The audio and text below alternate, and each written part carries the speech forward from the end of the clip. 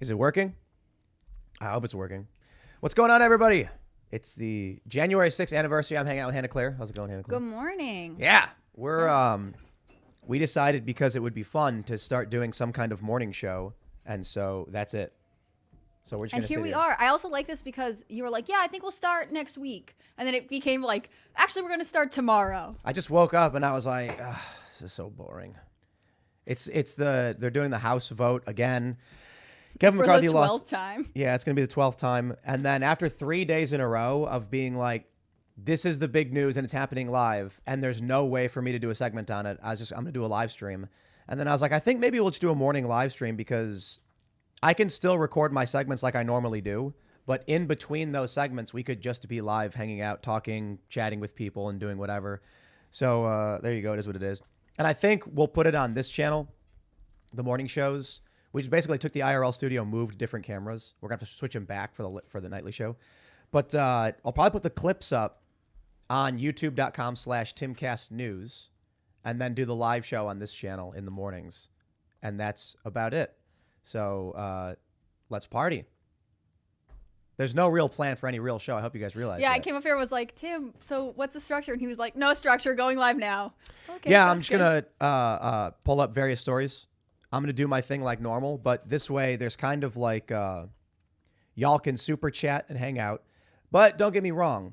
This is kind of you guys know me. It's just start doing it and then figure it out as you do it kind of thing. Yeah. So I'll still be able to get my segments up like normal. But in the meantime, we'll have some kind of live stream going. And look, there's like things down there. It says become a member at timcast.com. Look at that. And then you can see at down You're there. such a practiced YouTuber, knowing where to point. Well, I can see it on the screen. Oh, okay. That's cheating. I don't have a monitor. I'm just really going live. Yeah. Well, you can see it up there. Yeah. I wouldn't want one. I feel like it would be too distracting. I'll leave it to the professionals over here. Yeah, so for the most part, I might just get up and like leave and go make eggs. And then like Serge is sitting here too. He's helping. I was going to say we can see if that chatbot works too. Oh, yeah. So let's see if I press this button. Will it work? It's not working. Nice. Cool. Yeah, Streamlabs OBS doesn't work. I just want to say, like, we're half an hour late because Streamlabs OBS doesn't work. Yeah. Plain and simple. Maybe bring the doesn't work. When you bring the chat back closer up and higher up in sources, it should be fine. It's at the top of the sources. It just doesn't work. Yeah. Let's try. I'll make a new one. The goal was to have the chat box, but it does not work. Box settings done, etc. Oh, there it goes. You see? Did it just duplicate itself and then? Oh yeah, we're gonna pick it up audio. It can't even work. Oh, there we go. Sorry about the echo, guys. You see, we had no idea what we were doing. We just it's okay. And now there's 2 chat boxes. Yeah, get rid of the first chat box without the extra one. You can't even read this. Look at that. I guess you can even get slow mode in this. Wow. How are you supposed to? You guys don't know that that's what it looks like? The first couple times I did this show, it was like all I could picture every time Tim would talk. That's so awesome. Yeah. I wait, now it's gone. Completely. Got you just tired. up the chat delay, that's it. I did what? Oh, there it goes.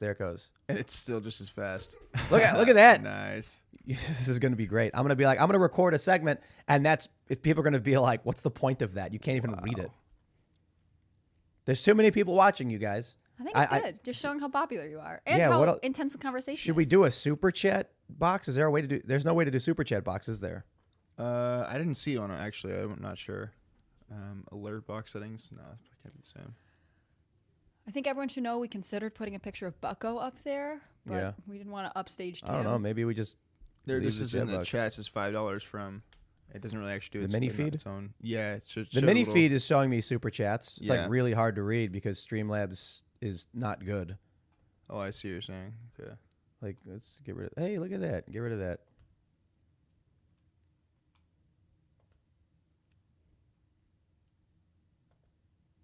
Huh. I can see the super chats in Streamlabs OBS. That's cool. Wait, the chat box disappeared again. Yeah, now the chat box was gone right as you did that. What is going on with this stupid thing? Wait. Yeah, the chat just disappeared. Oh, there it's back again. What is this? All right, you know what, man? I don't even know what's going on with this Streamlabs That OBS solves stuff. for you. But isn't this Yeah. fun? This is Troubleshooting live. troubleshooting live. Well, you have to, otherwise, what more can you do? It also feels very appropriate for a morning show. We're just like kind of making it work. I don't know. Slobs. Yeah, Streamlabs OBS. It's such a fitting name. Well, the thing is, we didn't want to create 2 different OBS settings for 2 different shows, so I just used Streamlabs. But here's the first thing that happened. We built the scenes from like, what was it, like 8 to 8:30. We're putting the scenes together, like creating the format for the show. Then I log into YouTube, and it logs into the wrong account. So then I log out and log into the right account, and it deletes all of the scenes. And then we have to like export the overlay, import the overlay into a new account for no reason because it doesn't need to delete them. And then when we imported it, it actually was all completely broken, and I had to have to rebuild it anyway. Yeah. How's this? This is fun so far. I'm sitting here drinking coffee. Overlay's not even the right word for it, which is funny. It ended up being like the thing you're supposed to use, but it's not obvious if you're using correct nomenclature. We're trying to figure it out, and there's no way to figure it out unless you just start doing stuff. So like all of these problems we're experiencing, there's no way we would have known we would have encountered. It's the unknown unknowns. And then as I mentioned to everybody before, the idea with this is we'll go live from like 9 to 2 or whatever. But then when I normally record my segments, I will. So like as you can see, I have what did the chat disappear again? Yeah, I did. So reliable, slobs. So like I can record a segment on this. We'll hang out as I start doing the research. We'll hang out and chat, and then I'll record my segments like normal. And then in the future, this is really because we're getting ready for the new studio, which is going to have 2 podcast spaces and skateboarding and all the crazy stuff. But Phil Labonte's coming down, so he's probably going to be a recurring morning host hanging out with us. I'll record my segments, then we'll throw it to Hannah Claire and Phil or whatever, and we'll have this like crew just kind of hanging out. My goal for that is probably to have like some kind of maybe similar setup to this. I don't know, man. I feel like it could be cool to do like couches or like a rounded table. I was going to say like the rounded table, yeah, but maybe the rounded table is too just like, We should just build a set that looks like a coffee house, and we all come in and sit, and we can. Or we use just the do it at the espresso coffee machine. house we're building. That would that's be a good also idea. interesting. Yeah, and then, I mean, you're like writing news or something, right? Yeah, I'm looking at the headlines right now because I figured I would just continue like my normal morning routine, and that's to work from my laptop, but I'll just do it in front of the camera while talking to you. In some ways, this reminds me of our like work group chat for the newsroom. I feel like every 5 seconds, we're like, here's a story. Okay, what about this? And we'll get some info from Cassandra, stuff like that. So it should be fun. I'm excited about it. I think we talked about doing a morning show over the summer at one point and decided that it was challenging because of the structure of the other content that we have coming out. Like you do IRL at night, people listen to the IRL podcast in the morning, and then also your segments. So We'll just go live 24/7. yeah, I'm glad you got bored doing your morning segments. Is what I'm saying, because I Wait, feel what like is this is this? a good change. Yeah. So I also have to log into another YouTube account on a different browser. Yeah, the hurdles with this are wild. We can do it. I am not helpful at all. I just sit here like nodding. I'm like, look at you guys go. At one point, they had to like adjust the lighting because I'm a ghost. It's fine. But Yeah, it's make it okay. work. We'll get you that spray tan. Don't worry. Oh my gosh. If I just start spray tanning my face for this show, and I'll continue to wear long sleeves at all times. Then we'll all of a sudden be like regular broadcast news media, right? I know. I was gonna say, like, I Suddenly. feel like this is a requirement for some. Isn't this cable going to be news. so much more fun than Fox News or whatever? Yeah, definitely. Oh man, it's like the new what's it called, the View or the 5 or whatever, the 3, and then The View? That's Barbara Walters' creation, right? R.I.P. that lady. No idea. Volume is low. What's your favorite morning show, Serge? Me, Bob and Tom on the radio. It's pretty funny. Yeah, I actually always loved listening to the radio. I feel like even now, a lot of Americans still like radio has a much wider reach than people realize because they think of us as an internet culture. But morning radio is fascinating. That's actually where I got into. I think it's what led me to having an interest in podcasts because you had like This American Life from NPR and stuff like that, like long form okay. kind of themed journalism. And it's still reflective of a lot of the podcasts I choose to listen to now. So, and then we ended up here Yeah. with you guys saying words like OBS and live stream. There's definitely a place for radio, I think. Definitely long form content in general. Yeah. I also feel like I have never had a car that has an aux cable, so it's just me and the radio True. hanging out. Yeah, definitely. It's the way I live my life. I also had to get a new car recently and spent a lot of time thinking about this whole, like, do you get a car that doesn't have a government chip in it kind of thing? Oh, yeah. And it's very challenging. Pre-2011. Yeah. Yeah. I'm also not, like, a car person, so they're the kinds of cars that, like, people buy to fix up and, like, take special care of, and I am just not qualified. But I don't want to be tracked by the government. You know we should what I have mean? we should have Libby come over because Libby Emmons Yeah. come hang out. Yeah. I'm reading the Post Millennial right now, and I was like, "Where's Libby at?" She's in the chat, please. Where she is? I don't know. I'm just No. saying if she is. No. It's like a Yeah. weird neighborhood kitchen table where, like, people just drop by. Yeah. I love that. Yeah.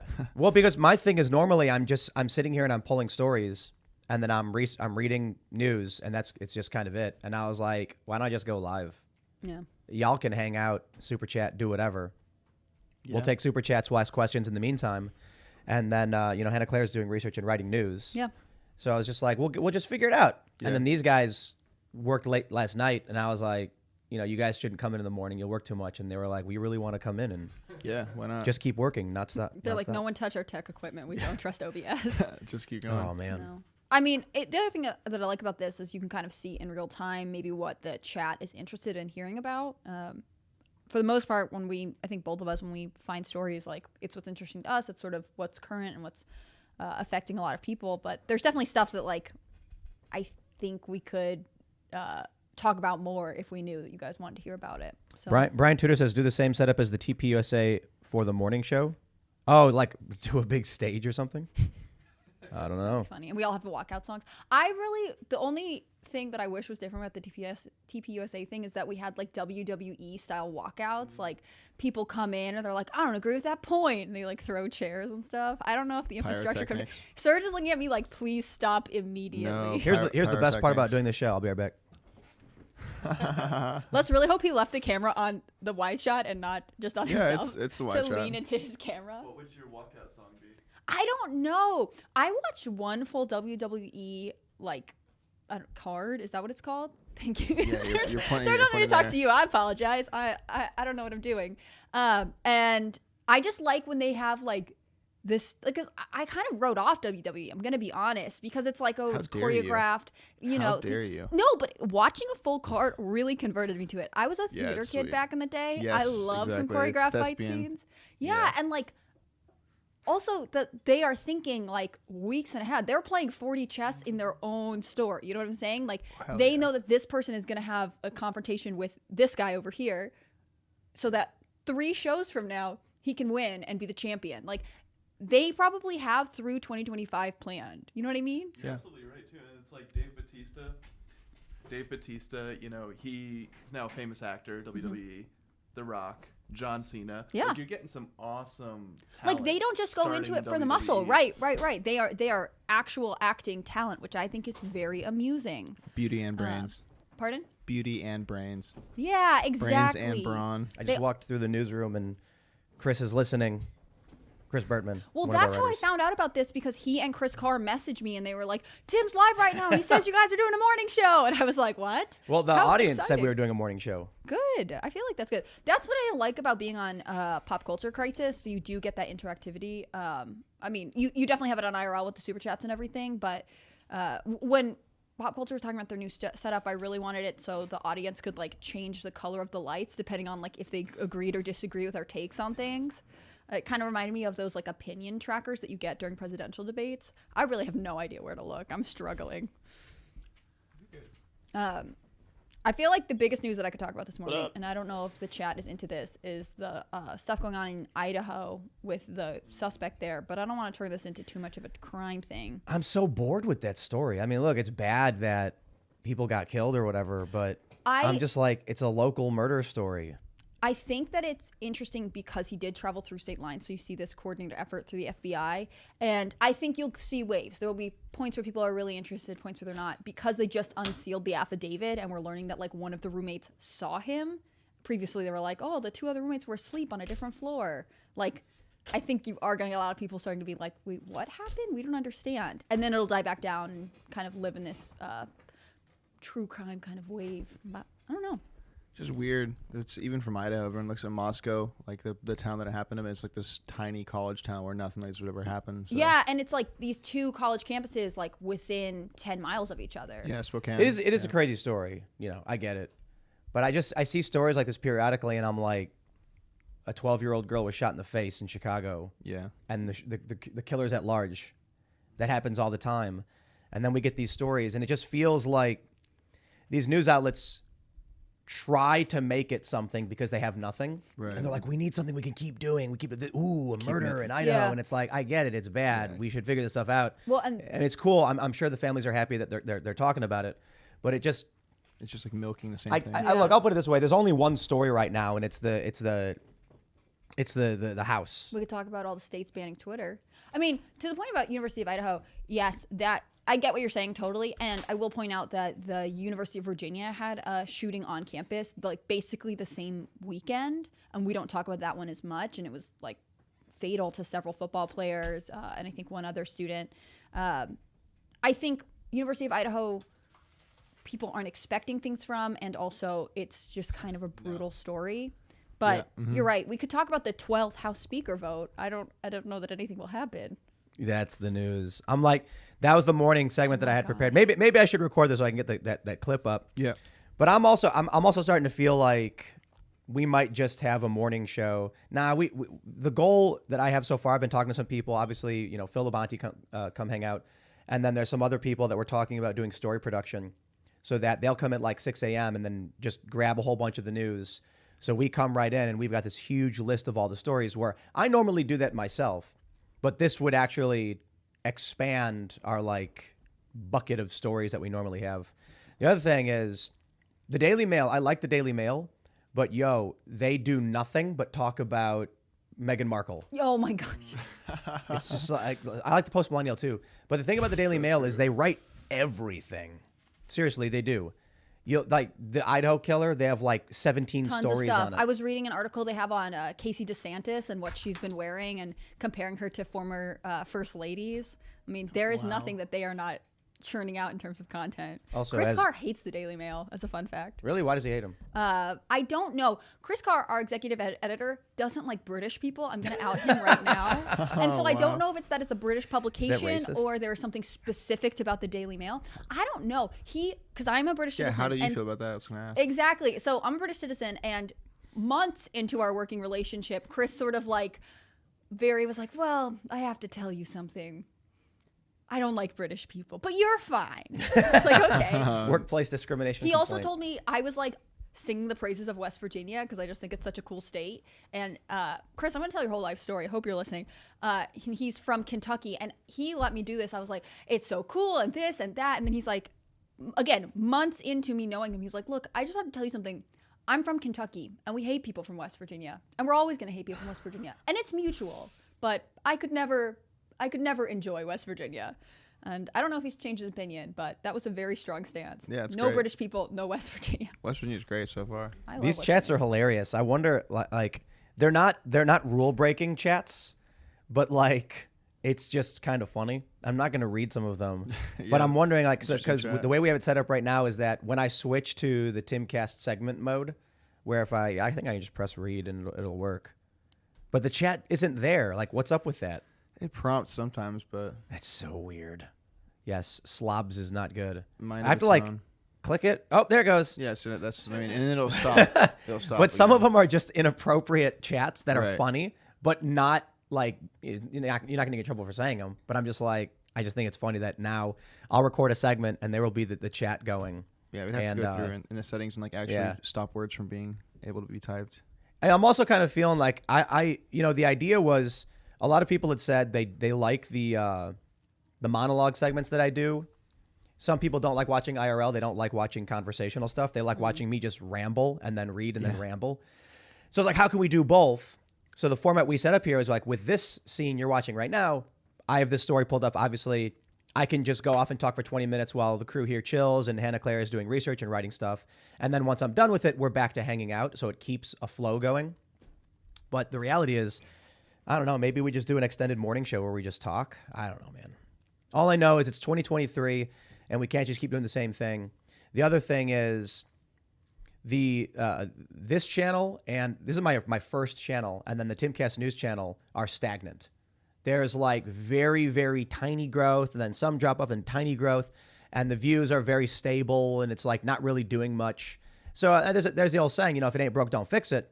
But I'm also just kind of like, I don't know, man. Timcast IRL is big now compared to my other content, so we should just try and do something else. I feel like you've been at this for a long time too. Like you must get bored. Like that's what prompted all of this. It's right? so bored to wake up. Like after 7 years of waking up and doing the exact same thing, even though the news is slightly different, I'm like, man, it's not about it. I don't think burnout is the right word. It's just like let's improve. Let's progress. And the other thing that I really like is I have this podcast arm, and as you may have noticed, I have a tech deck, and like Hannah Claire's talking, and I'm just like not paying attention, and just I feel like a second grade teacher grinding with my tech deck.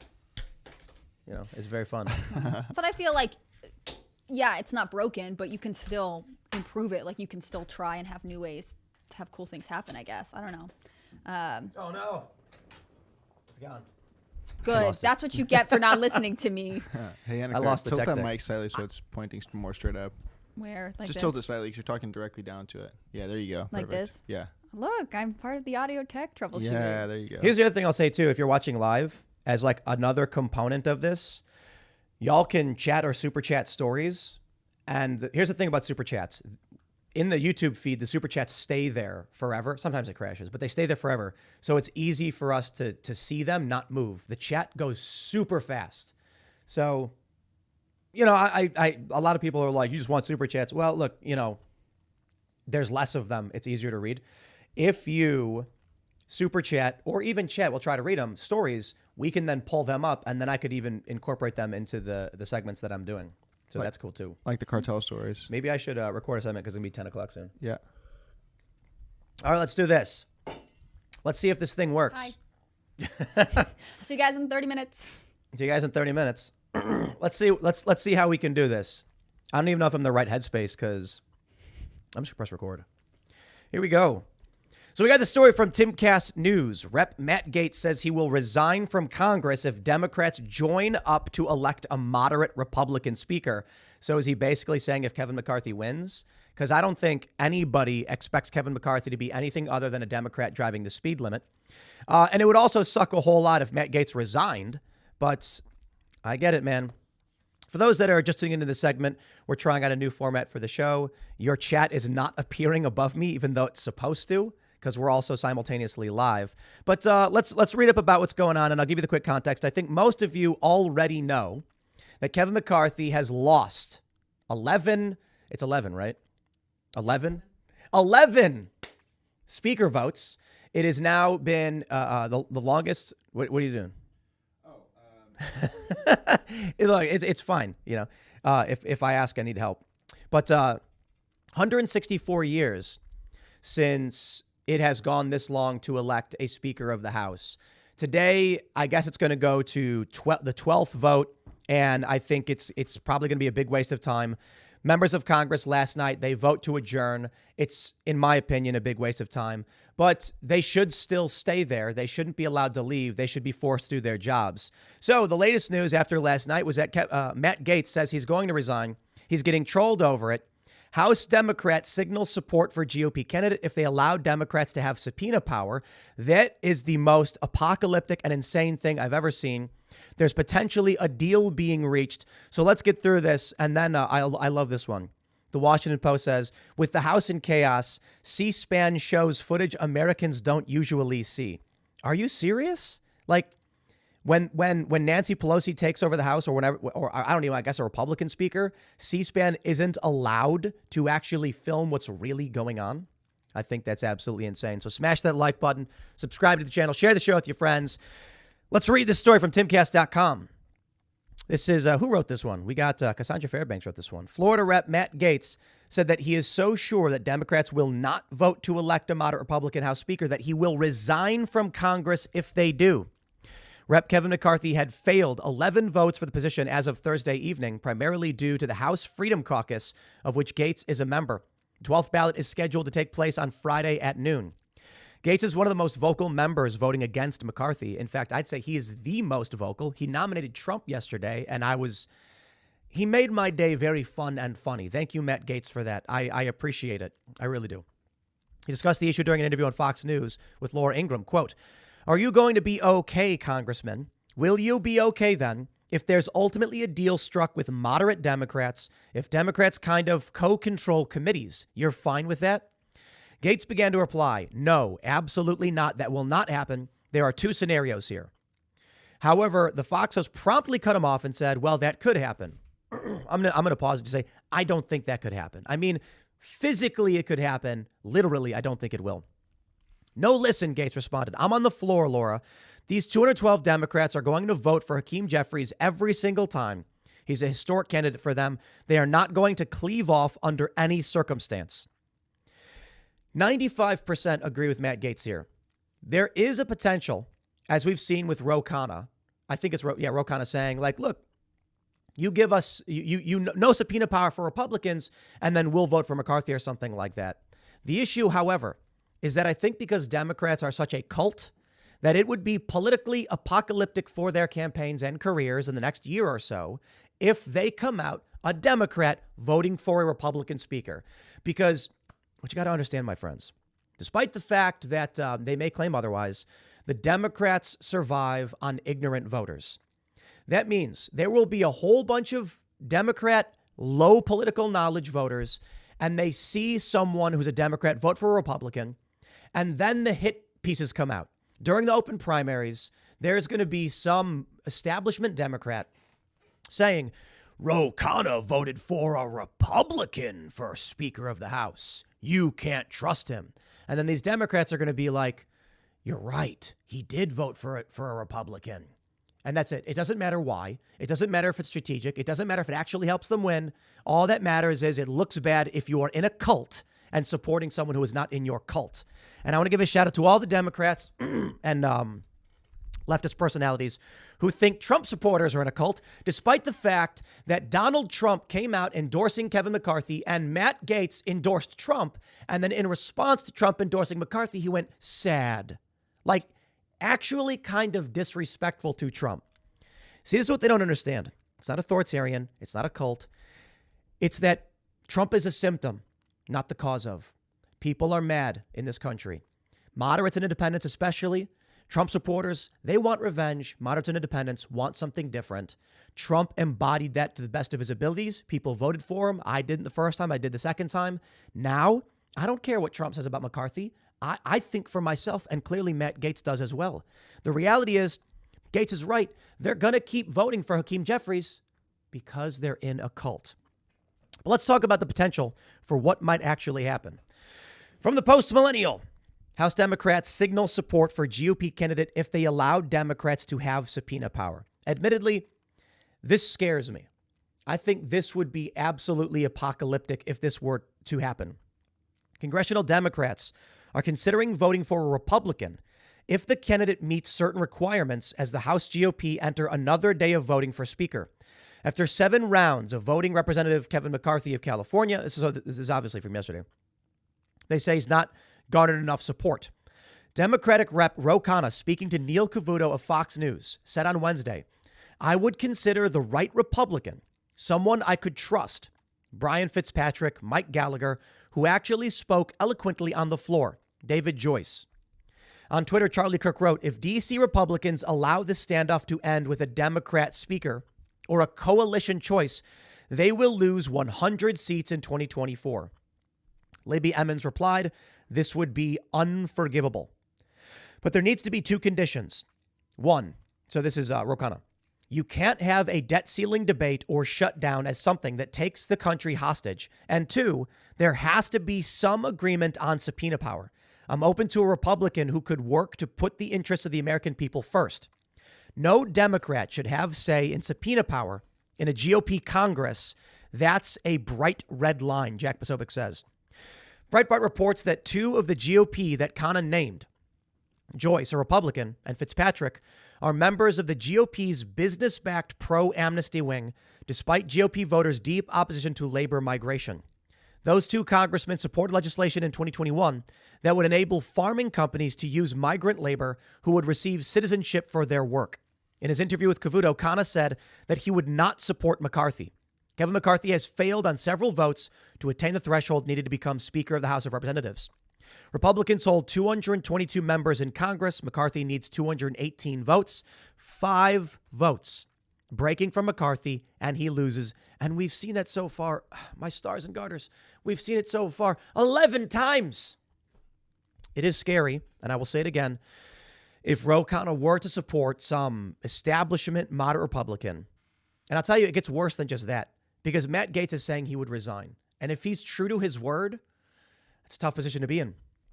If someone actually breaks, strips subpoena power from Republicans, this will be a failed midterm. And it was already a bad midterm for people who want accountability as it is. I suppose here's the alternative, my friends. How many of you, and I mean this, ask a serious question, let me know in the comments. How many of you would be satisfied with a Democrat or moderate Republican speaker if it meant that Kevin McCarthy loses? The emotional devil sitting on my shoulder is laughing, saying, yes, let him lose. It's not his turn. He has no right to this seat.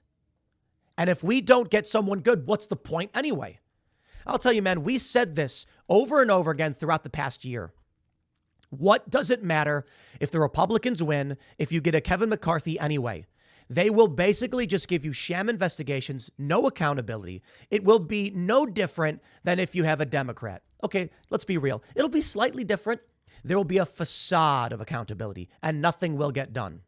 So in the end, as much as there is a logical portion of me scared that there will be no subpoena power, I'm kind of like, are they going to actually wield subpoena power as it is anyway? Or is it going to be a big, fat waste of our time? And shout out to our good friend Ian Crossland, who rolled one of the hardest 20s of his commentary career when he said, no investigation could be better than an investigation if they do a sham investigation to placate the normies. And I just was like, Ian, that was brilliant. And he really nailed it. Kevin McCarthy gets in, gives some low budget garbage, says do the investigation, and then you actually just don't get anything. What's the point? What do we got going on? Something happening? Basically, people are saying the audio volume's too low, so it's going to put a compressor over the volume while you're talking. Oh, okay. But, You can crank the volume up. I'll just keep going. Look, all right. ladies and gentlemen, we're just winging it. We'll get better. The chat box disappeared again. So this is fun. It's fun. We're doing the segment. We're getting it going. See what you can do. I'll just keep going out with the news and the stories. And man, I've been working too much. You can hear it in my voice. Yikes. That's going to be a bad thing. Here we go, ladies and gentlemen. We have this news from this morning on this, the anniversary of January 6th. Tentative deal reached between Freedom Caucus and McCarthy. And I love this image. Who made this? It's like 2 guys in suits. One guy's not. He's wearing a vest but no tie, and the other guy's wearing a tie and he's shaking his hand. All right. According to multiple media outlets, House Republicans in Kevin McCarthy's corner have come to a tentative agreement with representatives of the Freedom Caucus that would see McCarthy take control of the House as Speaker. Look, I like the Freedom Caucus. I defer to them. I like what Matt Gaetz is doing, standing up to the machine. I will defer to them. I don't know exactly what the right path is forward, but I know there's got to be some resistance, some defiance to show the establishment they must negotiate. Lauren Boebert went on Michael Knowles' show last night, and she made some really excellent points. In the summer, the Freedom Caucus went to Kevin McCarthy and said, here are the things we need. And he said, I don't need your votes. Why? They thought the red wave was going to be so amazing that they're going to have 240, 250 seats in the House, and 19, 20 people from the Freedom Caucus would not matter. Boy, that one really blew up in their faces. Turns out the red wave was not nearly as pronounced as they thought it would be. They ended up narrowly winning. I still think it's a victory. It's good. We'll take it. but now they desperately need the Freedom Caucus, and they don't have it. So I want you to imagine what it must be like to be someone like Matt Gaetz or Lauren Boebert. In good faith, you go to Kevin McCarthy and you say, give us these things, we're good. They want accountability for the speaker. They want real investigations, among other things. And he says, ha, ha, ha, get the F out of my office. Then, when the Republicans fail, partly because of Kevin McCarthy, he comes crawling back and says, okay, I need your votes. I would be doing the exact same thing Matt Gaetz is doing. However, we're now hearing there may be a deal, which could be coming up later in this day. Here's the story. Timcast.com, this is Brett McDonald writing, reports, according to multiple media outlets, House Republicans in Kevin McCarthy's corner have come to a tentative agreement with representatives of the Freedom Caucus that would see McCarthy take control of the House as Speaker. In exchange, his coalition is reportedly offering several concessions to the Freedom Caucus, who have successfully blocked his ascension over the course of 11 votes. Here's the quote. It won't be easy, automatic, or immediate, according to House lawmakers who themselves were processing the information in real time as details of the deal emerged.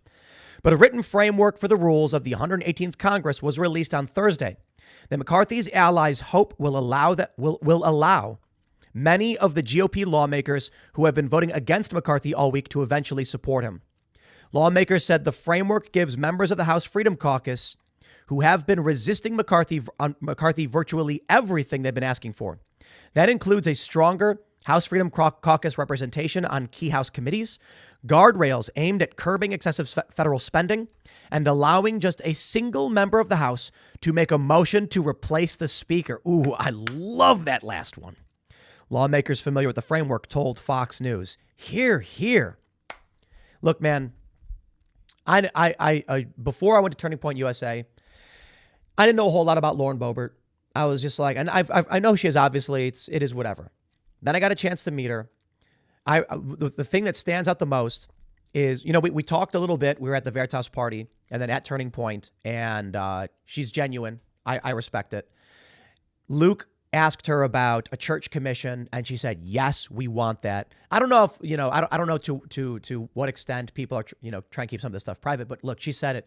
And Luke's, eyes lit up because Luke's an anti-government guy. You guys know Luke Rukowski. He's an anti-government guy. So when he hears church commission, investigation, and inquiries into what the intelligence agencies are doing, he's excited. To see someone like Luke be like, okay, I'm interested in this for what Lauren Boebert has to say. Very, very good stuff. To hear that one of the things she's pushing forward is that a single member of the House can make a motion to replace the Speaker. That's a Republican telling a Republican Speaker any individual can replace them. You guys realize that means a Democrat too. I'm all for it. Imagine if under Nancy Pelosi, the squad members or a Republican were able to challenge the Speaker. I dig it. If they win on this, this will be a tremendous victory. So good work to the Freedom Caucus guys. And it's not just Boebert and Gaetz, but they're the ones who stand out. Obviously, they're very prominent, but you got Biggs. You've got a handful of other people in there. Byron Donalds, shout out as well. On Twitter, CBS News' Robert Costa, who said he spoke to several Republicans who were briefed on talks held by decision makers early Thursday evening, described the agreement as one that makes the House Freedom Caucus central to every aspect of the Republican control of the House. Quote, if this deal goes through and McCarthy becomes Speaker, you're looking at a House where the Freedom Caucus is at the table on all big things. Look, the people we've had on this, on Timcast IRL, I was going to say this show, on Timcast IRL, mainly the people we've really gotten along with, and I think most of you as well, are the Freedom Caucus people, hands down. And we don't agree on everything, but we bring in some of these more establishment types and they're like, no, we can't impeach Joe Biden. That would be inappropriate and against the rules. We bring in the Freedom Caucus people and they're like, we should investigate Joe Biden immediately. And if it warrants impeachment, we should. Yo, I dig it. A source who spoke to Costa described the agreement as if former Republican Speaker John Boehner were to welcome the Tea Party into leadership positions in 2011. Others allegedly told the NBC reporter that the deal could prevent McCarthy from negotiating any compromise with the Biden administration. Leaving Congress in deadlock once again. I'll also accept that.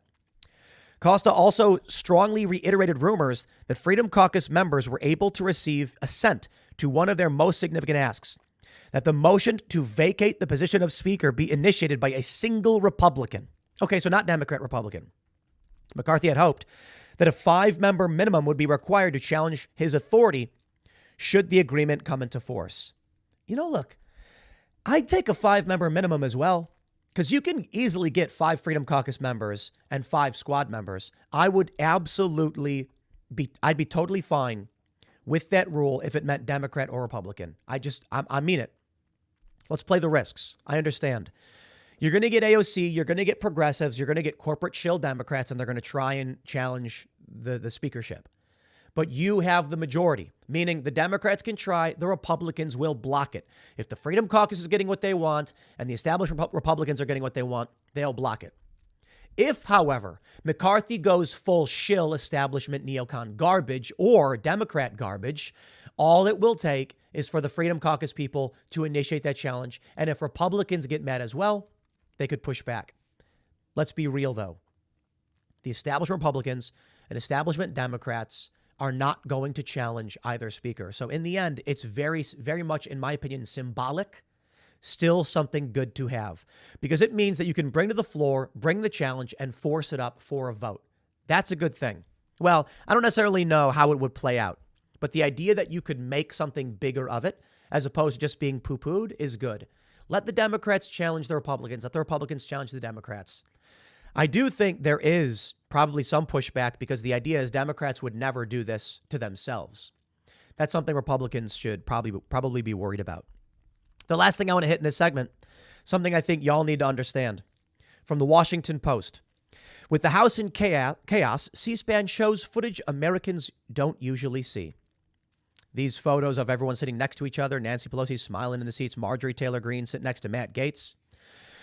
There was a moment that happened, I can't remember exactly when it was.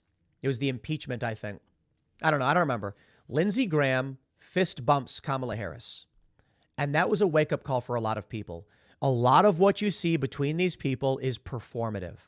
They want you to think that they oppose each other when they actually don't.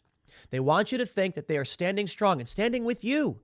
Fellow Republican, I will challenge these Democrats. Mark my words. Don't let the cameras watch what happens next. As I walk over smiling and laughing and shake the hand of Nancy Pelosi and say, don't worry, we're not going to go against you at all. That was just for the cameras. That's the game they play, and they all know it. They're going to make the phone calls. They're going to run the commercials. They're going to pretend to be opposition. And all they're really doing is having a popularity contest to see who they can convince the most that they're actually on your side. When in reality, a good majority of these people go out to dinner with each other. They laugh about how they're not really in opposition. They're a handful of good people, though. A small handful, unfortunately. I wish there were more. But a small handful of good people like the Freedom Caucus who say legitimately, we want something. We want something different. I can't remember who it was speaking yesterday, so forgive me, but it was one of the Freedom Caucus guys who got up. I don't think it was Chip Roy.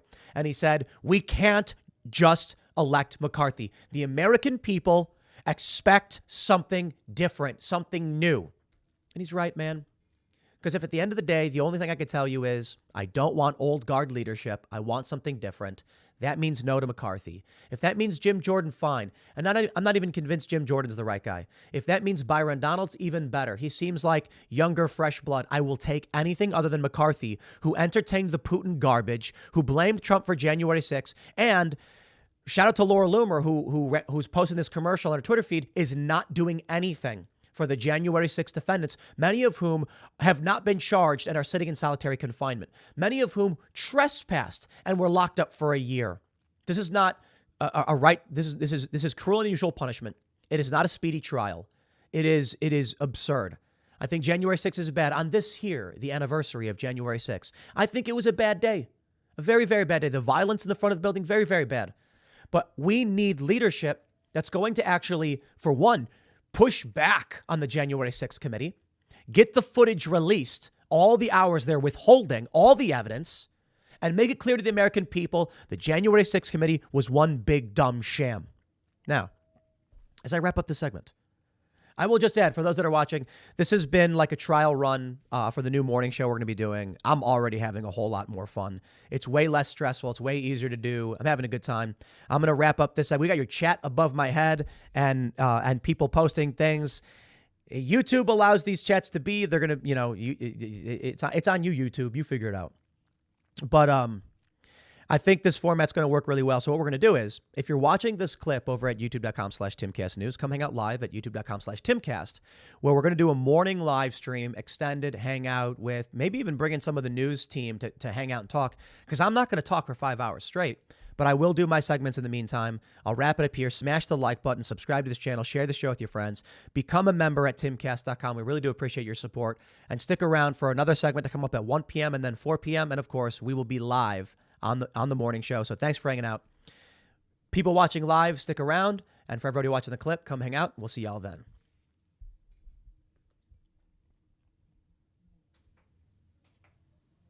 All right. That wraps that segment. Hey, look at that. We're back.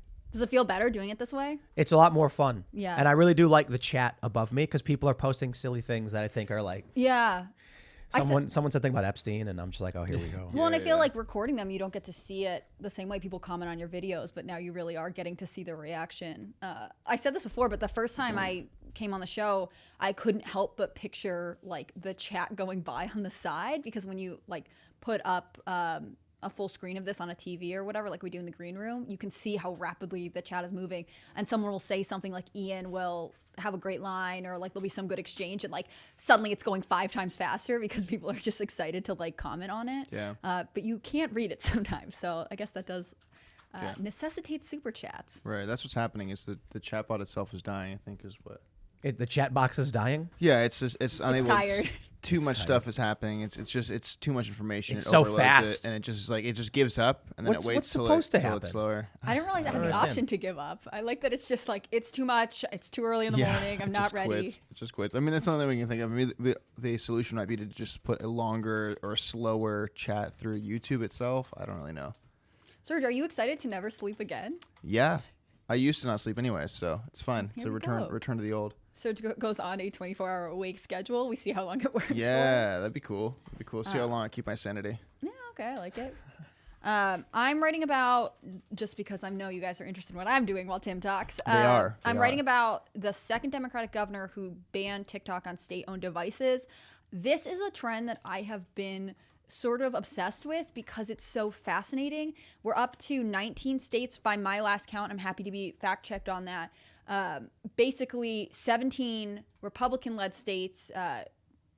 In some ways, Kristi Noem, South Dakota, led this off. She issued a ban on TikTok on state-owned devices on November 30th. Really, the governor of Nebraska had issued one, I think in 2020, if I'm remembering correctly. You got this whole wave of people coming out with bans, and they're basically all saying the same thing. TikTok harvests user data, including like cell phone carrier, location data, internet browsing history as part of its user agreement, and that its parent company has ties to the Chinese Communist Party, and so it's a potential threat to national security. So today, or last night, the second Democratic governor, John Bel Edwards of Louisiana, issued a ban. I found this really interesting. I'm not even going to write the article. I mean, I'll write the article after this, but I'm just giving you my talking points. Louisiana's Secretary of State had already issued a ban himself, because Louisiana is one of the states where it's got a very mixed party legislature. Democratic governor, lots of Republican elected officials. So Kyle Andron, I think is how you, or Arden, I don't know how to say his name. He had already gone ahead and been like, look, I'm going to ban it on any device issued by my department, and I hope that you join me in doing this. And it looks like John Bel Edwards has.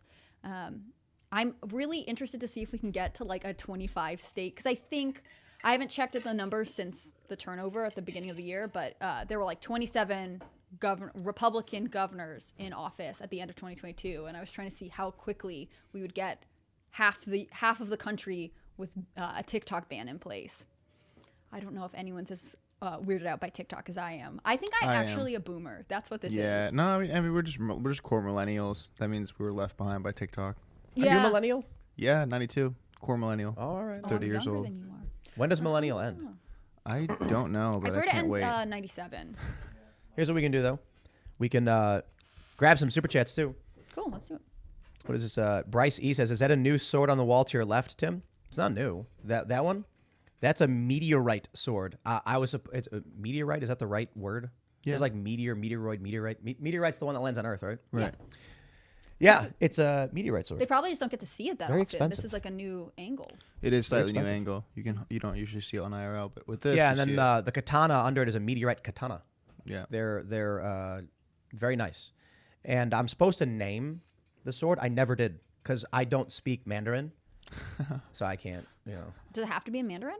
I mean, It's a Chinese sword. jian Yeah. made by like ancient Chinese families. Purchased are by like- you, an American. Yeah, I know, right? I feel like you can name it whatever you want, but maybe that's just my First Amendment coming out. I don't know. Yeah, I guess. Essay says, glad the AM show is already going well. Best content and opinion journalism, hands down. Hey, appreciate it. Michael Miles says, Tim, I almost thought this was a new channel, and then I realized I became unsubscribed from this channel. Crazy. Wonder what happened. You see what I'm saying? So here's part of what's happening too. I got too many channels. So there's Timcast News, Timcast IRL. Timcast IRL goes live at 8 p.m. We do the live show, then we post clips throughout the day on the same channel. Timcast News did a segment at 10 a.m. and 1 p.m. And then this channel, the Tim Pool channel, did a segment at 4 p.m. And so you basically have the same content on two different channels, creating this weird thing where like 2/3 of the people on one channel didn't even know the other channel existed. So people don't know there's more content. Kind of becomes problematic. This, I think, is going to fix some things. So what happens is you open up YouTube, you go to your app or whatever, and then you've got 2 videos from Timcast News, 3 or 4 videos from Timcast IRL, and 1 video from this channel, the Tim Pool channel. The problem? Because of the lower frequency of posting, this channel gets deboosted in the algorithm because people are less likely to click this video simply because there's less to click this channel because there's less videos. So I think this change up in format is going to help. We do a live stream on this channel. So every morning, people who want to watch live will come here and they'll have a routine based on that. And then we put all the segments up on youtube.com/TimcastNews, where there will be 3 videos. You can only get 3 notifications, and those clips will go up based on what we talk about here. And then here's what I'm thinking. Phil Labonte is going to come hang out next week. It would be really great if he was here now too, but we got to figure out how we do the wide shot. Yeah. Yo, we set this thing up in like 20 minutes. I just turned the cameras and I'm like, I don't know, this works, I guess. We're trying to figure out the lighting. I sat still, and everyone who actually knows something ran around fixing it. She was just sitting there like, I'm like, don't ask any questions, don't say anything. yeah. Phil can just sit right here. He'll sit in between us. It'll be a really close set. But we also have like that mini set in the back we never set up. Yeah. But the real thing is that as we get into the new year, we're waiting for the new studio to be built, which is actually going to have like a couch set up and cameras and actually be more conducive to like a morning coffee kind of show. You know what I think? I think going live in the morning is going to it's going to be bigger. There's a reason why Timcast IRL already is bigger than the Tim Pool show or like the morning show we do. I think doing a live extended morning show, we have two different versions of it. I did 3 for some reason. We 2 different versions. One is when I recorded that segment just now, I just uploaded it. Boom, it's live on Timcast News. I literally did all that as we were sitting here. I do that 3 times. Then I edit that into the Tim Pool Morning Show podcast for iTunes and Spotify and all that, as I normally do. But then we have another extended chill mode hangout show that's actually like just 5 hours. I think that is going to be a new kind of unique piece of content that is actually just, it's part of the same flow. It's not extra work for me. In fact, it makes the job a lot easier. Hands down. Whoa. What is this? Making it quieter? No, I'm just making it so it's more mean volume, I guess. I'm putting a compressor and a limiter on for those who know what I'm talking about. You see, we're just winging it. Yeah. Normally at this point in the day, I go cook some eggs. You're going to start Yeah. getting like breakfast delivered. You really could. No, I might just go downstairs and make eggs. Bye. The strength of the new format. So what do you think is the benefit of having multiple channels? Like, why did you set up your Because company that way? when I set up Timcast News, it was nonsense. I made a video making fun of Don Lemon for claiming that a black hole could swallow an airplane, and that was like one of the first videos. And then I did a live stream of me playing Hearthstone. Because I was like, what else am I doing? Mm-hmm. And then all of a sudden, this crazy thing happened within like 2 weeks. The random nonsense segments that were like 3 and 5 minutes long were getting 50 to 100,000 views. Yeah. And I was like, what this is crazy. Yeah. I wonder if there's a place for those like 3-5 minute videos because some people don't have time to like click on the 10, 15, 20-minute videos. I mean, your audience is a little different because they're coming for you for news, but like if we're thinking about maximizing kind of the amount of content we're putting out, it would be interesting to try a bunch of different formats. Let me just say this, because look, I think honesty and transparency and helping you guys understand everything is good. $846.45 in super chats already. That's money I wouldn't make just doing the segments as I normally do them. But there is a trade-off. Less people will watch the segments because there's a live option available, so it will have a diminishing return. But it's business. If we do a morning show and you guys like it and you guys will super chat, and then the super chats end up making us money, let's do it. Yeah, right. Let's do it. And then we just got to get into the flow of things so that I can get up and go make some scrambled eggs. And thanks to Chef Andrew Gruel, splash some vinegar on the pan. And I can't even describe Does it make a huge difference? People want to see you cook eggs. Crazy. Yeah. Everyone wants to see you cook eggs. Watch the eggs being made. Let's bring the camera. No. There's a super chat there saying if you own the chat, if you want to watch Tim cook eggs. You leave and then you go live from your phone and cook eggs in the kitchen. Dude. Then I'm competing with Tim for his own Violet Armisen, one in chat if you want to watch Tim cook eggs. Yeah, that's I am no egg chef. I cook the bacon, then I take the bacon out, throw the scrambled eggs into the bacon grease. Mm-hmm. Oh, it's so good. Are you adding the butter now? No. I put a little butter before the bacon because I don't want the bacon to get stuck. All right. And Chef Andrew Gruel says he doesn't put fat on fat. So maybe, I guess, I don't know if he said this, but you use the bacon as the grease. You take a piece of bacon and you grease the pan with it. Yeah. No, and then you let it heat up and then you throw the bacon back in. But then once the eggs are halfway done, and I would say 80% done, I push them to the side. That's what Andrew Gruel said to do. Splash a little vinegar on the pan and use it to get all the bits from the pan up and mix it into the eggs. Interesting. It's indescribable. Are you a it is. crispy bacon person? No, what's floppy bacon. No, I like it medium. I don't want it burned, but not too crisp, but not like a full-on crunch, but a little bit of snap. I get you. You cook that bacon, there's a sweet spot and there. bits of the bacon are stuck to the pan, right?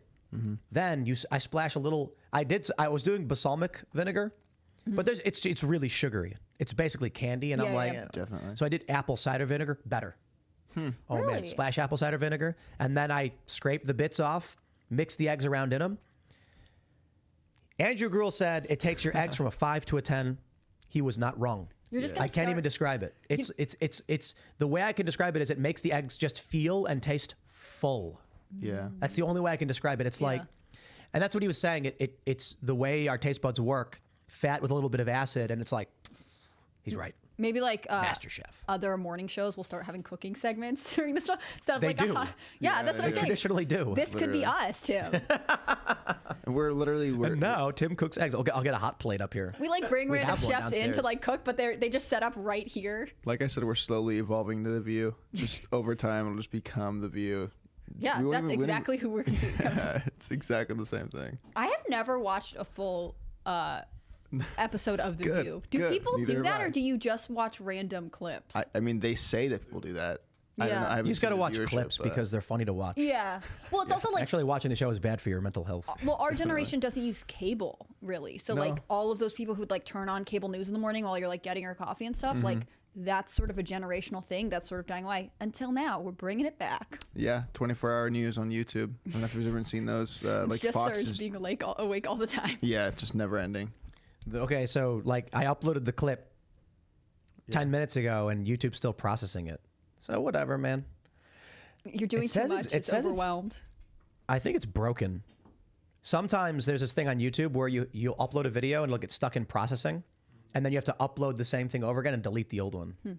So maybe I have to do that because this should not be. Yeah, Callan's over here nodding. Do you feel like YouTube, I mean, Serge might be able to answer this too, but do you guys feel like YouTube has a big learning curve in terms of tech stuff, or do you think it's pretty user-friendly? Callan? Yes and no. So YouTube definitely, they do make a lot of things easy, but at the same time they make a lot of things hard, right? So it's they'll do a little tiny changes that they won't tell you about. And then all of a sudden you're like, this feature, this setting I've been using is in a different place. Where is it? I know recently Serge and I just watched a video about YouTube quietly updated their community guidelines again. Yeah, I've Wait, heard what, about this. again? Yeah, and so Is this the Ian cursing said thing? over the last week or two, you can't curse within 15 seconds. Well, apparently yeah. it's 8 seconds now. So, Oh, so they made it better. yeah, better. Yeah. But yeah. it's ambiguous. Like people aren't sure if it's the 8 to 15 second mark, right? It's always ambiguous. Yeah. You know, you just hope they don't demonetize you, you know. This is so weird. It says the video segment I just recorded is still processing. It says 36 minutes remaining. Yeah, I like that. We're really playing. I think with it's because YouTube we're right now. on the live stream. I don't know It's a how different anything channel. works, but It's a like we're in different the channel. same internet space No. bandwidth. Somebody help me. No, Hey, it shouldn't I don't matter. We're fast enough computer, fast enough bandwidth. Should be fine. Entire tech team is like, no, stop, boomer, immediately no. No. There's shadow, Yeah, it's not banned, but Are we gonna have to I don't know start what the doing term is. like heavy Yes, it news is. first in the morning, and then like towards the end of our stream have like a bunch of light news where we're like puppies saved from burning fire? You know what I mean? Send Maybe. people off in like a good mood. I feel like that's the morning show strategy. They start heavy, they end light. Is that what they do? Yeah, I think so. I just haven't watched any of that stuff. yeah, me either. The other thing is, Like 10 years. when I used to do the 5 segments on the Timcast News channel, there were 3 that were like, I don't want to say lighter, but like lesser. So I would record for 10 minutes. I'd grab an article and be like, hey, here's an idea. I don't do this anymore because it was too heavy, but now I could probably easily do it. Like I could easily pull up an article and then just riff on for 10 minutes Yeah, and yeah. then put that up. So in the meantime, we're grabbing news stories and we're reading, and Anna Claire's writing. Yeah, I am People are working. calling you Shank and Anna. You're like, That "Oh, is Annika's fair." that It's is rude. that's worse than the N word. Yeah. I'm personally offended. And Tim told me I needed a spray tan this morning, so I didn't say you needed one. he just suggested that perhaps if I were not such a ghost, our lighting would be better. No, that I did say, I was like, hey, you're gonna be like Anna, but well, actually I said something more disparaging. I won't say publicly. Yeah.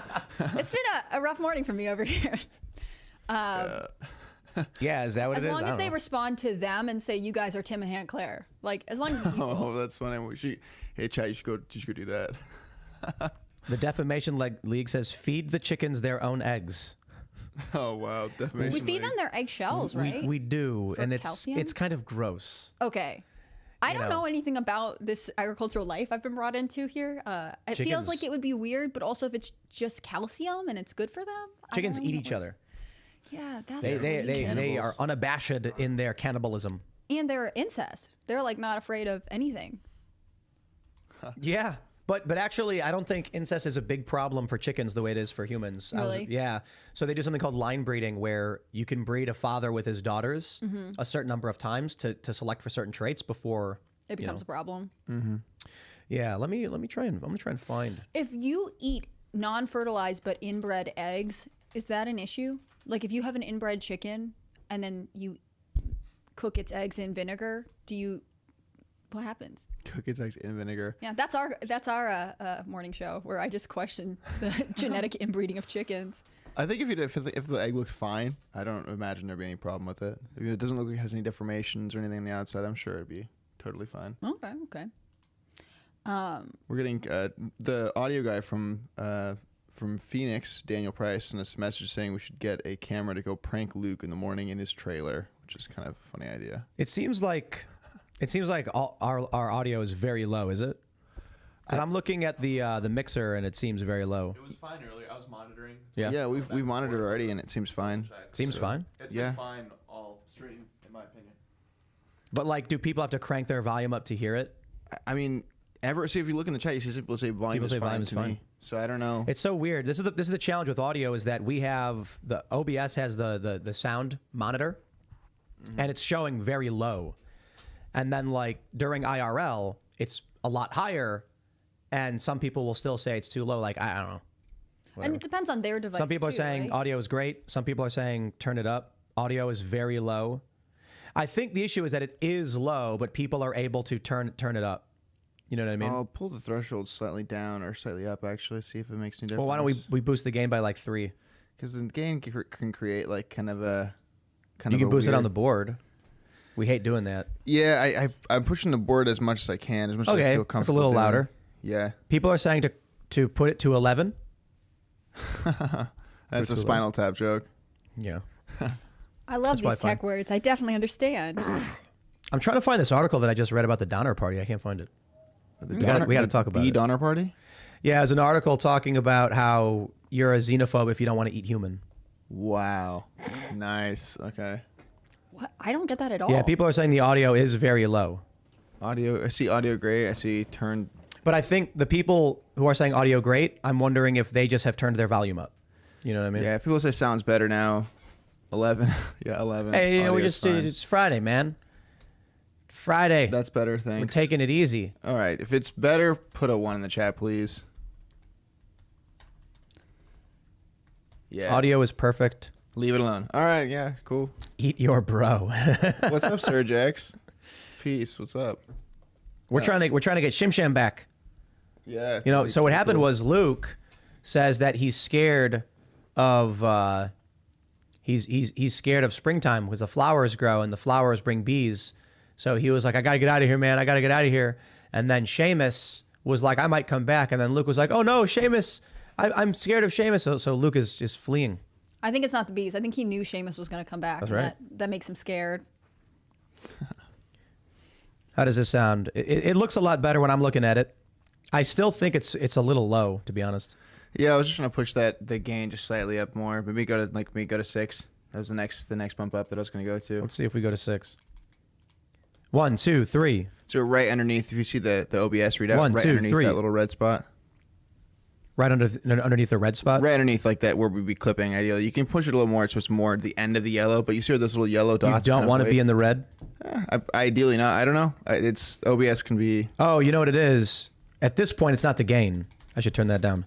At this point, it's the threshold. Because boosting the gain is not changing anything. At where you're picking it up, right? That's what I was thinking. How does it sound now?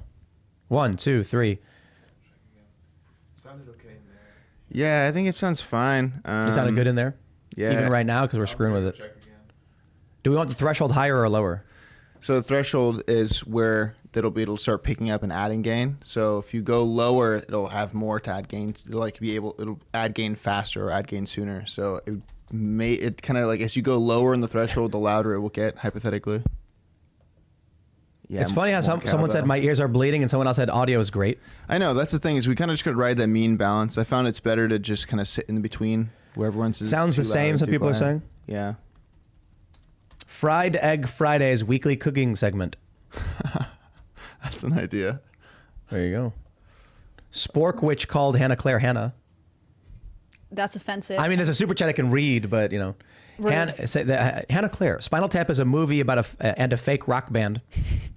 I've actually seen Spinal Tap. That's shocking to Oh, okay. everyone, as I have seen no movies at all. Oh, I haven't seen any either. When Brett used Okay. to ask me to do the pop culture show, I'd be like, yeah, totally, except I don't know anything about any cultural reference. Right. He asked me to do it next week, and I'm nervous because I don't know anything about pop culture. I feel like I'm. I think pop culture is more wide-ranging than you think. I bet you'd be great. And last time I was on, people were asking for you to be there, so I think Oh, you'd be a good geez. fit.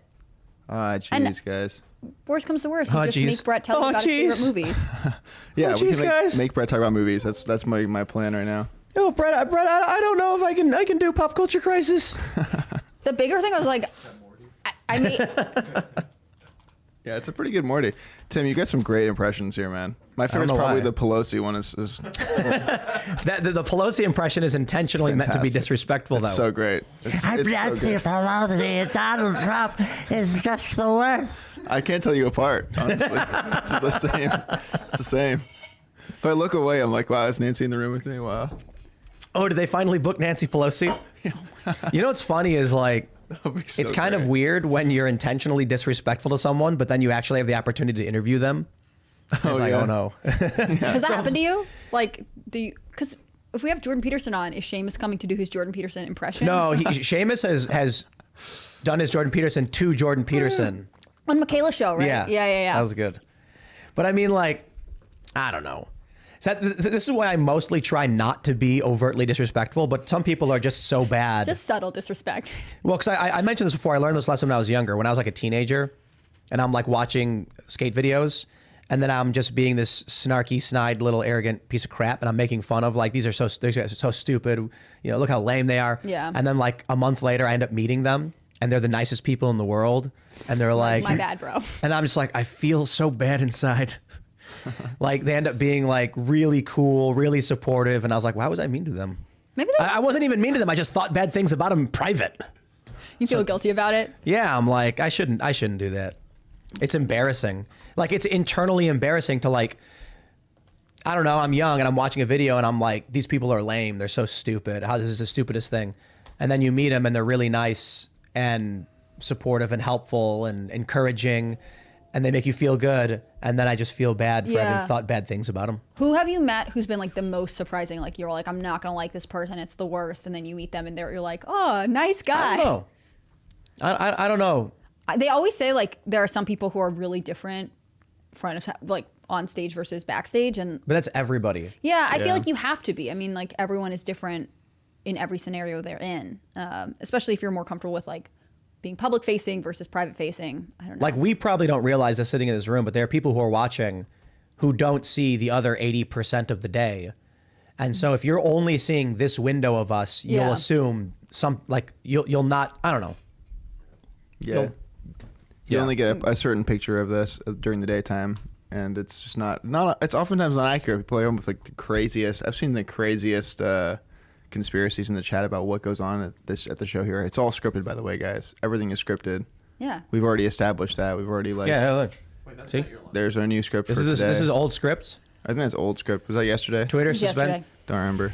This is I don't know where the rest of the pages went. This page intentionally. There's a went whole blank. stack of scripts sitting in the newsroom right now. Yeah, I here, always look. go over there to pick up a piece See? of paper, and it's always a Timcast script. IRL script. You think I'm Everything. kidding? Look at that. No, it's all That's- scripted. Yeah, it's all scripted. It's Steven Spielberg came in and consulted, and Yeah, this isn't even live right now, guys. This is from last week, just so you know. so actually this is a prop from when. So what happened was we did an episode of IRL, and there's no way it's scripted. It's 2.5 hours of live, raw, just random conversation, and Nice. Keep the cover story up. the bit was it's right. Jack Posobiec pulls up on a little electric bike with a little wagon, and he's like, just got him out of Mar-a-Lago just in time. And this is the cover sheet, Timcast IRL. And then Jack, a little bike, and then scoots off. It got like 100-some thousand views. That was an awesome joke. Awesome bit. We got to do more of that. Yeah, definitely. Definitely wasn't real life. Not real life at all. I just read, I thought it was the Washington Post, something about the Donner Party. Let me see if I can find it. And I can't find it. And it was actually a really good read, but like creepily endorsed cannibalism. Yeah, what a weird hill to die on, man. At least they're dead. Oh, maybe it was an old story. Is that it? No, this was not it. It was basically an article about like why we should stop being so xenophobic when it comes to eating human, because you should. And What? now you've got that like composting bodies in New York thing. Yeah, very weird. They really want us to eat people. Wired has a case for cannibalism or how to survive the Donner Party. but Oh, it's, it was Wired, huh? It's January 13th, 2021. I can send it to you if you want. I'll just Google it. How to survive the Donner Party? Okay. Oh, okay, this might not be it. Or maybe it is. I didn't realize it was 2 years old though. But it's our morning show. We can do what we want. Oh, I think Oh, no. Well, no, that's Is this it? The xenophobia? 2016. Okay, wait. Yep. Okay, this is the one. I didn't realize it was so old. I'm gonna, and then I got this one from thecollector.com. Eating human flesh to survive. All right. Because I think for one, I'll do a rant on eating human beings. You'll eat the humans. You will be happy. Oh man. People are Soylent Green. Human composting. Soylent Green is people. I don't get the like xenophobia cry. Like, what? Somebody please explain to me. Maybe I'll have to read this article. That why it's xenophobic if you don't eat human? Yeah. Because they're saying that it's only like white European colonizers who fear eating human. It's only the white people? I feel mean, like they're that's cannibals a all over weird the place. stance to take too. Isn't the word like kuru like that disease you get from like Polynesia because they had people eating people over there? Yeah, I'm pretty sure it's called kuru. K-U-R-U. Oh, I wonder if YouTube finally uploaded this video. Oh, it did. Yeah. But it's just black. There's no thumbnail. YouTube's so broken. Their thumbnails, I can't even make a thumbnail. What is this? Did you notice this like specific drop off in performance of late, or has it always been kind of wonky? What do you mean? Like Oh, this like thing- YouTube's performance? Yeah, I mean, look, I just clicked upload a thumbnail and it just broke. And then You heard it here also first. Tim Pool breaks YouTube. around October, we noticed this on IRL. When we create the stream, and upload the thumbnail, it defaults a dead thumbnail. And I'm like, Oh. I don't know if that's on purpose because it hurts the channel or whatever. Well, whatever. Are we doing a 12th vote today on Kevin McCarthy? Yes. 12th and 13th. How many? Like, what are we thinking? We go to 25 or 15? Like, when do we call it? I don't know. It sounds like they might have a deal. So I want to put money on it. That'd be cool to like. I did. I put on Jim. I lost money. Oh, that's true. I predict. forgot about I opened up predict it. Let me see. And I picked Jim Jordan, and I'm gonna lose $100. that. Oh. He's at 5 cents. I bought in at 12. Kevin McCarthy's up to 53 cents. Donald Trump at 5 cents. Oh, what have I done? What have I done? So the trick is now to pump and dump Jim Jordan. Let me call up Matt Gaetz and have him endorse Jim Jordan again so I can get my predicted shares up. No, I'm just kidding. No. Oh man. I like this one. AOC files for president before 2024. Unpredicted. Oh, jeez. Yeah, so I Do you think think she'll run I don't know about now, but I think there's a chance. with her Fort- running mate Taylor Swift? Oh, they'd win. Yeah, that Look would at Kellen's face right now. Yeah, they would. I'm not even kidding. Now, this is what I was saying to Ye, and he took it out of context. He's a celebrity. He's got major influence among regular people. Mm-hmm. That's why. That's one of the things that helped Trump, man. Yeah. It's not a guarantee, but I mean, really, it helped Reagan too, right? Reagan was a TV personality first and had, therefore, more visibility than other candidates. It seems more relatable. I cannot figure out how to do that. That's right. We should like crank the that. See that It seems to be sliding. Yeah. Here, hold on. I'll come fix it for you. Okay. Wow. Leland someone Taylor says, I want a coach me. video comprised of entirely of Tim's impressions. Seriously, Nancy's my favorite, but they're all lit. Doing Fauci is tough. What's going on? The mic is trying to silence me. I'm being oppressed. falling? Yeah. Seamus hit me up, and he was like doing a Fauci video because it was about the getting vaccinated and being in a car accident thing. Oh man. And I'm like, I was in Phoenix at the time. I'm like, I don't have any equipment. Like, I can grab my phone and do it. And I haven't channeled Fauci in so long because it's not relevant anymore. I know it's really been this one time I was on IRL and we talked about the Fauci devotional candles, like the ones that like have him look like a saint and he's right in the middle. And I was like, we should get a Tim Pool one. And some candle company sent me like a beanie, a freshly washed beanie candle. And they were like, this isn't exactly a devotional, but we hope you like it. It was really funny. Who is they though? Who is they though? Did you guys see Seamus's video? The who is they though? Can I play that with? Is Seamus gonna get mad if we play He it? copyright strikes you. Yeah, I mean, it's just dude. Seamus, shout out. it's a good one. Oh, he's got a whole bunch I haven't seen. You're behind on your Freedom Tunes. Yeah, dude. I watched the Balenciaga's side of the story is so good. Yeah, it's funny. Who is they though? Did you see the child traffickers denounced Balenciaga? That was going too. Balenciaga's side of the story from Freedom Tunes is really good. It's them being like, how did that get in there? And the ad itself, it's like he pulls up an ad and it's like a woman modeling. And then he was like, what's wrong with this ad? And then it zooms out and it's like Baphomet sacrificing a child. And he's like, oh, geez, how did that happen? So good. I still am annoyed that Adidas has never had to comment on any of that because it was their collaboration that was in the photos with like the Supreme Court documents and like just nothing on from Adidas. Thanks for that. Seems crazy. Really? I didn't know that. Yeah, Who yeah. is they though? Who is they though? I'm playing this, Seamus. We're gonna play it because we're gonna Tim Pool meets Kanye West. We have to do it. Wait, is it making me watch this whole thing? Okay, there we go. All right, let's. You guys all know the context. Still on the wide shot. I know. Okay. He's scrubbing to the. Yeah, I gotta. Let's make sure is this thing gonna play sound? Yeah, it is. All right, we'll do this one. Ye wants to know who they is. Hey, my name's Tim. Who is they though? Oh, that's Bill. Who is they though? That's my cousin, Jim. Who is they though? That's Steven Crowder. Who is they though? That's Officer Bill. Who is they though? Kanye, you've got to stop talking about people like they aren't here. Everyone's a special individual. I love everyone, and every human being has something of value that they brought to the table, Exactly. especially Hitler.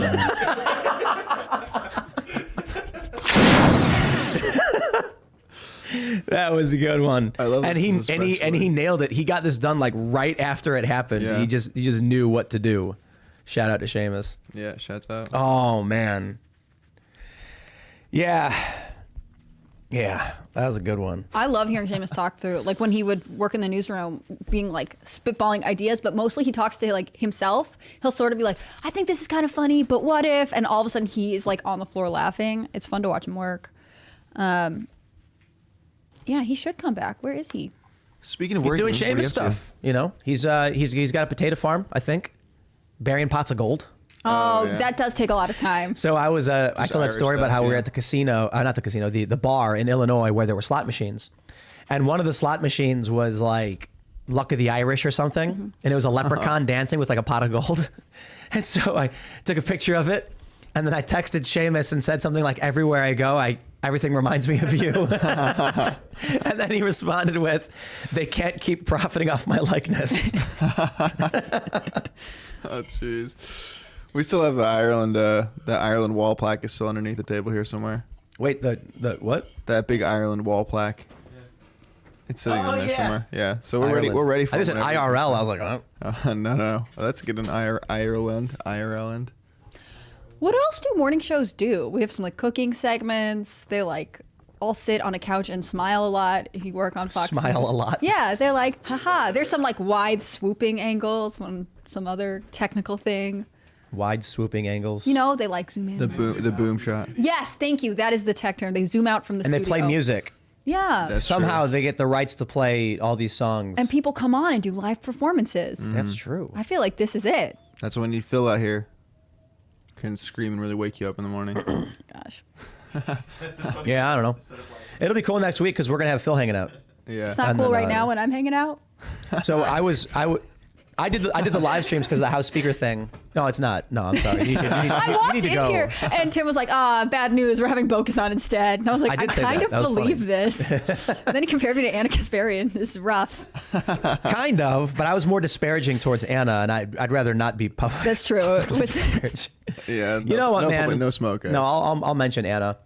I've known her for a long time, not like friends or anything, but we've been at events and we've talked, and I've hung out, we've had conversations, and it really does feel like her and Jenk.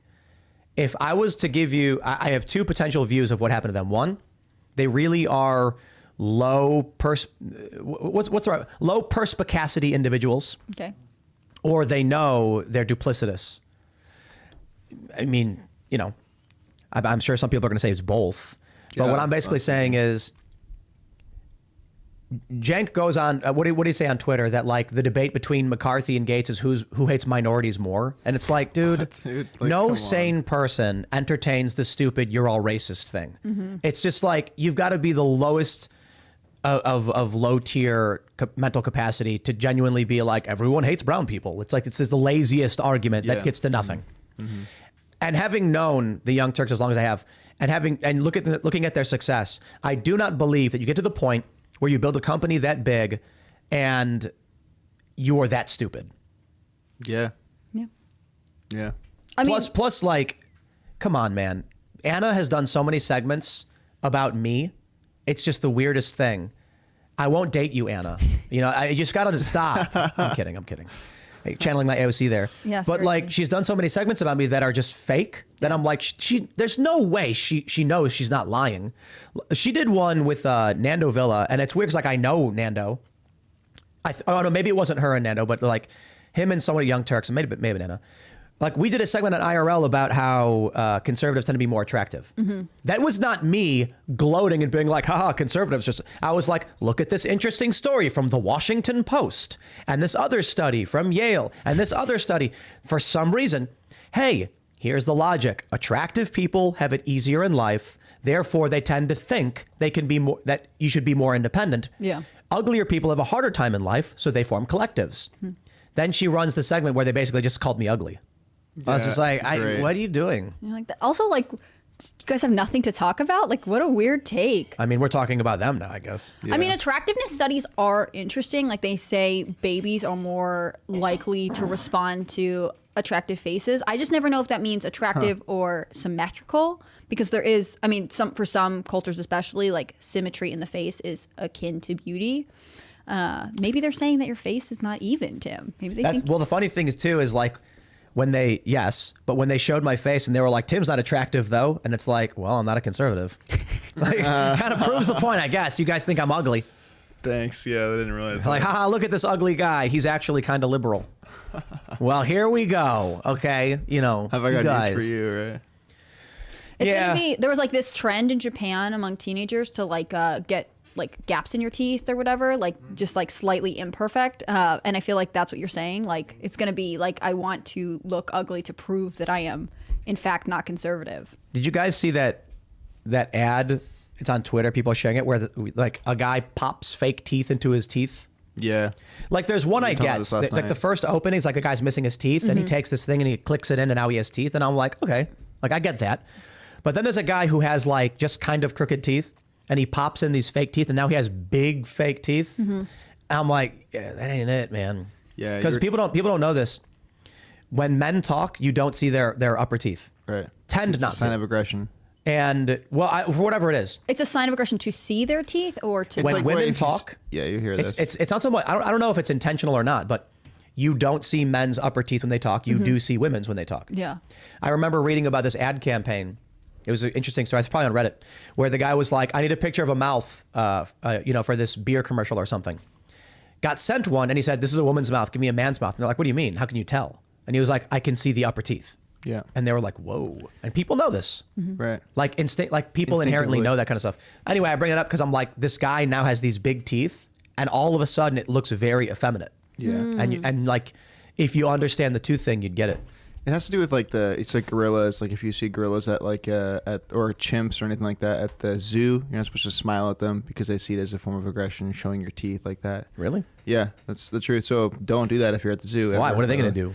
Bang on the glass? Yeah, run at the glass. I'm gonna go to the zoo and I'm gonna show them my teeth. Oh, dude, I should never have told you that. Oh my gosh, live morning show from the zoo. Cassandra's gonna be like, "You leave monkeys alone." I wonder if monkeys. They probably have the same idea. They probably have the same. Yo, there's a zoo over here and there's spider monkeys everywhere. It's legit. There's Sweet. two. There's Wow. like I think there's like the Catoctin one and then there's like the West Virginia one. There's like a Maryland one. There's monkeys everywhere. Wow. Monkeys are cool dudes. They are They're cool. good people. You know? good people. We- yeah. they give Cassandra's you- sponsoring us to say this. They give you like little things of like grain food, which is like, I don't know what it is, but you can feed the animals. And there was like a monkey 20 feet up and I was like, woof, and I threw it and then he watches it and it lands and he just takes it. It was really fun. and so that. And then one of them went over and landed on the ground and he looks and then we watched him swing down. Yeah. And then he found it on the ground and he looked at it and he ate it. And we were like, that's so cool. It was pretty cool. Monkeys are legit. Yeah, in South Africa when I was a kid, we'd watch them take bread from inside your house. Like they'll open the door, walk in, find the bread in the bag, and take the bread, take fruit, whatever they can. Everything they can grab, they'll take it. That's what I like about octopus. They're like so interesting to watch. They can get through puzzles. They can like. There's some video that was popular for a while of an octopus like in a tank, and I guess the tank next to it at the aquarium, like whatever was yeah. in it, kept going missing or like it was Right, gone. right. And they filmed it, and it's the octopus like scaling the thing, sliding his crate open, opening the next one, taking the thing, and going back and shutting his Yeah. crate or his tank. Yeah, he's just getting free fish. Yeah, I think that's hilarious that he's like, but I know to cover my tracks. I'm not going to hang out. It's genius. So this is cool. There's a conference call happening with Republicans. McCarthy tells members, "I'm not telling you we have an agreement. We're in a good position in having meetings," per source on the call. McHenry on the call also says no gavels have been promised in these talks. So, and lamers, the rumors have been flying around. So it looks like there's no deal. McCarthy now deriding leaks, saying reporters get off this call. Jake Sherman is out there saying we have a deal and it's not true. Wow. Today's going to be fun, huh? Did the Office of the Architect ever respond to Matt Gaetz' squatting letter? He was like, McCarthy's in the speaker's office. Why? He's not elected. Or did they just ignore it? And they're like, please, we want you to figure this out before we have to become public. What's with like I got a New York Post story that just popped up. What's with all these people freaking out in airplanes? Like why have we not seen that before? Are people just genuinely crazy these days, or because we've had cell phone footage for a long time? Yeah. We're only seeing the crazy airplane stuff now. Well, there was like when COVID started, when they started having like crazy restrictions on like what you had to like the masks and all that stuff, we saw a couple of unruly passenger videos, and airlines put out a lot of like, if you are mean or if you're disruptive, you can like be banned for life from flying. The other one that I've seen a lot, and I feel like this has been going on for a couple months, is lots of like fast food, like fights in fast food restaurants. And I don't know if that's just because they're kind of going viral. I feel like there must have always been issues in fast food restaurants. Why are you giggling? Because we are classy individuals who were raised by good happened. parents of means. We would never show a story like this. We're cultured. We're cultured. I'm on Twitter and I see Wall Street Silver said, headline cropping at its finest. Yo, I like Jeremy Renner. I don't want to read this headline, but I have to. He's It says, alive. breaking news. Bruised and slurring Jeremy Renner posts video from his ICU bed as his sister gives him head. Why would they? Rough all around. And then here's the full headline. As his sister gives him head massage while his mom watches. Even that is like, why did you write that headline? Yeah. So Twitter is fun. It's for the clicks. Daily Mail takes no prisoners. Seriously. While his mom watches? Even that's kind of like, why would you write it that way? She's just hanging out. John Bolton's running for president now. No. They're saying he might run. It's Yeah. speculation. Dude, Don't that spread guy any couldn't fake win. news That's so over there, stupid. Kellen. It's trending right now. Yeah. That's what's Bolton. trending. I don't know if he's announced formally. Wow. There's a couple people that are still in speculation, but I mean, I don't think Bolton has the popularity that he may think he does. Yeah, I wonder why. You don't like Bolton? Look, You're not a Bolton fan? Come on. it would just be, it would be a big upset A if Bolton bro. Yeah, Bolton bros. War. Dude, Iran needs to get blown up. Yeah. Bolton bros. Oh my god. I feel like Bolton Bros are like fans of the Avatar movies. Like, I don't think they're real, but every once in a while I'm surprised. Oh, that's a good one. Jeez. Did you guys see the new Avatar movie? It was very racist. Interesting. Yeah, the latest Avatar movie was so racist. I'm not even shocked. Okay, I got to tell you guys, very racist. It's so it turns out, I guess we didn't know this in the first one, that there are different races of Na'vi Okay. that have different traits that grant them special abilities. Oh man. So quite literally, Serge is already tense. he's like, "What is this?" So when the main characters are forest people, they live in the forest. Interesting. And they go and they find the water people who live in the water. The water people have broad forearms that are flat and their tails are flat so they can swim really fast. And they make fun of the forest people for having weak tails and being unable to swim. And I'm just like, so the movie gets into the details of the genetic racial differences that are making one either superior or inferior. But the funny thing is, the water people were Maori. They had face paintings. Like, apparently the Na'vi main characters, I don't know what they're called, are supposed to be like Lakota Indians, and they're forest people. They live in the forest. It's like, dude, what? And then they go to the water people. For no reason, they go to the water people. And they have the New Zealand, like the Maori style face paint. And I'm Okay. like, dudes just claiming they're aliens, but actually just making... It's just like, cultural appropriation. I just be think it's honest. funny. I don't mean like literally it's racist. I'm making fun of it. It's just funny that the water people have genetic differences so they can swim better Yeah. and hold their breath longer and stuff like that. And So it's wait, just like, was that the message he was trying to get across? And then when the bad guys come, the water people are like, they are forest people. They would be in the forest. And it's just like, Are they the Fire Nation? what do you mean they live in the forest? People live in the forest. I just thought that was funny. Terrible, terrible. Didn't the new Black Panther movie have some weird sort of like Oh yeah. cultural national? I didn't watch Oh, it. hey. After Tim's take on it, I didn't watch it. Just like, yeah, I'll take your word for it. Michael Miles says, evidence this is scripted, the captions are ahead of the video. I always wondered how that happens, but it is kind of obvious. Caught us. It's because the stream has a latency. Yeah, yeah. There's a delay, A 15-second delay. Good cover, Tim. Good. That's actually all scripted too, which is the It's all crazy part. scripted. Bolty bros. Would you have John Bolton on to talk to? Oh, yeah, and Would you have him on our morning show, or would you have him on IRL? Well, no, IRL, but Cassandra would have to come and hang out. We have Oh to have my Luke gosh, and you're Cassandra on. No, I don't think Cassandra could. It might get bad. Yeah, Luke and Cassandra would be. Andre said, Kasparian said he looked like a weird train driver. A weird one? But not a regular train driver? How many train conductors did you see on a Is regular this like a basis? conservative train driver versus liberal train driver? The conservative ones are still hotter though. Steve Smith says, I still don't understand how the bad guys can't invent glass to prevent an arrow. I noticed that too in both in Avatar 1 and 2. They just have arrows that go right through the glass. Yeah. Why? I don't get it. They have spaceships. They have anti-grav propulsion technology. Yeah. They can't stop an arrow from going through their windows. Yeah, it's an oversight. Unless a big glass in that universe is making money off of having to replace it all the time. You know what I'm saying? Like, if you make money off of having to replace your product, there's no point for any innovation. Then you cut off your revenue stream. Light bulbs, women's tights, I think, are similar. I got to pull up this article from the Babylon Bee. McCarthy warns not voting for him could delay more funds to Ukraine. This is not comedy. Like, this is actually what's happening. Yeah, I was going to say. This is what they're saying in Congress. Man, when the Babylon Bee is reality. They're literally saying, like, we can't get things done until we get this vote underway.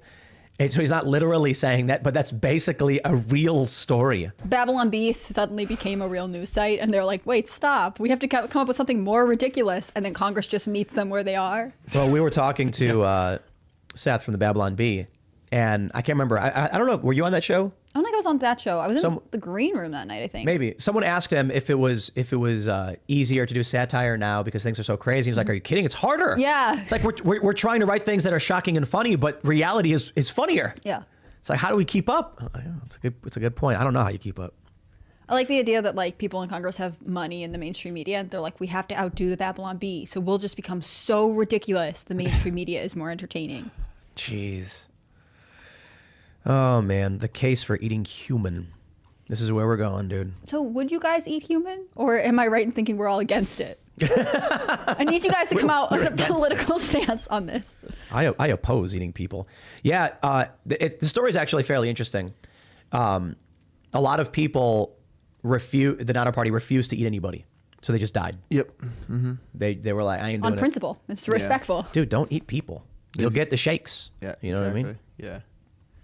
Which is an actual thing that happens if you eat human flesh too much. But how would you know? Because it's in like this movie, like the Book of Eli. Yeah, you like hold your hands up. Yes. And your hands shake. I don't know. My hands are shaking. I don't have the steady hand to perform neurosurgery? I don't know. Maybe it's the caffeine. My hands seem to be all right. And everyone's putting their hands in front of them. Are you someone who limits caffeine, Tim? Are you like... I just have coffee in the morning. I don't know. Mm-hmm. I try not to do coffee at night. But man, we got these espresso machines. Yeah. I'm wondering like how humans discovered coffee. Because like you find a bean and then someone's like, I'm going to burn this thing. And then I'm going to crush it and run water over it. It's like, that's a very weird chain of events. Like bread, I can understand. It's like you're hungry, so you start eating wheat groats. You like if you've ever seen wheat, you can see the little things come out. And if you're hungry, you can take them. You just start eating them, the little glutens. And then someone's like, we need a bunch of these because this isn't working. So let's, mash them up. Then you mash it into a paste and you're eating it and you're like, this is good. Then you get someone who like puts water in it and mixes it around and turns it into a paste. Then someone decides to heat it up, becomes some kind of garbage bread, Garbage bread, I love that. And then eventually over time, people are adding things to it. Like they'd add eggs to it because eggs are food. And then all of a sudden they've figured it out. But coffee, I will take this. I will burn it. I will crush it. I will pour water over it. I'm like, I don't know that. Someone did it. I'm very happy they did. Just like chewed, like this sounds weird, but like they chewed it first to get the caffeine or something. Probably like, it. And then they're like, this taste is not great. What do you mean? It tastes amazing. Chewing a coffee bean? Yes. Yeah, I love those. So good. Like a raw one that's not roasted? Oh, I've never had a raw one. Because that's what I assume they started with. I see what you're saying. I suppose beans. In my mind, it's sort of like eating edamame, but even that's cooked. There's more caffeine in the green coffee beans before they become roasted. Actually, from what I understand. I don't know. There's this guy on YouTube. I can't remember his name right now. Forget his channel, but he's the British guy with the glasses who does coffee. Whatever, everyone knows him. Someone in the chat's gonna figure it out. We should can we make a scene right now that has your camera? We can do that. I'm sure we have to turn on the cameras. Oh, you got to turn studio mode on though, don't you? Yeah. Otherwise, everyone will just see us clicking buttons and moving things. You know what I mean? Yeah, I don't know how to do that in this one. We'll do it next time. Yeah, it's cool. I don't mind. Yeah. What is this? Someone super chatted Supreme Court Brunson v. Alma. S. Adams is due today. Watch it get covered up. Which one is this? Red flag laws or what? Yeah, it's red flag laws. Oh, no. The Brunson one, that's the voting thing, right? I don't know. Is Brunson the one where they want to remove Joe Biden from office? I think that's what it is, right? To what end? They want to get Joe. They don't want him to be president anymore. Yeah, I don't know. Yep. Oh man. Okay, you're right. Okay, maybe I should record like a segment on this one. You know what I'm thinking too? I'm like, so normally I was doing 20-minute segment, 20-minute segment, 30-minute segment. I'm wondering if I just do shorter ones, 10-minute, 10-minute, 10-minute, because I can do like 5 10-minute ones, put them on Timcast News, and we could just do this live show. This is kind of fun. I'm digging how we're doing it. Brunson is representing himself. Is that true? Sorry, I'm skimming through this right now. I got a bunch of articles pulled up. Maybe I should just start complaining about them. Yeah, let's talk about him. I want to talk about cannibalism. I really. But I'm stuck on this. I was enthralled by that. Here's what I'm gonna do. I'll be right back. I'm gonna get something to drink. Well, no. I'll be right back, and then I'll come back. I'll record a segment on this one. Okay. Now people are saying volume is cranked. Nice. You can never win with these people. Is that a positive word, you young people? Cranked, good. I don't know if it's positive, but is it like whack? Where does it fall in the vernacular of young people? Kellen's got a better ear for it than I do. I would say. I think it would be cool. No, just like we know what's cool. I feel like now as what's a hip term? Yeah, as a millennial now, like I definitely feel like I'm no longer part of the. I never thought I'd see the day where I'm no longer hip to all the popular trends. But I feel like now the language has kind of left me. Is ASL means as hell now? Like, what? That's not what ASL American means. Sign Language stands for. I know that's not what it means, but like if you go on the internet and you see people saying ASL, that's what it means. Like that is. See, I feel like this could be a good segment in our morning show. Like, you're our Gen Z correspondent. You're updating us on the new language, keeping everyone in the know so you can decipher. Wasn't there some like internet, like something that went around that was like, here's what your teens are saying, and it was like completely misinterpreted, like. Oh, acronyms. I remember that one. I actually would love to do more like. We can delve into some long form op-eds during the morning show. You know, I feel what's like fascinating too is it really depends where you're from. I'm sure the chat can start. Typing in the different slang terms they know, but from like the DC area, has its own slang. You go out to LA, has its own slang. There's been a few words that me and Serge, when we're around just each other, the slang terms will come out a little bit more. And there's stuff that I'll say. He's like, "What are you talking about?" Okay, so have you ever be a taken? DC thing. Yeah. Have you ever taken the New York Times for a long time had a diction quiz, and so you would take it and it would list like, what do you call the grassy area between two highways, right, or two roads, like a boulevard. Some people call it the midway, things like that. Oh, okay. And there's like you'll answer like 25 of these, and then it'll produce a map that has like where you like the major cities it thinks you're from. One of the things that's damaging this is basically the internet because it's like the globalization of slang language. So, yeah, New York Times is not always the best, but I always found that really interesting. The dialect quiz. I remember that actually. Andrew got us that promo code. What are you eating? It's good jerky. Good stuff. Guys, no eggs for breakfast. Just jerky. Apple jerky. Chop that up and put it in your eggs. It's really good. Yeah, it is. No sugar. Who makes it? Like what's Alpha jerky? Okay, cool. Median. BigClubUSA.com. It's Andrew from last night. Yeah, it's this whole new thing. Hopefully that promo code gets sorted out. That just Timcast promo code, right? Yeah, that'd be figure cool. out what the code was. So I don't want to put the wrong code. I'm skimming through the headlines right now, and Yeah, you still working over Do you there? have a desire to eat human? no, I really don't. But maybe that's my like white European ancestry just making me bigoted. Yeah. I don't know. You're just bigoted. I want to like be tolerant of other people's ways of life, but like I'm gonna say this is a hard line for me. I really don't want to eat bugs, and I don't want to eat humans. But maybe I'm ignorant and backwards. Oh man. There's some stuff Andrew about. Myers, shout out, this jerky is so good. Yeah, it's good stuff. He should make breakfast flavored jerky. What would that be? It's quite close to biltong. Honestly, it's just cut differently. I think it's the only major difference. I like that you asked me if I'm still working. Yes, sir. I am attempting to work. Hey, gotta ask. We gotta have that. We gotta have the news come out. No, there's some good stuff. The Tim talking about cannibalism while eating jerky. this jerky is so good. People literally saying I'll eat a human in the chat. Nice, dude. Word. Ah, interesting. I guess that's an interesting thing to know about our chat. They're pro eating human. Yeah. Also potentially in for a Bolton presidency. That's a lot more fun than the evening chat. There's less, Yeah. I think at the end of the very day, different. people are like more tense. They've seen the news all day. They're frustrated with their coworkers, and like now they're like, "Hey, what's happening?" Yeah, it's a The question is, are we going to require that people on our Bacon morning show jerky. drink Timcast coffee, or what is your your coffee brand? We haven't announced it yet because we're still building the site. Okay. Hey, shouts out Corn Pop. Human jerky by Surge. No thanks. I don't know. Yeah, I'm wondering, like, are there morning shows that talk news but also is more informal and just hangs with the chat and stuff like that? No. Yeah. This could be a new niche for us. The chat, I don't think, but like The chat is what makes it. The view, Yeah, it is. That's the attempt of a casual morning show. But I mean, It's like, so not casual. is there anything new? I mean, even Crowder, I think he disables his chat, doesn't he? I don't know. I don't think. The chat is the most fun part. Yeah. People are That's- posting like, Epstein stuff. Epstein is the CIA, and Oh, that's cool. Epstein didn't Epstein himself. I'm wearing a hat that says Epstein didn't game end himself. Game end. It doesn't say game end. It's Didn't unalive. Did you guys? There was a funny story I read about. It was like the lengths kids are going to avoid censorship, and it was a kid playing Fortnite, and he was saying he was unaliving people. yeah. Yeah, that's like the go-to That's, term. that's the which is great. go-to. Unalive. Game ending. Unaliving. Dislife him. Yeah. You can't say. Waffle says, "This is not Foodcast IRL I came for. Can we make some eggs?" Say, make some eggs. Instead, this is getting weird. The end, we turn out a cookbook, but you maybe don't want to try any of the recipes. What's so weird about eating people, you bigot, dude? You know. Here's what you do though. Talking about. Take some eggs. You fry them up.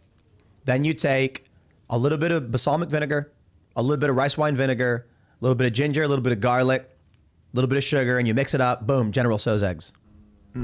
True. I wouldn't want to do that though. So Ginger, yeah. I was telling this to Ian. I cut out most of the sugar. And then in the past couple of months, I've had a little bit of sugar in my diet. And you really don't notice it. But then the other day, 2 days ago, I had no sugar. And the next day I felt like $1 million. And I was like, man, even a little bit. It's because Luke got these Polish cookies that are amazing. It's like frosted gingerbread with goo in the middle, jelly or something. Goo. From Poland, and I'm like, I gotta try one. And then I did. And then I'm like, I'll feel fine. It's just one cookie. It's no big deal. And the next day I'm like, it's whatever. Then the next day when I didn't eat sugar, I was like, whoa, I didn't even realize how much that brought me down. Yeah. I've always heard people who start eating really clean have to maintain it because when you kind of divert from that diet, it gets harder and harder. Like you feel worse and worse on the recovery. I don't know.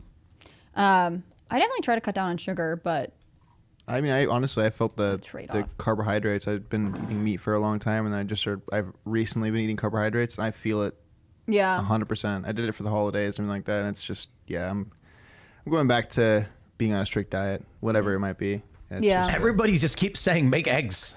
yeah, literally everyone wants it. Will we move downstairs or would you just come cook up here? Yo, when we get the new studio set up, it has a kitchen. Yeah. Oh, yeah, it does. Yeah, We got a bunch more cameras, It's too. gonna, and we'll have a floating camera. We can do a Yes. wireless floating camera. Correct. Yeah. So the building's a box like this. So it's a big 40, it's a 38 by 8 center, 25-foot walls, massive building, 100 by 75. Then in one portion, there's a 75 by 25, 2-story wood building that's being built. That's what I posted on Instagram. You've got IRL studio. Underneath it, hangout chill section with studio capabilities, stairs, bathroom, green room, bar, bathroom, underneath it, kitchen, bathroom. So we'll be able to actually be like, what's going on in the kitchen? And we'll And then go you have a cut floating to it. camera. And then, Yeah. we'll have Ian being like, I'm making lentil stew again for the 800th time. He just makes lentil stew all day. Oh, Maybe man. that's where he can do his religious show while cooking a meal with somebody. Yeah. Yeah. would be Good point. I'm not kidding. It's like every time I see him in the kitchen, I'm like, what are you doing? He's like, I'm making lentil stew. And I'm like, another one. So we had an idea. I don't know if I should spoil the joke for Cast Castle, but one of the jokes was that we all leave to go out to eat or something. And then Ian wakes up. He's like, where is everybody? And it's like, Home Alone. And then he goes to the refrigerator to get food and he moves things out of the way. And then he sees a thing in the back and he pulls it out and it says lentil stew, like 11/3/22. And then he's just like, it's covered in mold. And then he scrapes the mold away and goes, still good. then he starts eating it, and all of a sudden his pupils dilate, and he goes, "Whoa!" And he starts tripping. Yeah, Oh man. it's fun here. Crazy. Oh yeah, it's fun. We have fun here. We Lentil- have fun we here in the have morning fun show. here. It's great. Good morning show. How many? guys. I'm thinking like, are there any other morning news shows that talk about people eating mold and then tripping? Maybe sticks. Can we have It's that? just getting weirder and weirder. I feel like we are really definitely not a food show at this point. I mean, well, where we're talking about cannibalism earlier. So I'd hope we're not really Yeah. unironically a food show. in the Which would you morning. rather eat, a Balsamic? Is human that- how or do a you- moldy lentil? Balsamic. Balsamic? Human. Balsamic. Balsamic.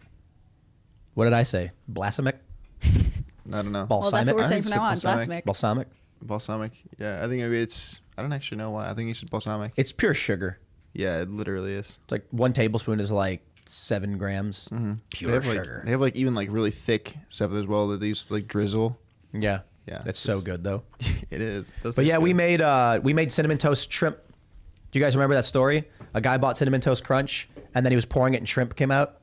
Something like that. That's crazy. And he was like, gross.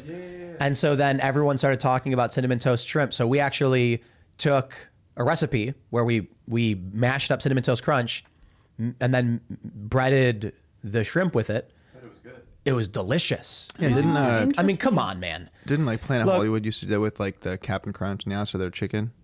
Oh, yeah. Yeah, Captain yeah. Crunch chicken. Yeah, that's true. There's some stuff people think like would not be good. Like I was reading something about like someone putting peanut butter on a grilled cheese, and I'm like, dude, I'm telling you, it's probably gonna be good. Okay. Yeah. Probably. Come on. If you've ever had Thai peanut chicken, peanut butter on a Yeah. grilled cheese is probably good. It's not that, yeah. And you see like barbecue recipes where they put like grape jelly in or stuff like that. Like the balance of acidic and sweetness is actually pretty critical. The weirdest thing, I bit into a Krispy Kreme donut when I was like 5 or pretty young, and I like thought my tooth had come out, and it turned out it was like a bolt. Like I think a bolt had fallen off in like the factory donut shop. Whoa. And you didn't sue and make millions of dollars? No, at 5, I did not see them. I told whatever Wow. adult I was with. I think I was with my like aunt or uncle or something, and they were like, "Okay, stop talking." They were on like some family road trip, like through America. And they were like, "Can't deal with this. You didn't choke. We're good to go." Wow. It was very strange. It was the Krispy Kreme donuts that you get from the grocery store. Like they come in like the box. Oh, okay. I understand. Yeah, I should have sued them. My mom Yeah. is saying that her volume has to be at 45 to be able to hear us. Hi, Tim's mom.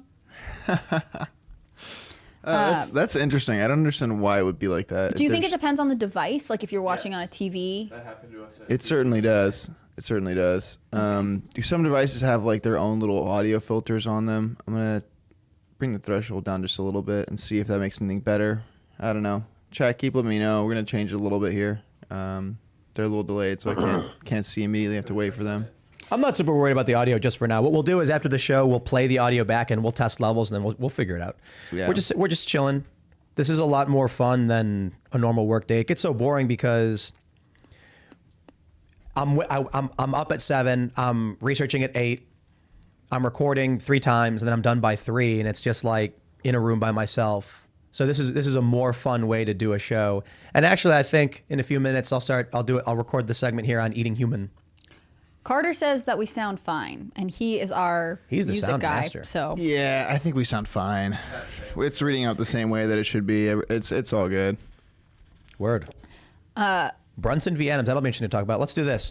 I'm going to pull up this here segment and talk to you about eating human. right. Let's talk about eating human. Yep, Hannah, you're gonna go on mute just so you know. That's what I was trying to do when I. yeah, is that what that's you were what I saying? Yeah, figured. saying you're muted. I was like, I'm- stop touching your mic. Yeah, no, just muting. Yeah, I don't care all that much because we're figuring out how we're going to do this in the future. But it's like it's whatever. But yeah, let's get it. Here we go. All right. Bye.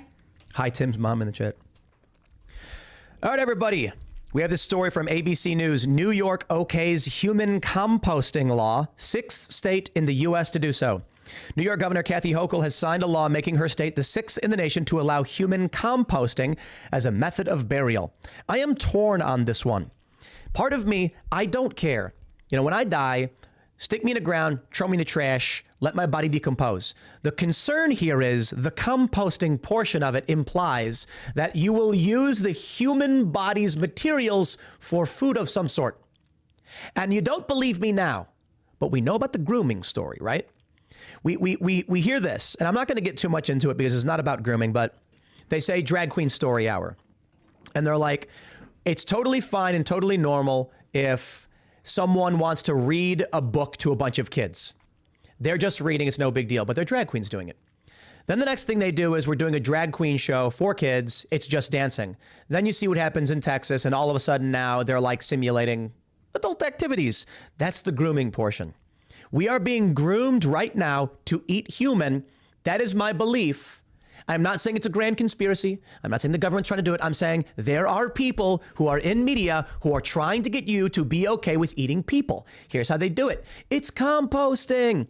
No. We're not saying you'll eat people. In fact, some of these laws, and this is true, some of these laws say you cannot use human compost for farm products, things like that. But here's what happens. This is step one. They tell you it's innocuous. It's no big deal. The next thing they do is they'll say it's only used for, if it does end up in food, it's only for livestock. But then you're eating a pig that ate corn that grew from a corpse. You see how they're getting you getting there? And if you don't believe me, let me tell you where this ends up. Wired wrote this article in 2021. It's an enthralling article. The case for cannibalism. And you've seen it. There have been many stories that have gone viral talking about why people should eat people. In fact, in this Wired article, it says you're a xenophobe if you don't want to eat people. The point of the story is to talk about the Donner Party and how a bunch of people in the Donner Party refused to eat other people and then died. And they say, but you've got 50,000 calories frozen right there in the tundra. Why not eat it? Because you're a xenophobe holding on to traditionalist views of ancient Greeks? And I'm kind of just like, because I don't want prion disease. Okay, fine. They do mention that, like, don't eat the brain. I don't want to eat a human being. You know, is it xenophobic? No. It's a safety thing. Humans don't eat other humans. They don't want to because there are problems, there are diseases and issues with eating other people. And because we genuinely try to preserve life, we treat ourselves different from animals. But here they have the article. How about this? Let's read about how they're going to start composting humans in New York. Of all of the things that could be happening, this is it. They want you to eat people. ABC News reports, Howard Fisher, a 63-year-old investor living north of New York City, has a wish for when he dies. He wants his remains to be placed in a vessel, broken down by tiny microbes, and composted into rich, fertile soil. Maybe his composted remains could be planted outside the family home in Vermont, or maybe they could be returned to the earth elsewhere. Whatever my family chooses to do with the compost after it's done is up to them. You see, that's where they're going. Look, my personal preference, Viking funeral. If I die, put me on a boat, kick me out into the middle of the ocean, flaming arrow, and that's not composting, but then your remains convert to carbon and whatnot, go up into the atmosphere and become one with nature in that way. I would prefer not that my body decompose in the family garden and then plants grow from it. That sounds kind of weird. But here we go.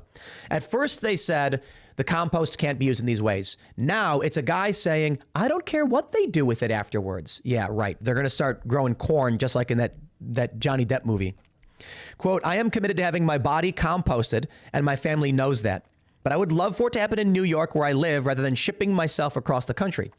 So they're going to mention that Hochul has signed legislation, this is on December 31st, to legalize natural organic reduction. Natural organic reduction. You see, they're even giving it some convoluted name to make you okay with it.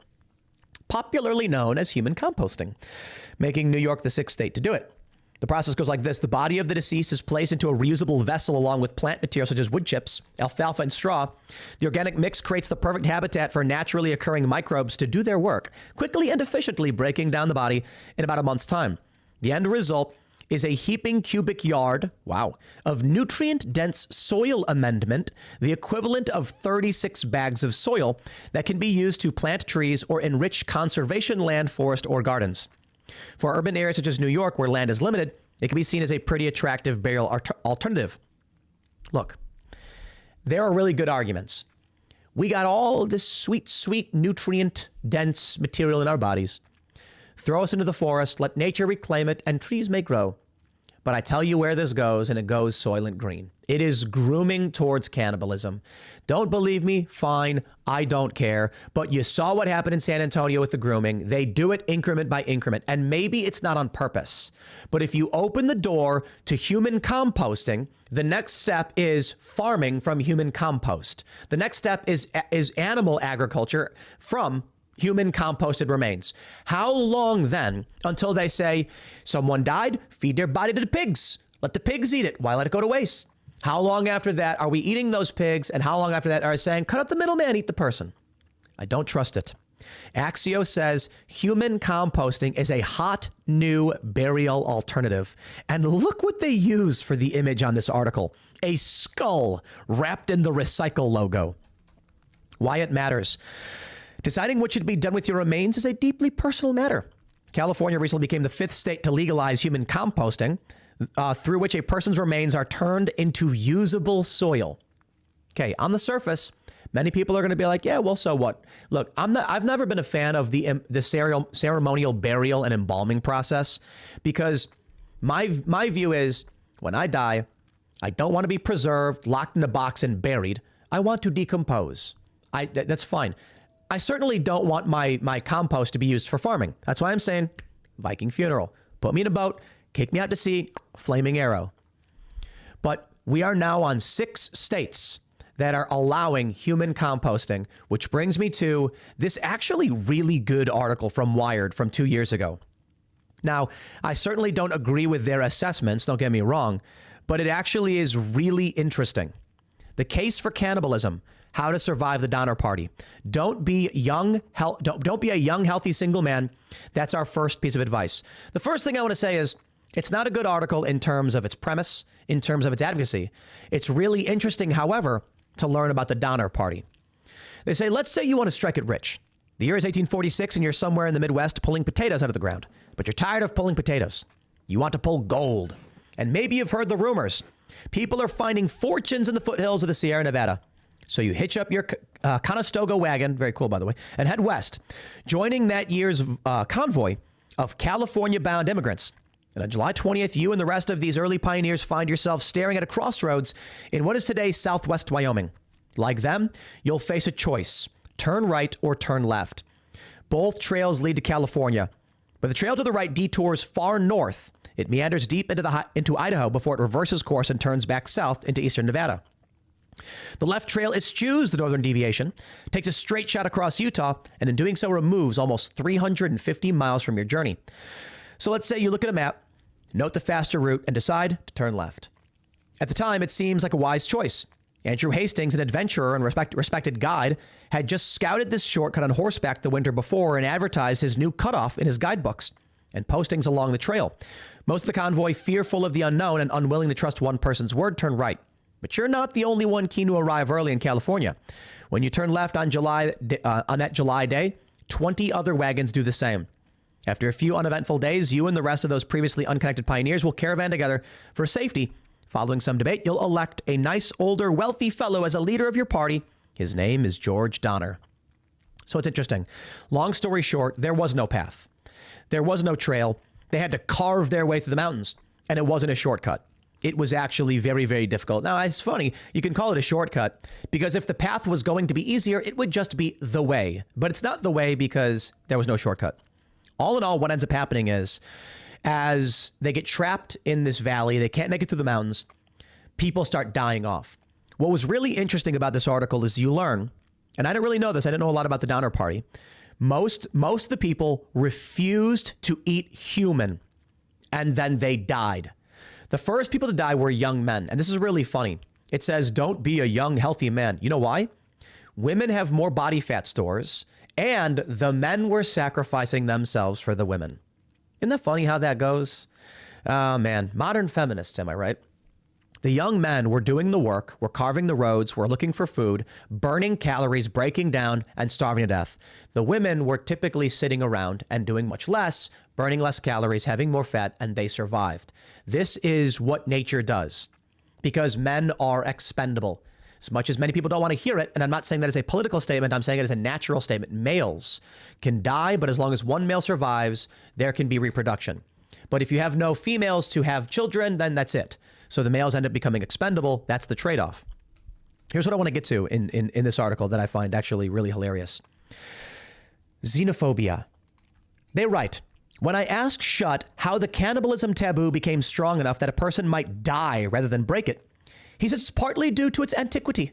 People have feared and despised cannibals for so long that it may feel as if you're breaking some law of nature when you're breaking off a rib. But what you're actually doing is breaking a social norm invented by a few xenophobic ancient Greeks. That's right. Just xenophobes. You know, they were racist bigots who didn't like eating people. I have no idea how this argument is supposed to make sense. Is the argument that the Greeks found native Pacific Islanders or something eating human and said, oh, egad? Is the argument that the Aztecs were sacrificing people and they were South American cannibals and the noble colonizers came and were just like, well, I never. And they were all racist? Is that it? I shouldn't say noble if their argument is they're colonizers. That's the argument? How about if you eat human, you get diseases from those humans? How about we try to preserve human life, so we have a taboo against eating humans? How about we love and respect other humans and hold them higher than we hold animals? And thus, when a person dies, we hold in honor their remains. That I understand. And if you eat someone's brain, you can get, what is it called, encephalopathy or something? You can get the shakes, prion disease. Very, very bad. Simply put, when a human being dies, we feel bad, and we don't want to desecrate the remains. It's not xenophobic. I don't care what I think cannibalism is bad, but it's not like I hate this group of people over here who eat humans, therefore I think cannibalism. No, I think when someone dies, we cry that person's dead, and then we honor their remains. We don't eat them. Here's where we're going, though.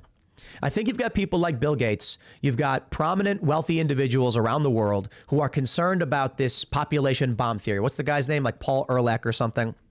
He's been in the news recently because he's been just abysmally wrong over and over again about overpopulation. And these people think we're going to run out of resources. Truth be told, I think it is entirely possible we do because resources are not finite. I don't know if we're at that point just yet, and I also believe humans invent things to solve problems. Go back to the turn of the century, 1900s. They were all saying that there's going to be mounds of horse crap in the streets of New York, making it impossible to live because more people meant more horses, meant too many horses crapping. And then what happened? We invented the car. Now there was no horse crap. Now they're complaining about auto emissions. Yeah, well, then Elon Musk makes electric cars. So if you think there's a problem with overpopulation, I would say I hear you out. Obviously, resources are finite. I don't think cannibalism is the solution. I think just, space colonization or something like that. Or, just general recycling, I guess. They're trying to get us into this headspace because they believe we will consume too much of the Earth's natural resources and we have to put them back. And that means composting people and eventually Soylent Green. Here they go. Shutt has traced the earliest examples of the taboo in Western culture to come from some of the earliest Greek stories, such as the tale of Polyphemus and Odysseus in Homer's Odyssey.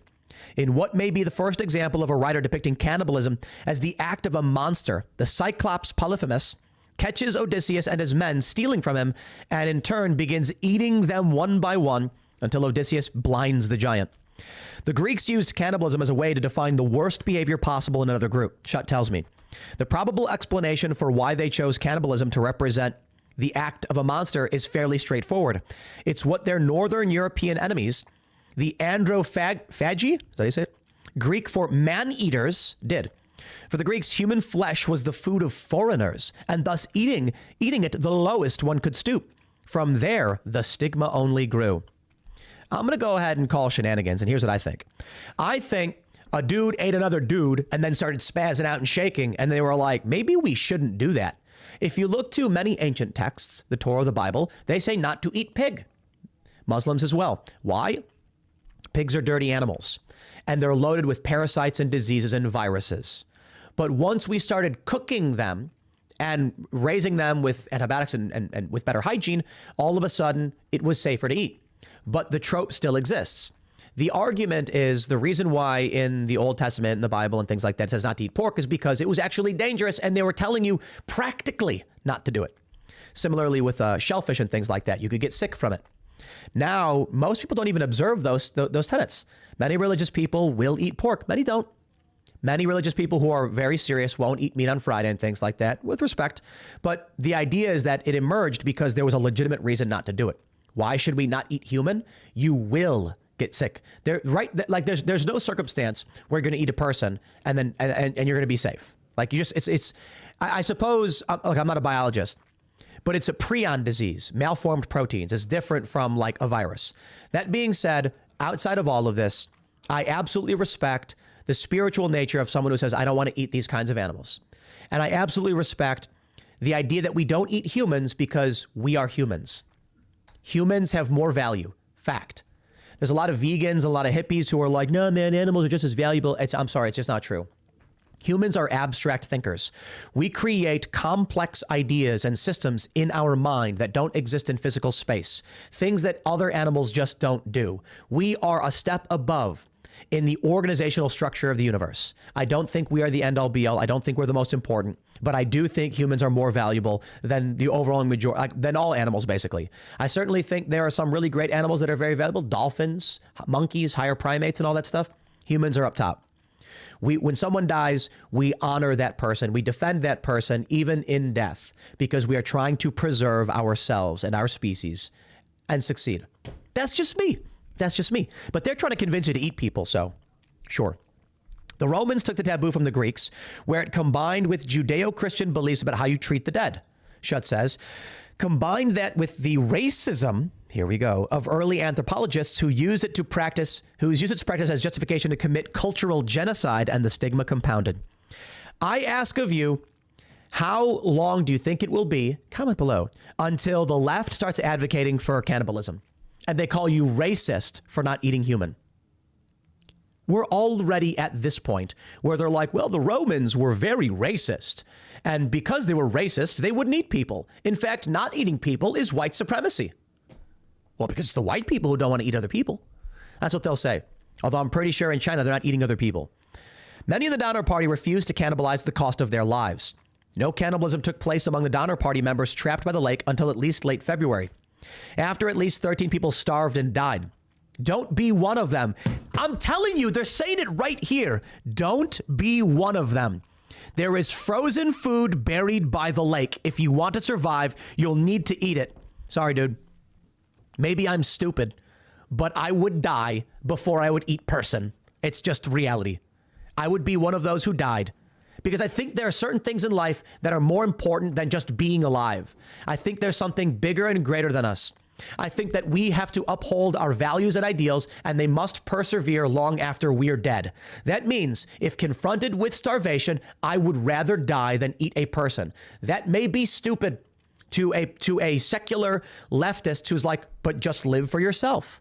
But I don't just live for myself. They have written it. This is a 2-year-old article. Don't be one of them. There's frozen food buried by the lake. Humans are not food. You know what? I want to give a shout out to Pirates of the Caribbean. One of the best lines in a movie. I can't remember which movie it is. Maybe it's the third one or whatever. And the East India Trading Company is like, Jack Sparrow got branded a pirate because he took off with a ship full of cargo. And Jack goes, humans aren't cargo, mate. And I was like, that was awesome. Basically saying they were trying to get him to transport slaves. And he said no. And he ran off with that slave ship. A very hard thing to do at the time.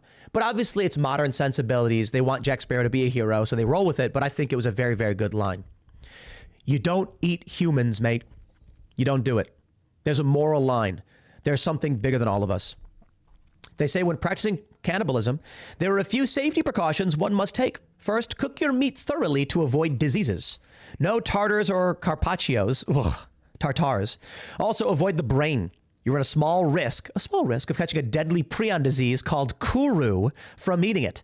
Instead, target the thighs, butt, calves, and back muscles for the highest caloric returns. As for the choice cuts beyond that, refer to the table below, which relies on data compiled by James Cole in his study of the caloric returns of cannibalism. At 32,000 calories per body, based on a 145-pound male, which, while light, may be accurate in this case, and at least 13 bodies, there will be plenty of food for you to eat and even share until the arrival of the first rescue party. This is nuts. I'm sorry, man. I am just not on board with it. Y'all feel free to be, I guess, but I'm going to strive for a society in which we respect our families, we respect humble masculinity, we respect women, we respect not eating each other, and then maybe to solve our problems, we utilize technology. But here we go, my friends, here we go. Axios straight up says it. November 21st, human composting is a hot new burial alternative.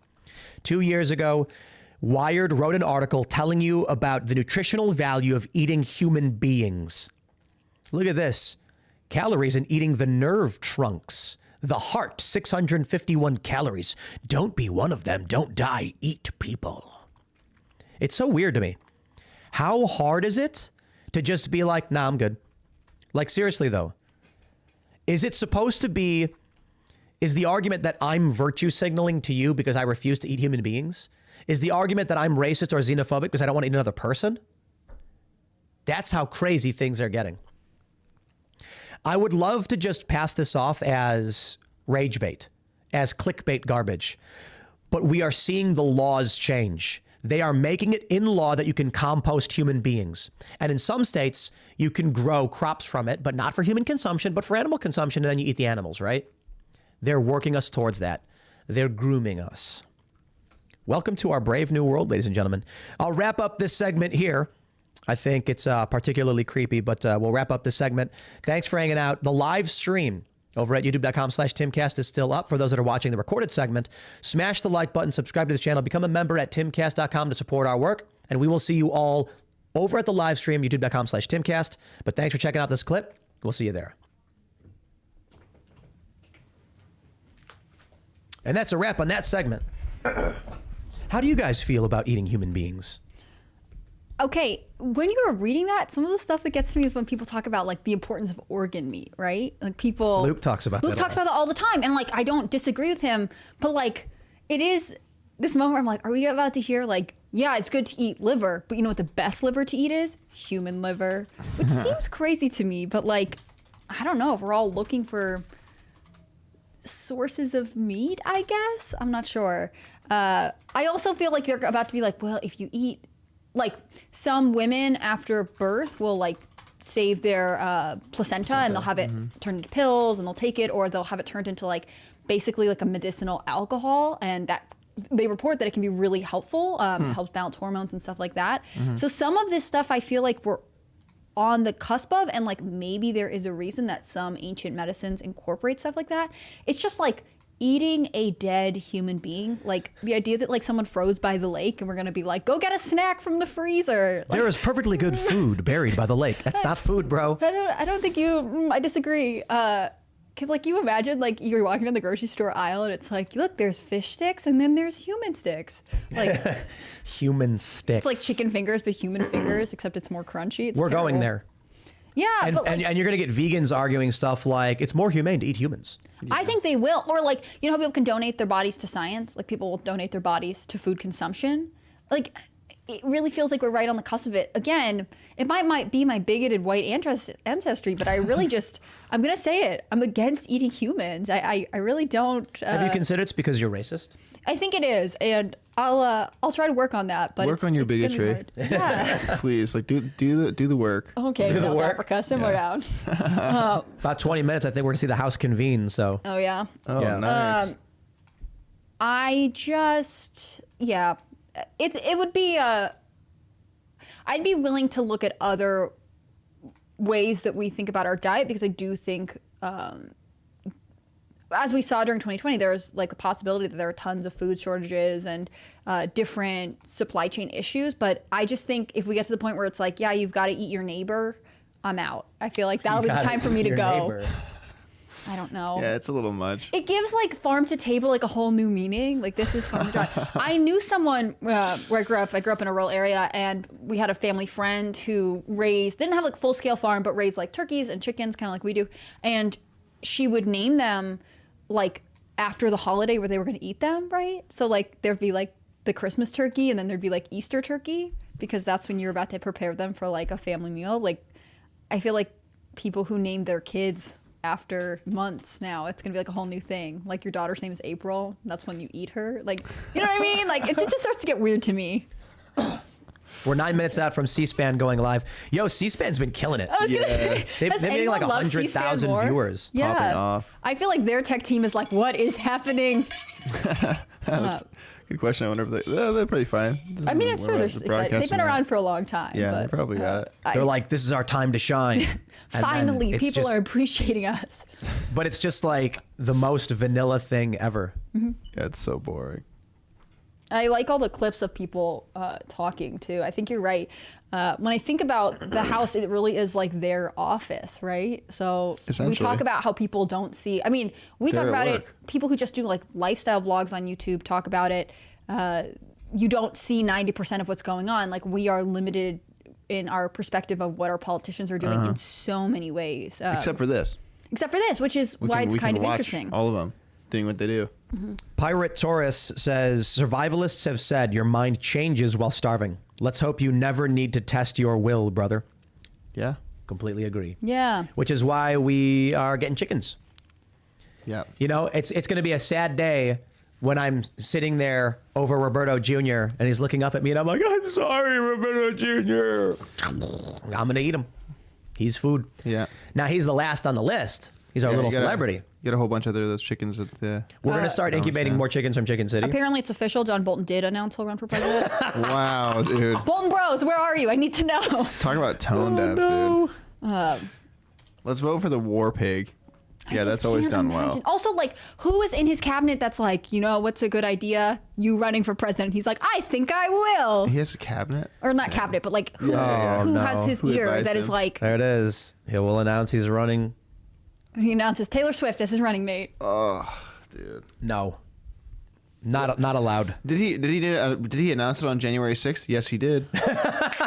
Wow, nice. He's operating on another level. I'm having a good time. The 2023 has been pretty fun so far. So far, Yeah. we're 6 days in. I know. It's been pretty crazy. 60 Like I'm having fun doing whatever this is, you know? Yeah, this is More good. fun than normal morning. Yeah.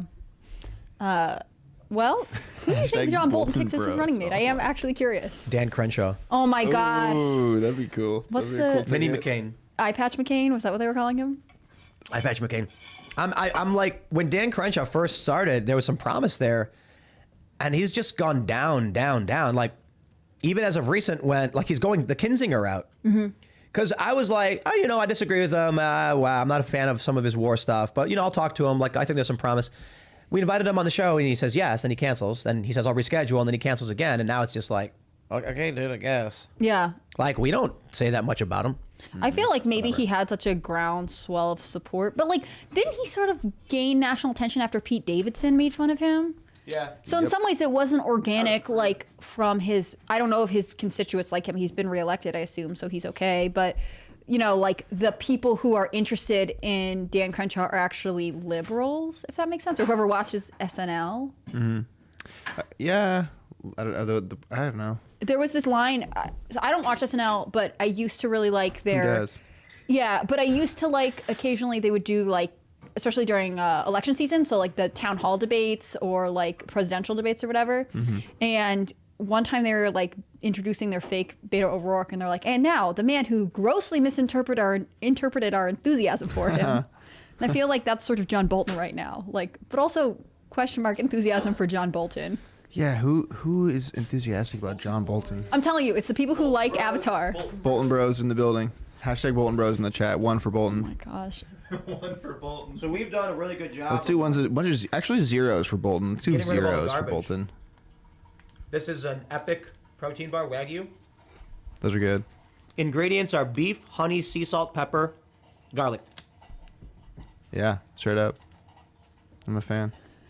I'm still coming off my sugar addiction, and I picked up a package of like store-bought donuts the other day, like very tempted to get them, and it said with bioengineered material on the ingredients list, and I was like, oh, time to go. I feel like the best advice that I've ever gotten from a nutritionist is like, if you don't understand what's on the label, like maybe it's worth being cautious about it. Yeah, if you can't read it, you can't pronounce it. Yeah. I've heard that there's a rule about how many syllables are in the. Yeah.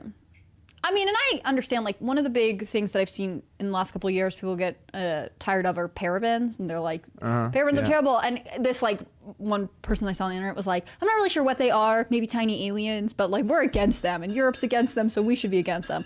But it's a preservative, and I've heard other counter arguments being like, if you have certain skin issues, eczema, whatever, it's worth having. Right. So I can understand, like, when you have ingredients, like maybe there's a word I don't know, but I shouldn't be so out of the loop on what I am eating. You guys are sharing something so intensely. Just reading the chat. Okay, how is the chat doing? I'm also watching the screen because it's, you know. That's your job. Well, yeah. It's I just want to make sure everything's going good. People are talking about no sugar. Good. Yeah.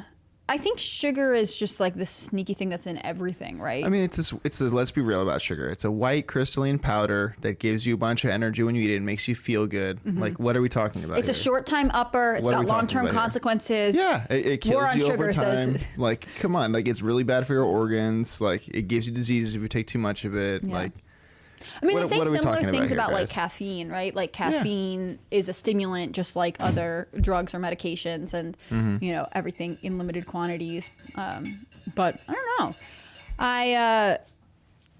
Have you guys seen the thing about the volcano that exploded in Hawaii? yeah, Well, it just re-erupted. It re-erupted. I'm sorry, science. I consistently apologize. erupting. It's So consistently been going off. erupted earlier this year, and it went dormant for like the past 3 weeks. Okay, let me ask you a question. And I'm sorry I'm doing this on the live stream because it may sound ridiculous, but that means Hawaii could continue to produce more It is. of It its is. own land. It's always like growing. it's got the most expensive oceanfront real estate, I assume, in the US. It's expanding. Yeah. But also it can create more. Like that's fascinating. Florida is jealous.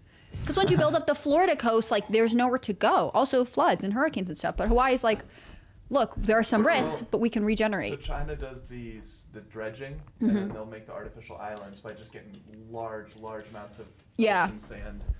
And, Kevin's talking about artificial yeah, so islands. in being here. theory, like you could create more Florida coastline, but I actually this is what I don't know is I don't know how. I'm sure it's super expensive to do that. And we're really attached to our map the way it is. Like we don't want to mess up the way Florida looks. John Austin Lankla says John Bolton is the Washington Commanders' new mascot. True story. Have you guys? It's the giant pig. Yeah, the war pig. It's so funny. Major Tutty. Is that what it is? Yeah, it's his name, Major Tutty. Tutty? What does that mean? Touchdown. It's the new slang term for touchdown. Stop. Tutty. Did they invent it themselves? No, the Gen Z invented the new tut. Oh the man, new so they're tut- trying to be in with the youths? This is tut- crazy. Tutty. The Ute. Yeah, it's a tutty now. Yeah, I've heard I that. I've heard oppose that this. recently. Just like the last couple days. Yeah, Major Tutty. I mean, Dude, yo, I want to give a shout out John Bull. to the Washington Commanders' new hog mascot. we're gonna go catch a game now. I mean, yeah, it'd be cool. Good old Tutty. It's rough. I don't love it. They're called the Washington Commanders. It's unironic. Their mascot is a war pig with a W on his on his army helmet. Wow. It's literally a war pig. Yes. Like literally. Yeah, that's John so Bolton's on the son. nose. Well, Redskins fans used to be. I think it was the group of defensive players. They were they're nicknamed the Hogs back in the 80s or 90s. So that's where the pig. Oh mascot sure, comes okay, nice cover. Oh, okay. We believe you. Yo, it's so weird when I go to where were we at? We were in some Virginia city, smaller one, and we were at some antique stores, and they have Redskins stuff all over. Yeah. Because like people over here like the Redskins, and they have all this memorabilia. It's all the Redskins. And it's Yo. they don't make anymore, so it's something that Redskin skateboards. Yeah, that's great. Hey, they're not using the name anymore. Oh, it's a They good gave point. it up. They did. Yeah. That's a good point. Whoa. And they give up rights to the images too, right? You could literally take their logo. Yeah. Yeah, but we'll use that cross logo, Call it Redskins. Oh my god. Redskin skateboards. I think people are gonna like the morning show because it's just Tim's like ideas coming out. Oh, He it's has, like, a so whiteboard good. behind him Yeah. to write these ideas. It's crazy. They make the most offensive skateboarding brand of all time. Just Like- keep making it more and more offensive. That's why it's memorable. People won't forget it. That's right. I was just thinking Redskins and then the T logo. Come on, guys. It's always been the Timcast logo. Don't be bigots, guys. It's always been the Timcast logo. What if John Bolton and AOC team up? I was saying yay in AOC. for president. Yayo. No, because I feel like AOC. she's too offended by AOC. some stuff he's doing right now. She'd be like, oh, I love your outfit, Kanye. And you come up with the Git mask. That's who it is. C-SPAN is your unfiltered view of government. Yes, We're my funded- favorite. Who founded C-SPAN, and can they come on the show? Yeah, C-SPAN. Just a community center? No. All right, we don't need to hear whatever that is, but they're getting ready. 12. The House of Representatives is coming in. We'll hang out for that. Oh, I wonder how many votes they'll have. I wonder what the final count will be. It's just he needs 5 to lose, And and he's- that's so easy for them to get. And he's held this same margin for like 5 votes now. Like, unless this deal is amazing. 11? Well, like since right. vote 5, so it's 5 or 6 times we've had the exact same divide in votes. What if like no one shows up? That'd be like Luke's wildest dream. For the last 3 days, They're like, we're tired of this. Yeah, I think Luke would say the same. Party to support his bid for the Speaker's gavel. And that could change today with news of a potential deal in the works. This from the Hill newspaper. Representative Kevin McCarthy said on a Republican conference call Friday morning. Do you want me to switch that the he's audio made to that? progress on negotiations What? with Do you want me to switch the audio to be Congressman feeding through this or Texas no? and others It who have is. been supporting him for Speaker. The Hill noting the deal is not finalized with all Is the it? holdouts. Yep. And I mean, it's not telling me that it's feeding through right here. Oh, I should do that though. Conflicting reports, the Hill notes, Oh, that were works. at the Now I can start see of it. that call. Desktop You can't audio. see the desktop audio thing. I is see lighting it up. now. Yeah, now I can see it. McCarthy clarified on that call that there hadn't been a final deal and told members to stop leaking details of the call to the press and calling for reporters to get off the call. This from Scott Wong of NBC News, a similar report, tweeting out, "No deal yet." As Yeah, McCarthy that's what I members thought. on The that issue be conference echoing, call, Tim, because he's it's going to be laying feeding out through this at the same parameters time of through the deal, mics. but no Oh, because it's going in- yet, And then it's said coming through that into the mic. lawmaker. What did So it's McCarthy getting and Roy double agree feedback. to? So Nothing. we have to change this. Oh, I Make see. a command and channel input on USB 1 and 2 on this. And this from Manu Raju. Does that make sense? So we're getting a feedback loop right now. No, it's fine now. Gracious and I just muted the desktop. on that conference call, but That shouldn't have been a source. and that they're in a good position. Yes. Get it? Yeah. Because the computer's already feeding through the soundboard, right? No, it's not actually. It's not feeding through 1 and 2 right here. Well, It's the audio is being picked up.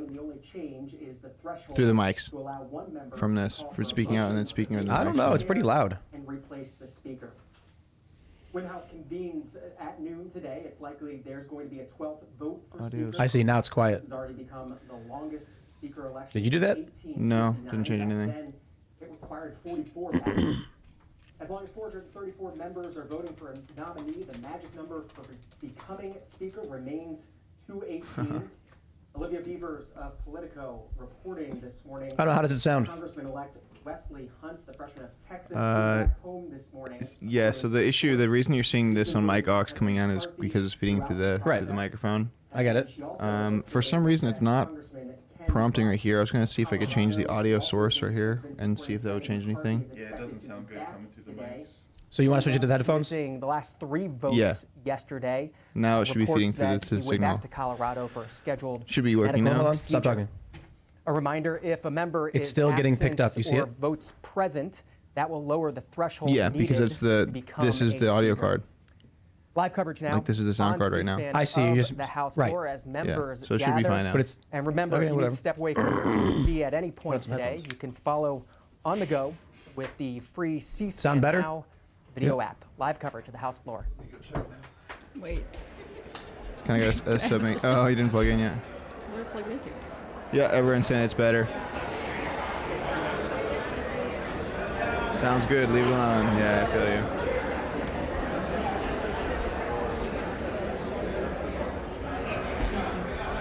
perfect audio. Perfect. Yeah, nice.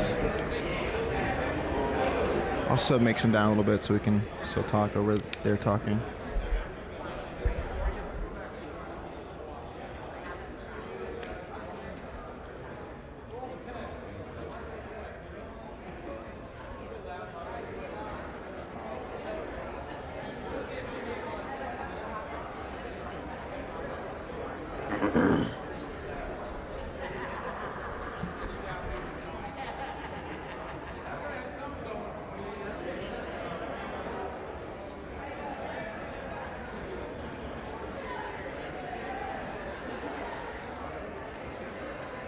This is boring. What are they doing?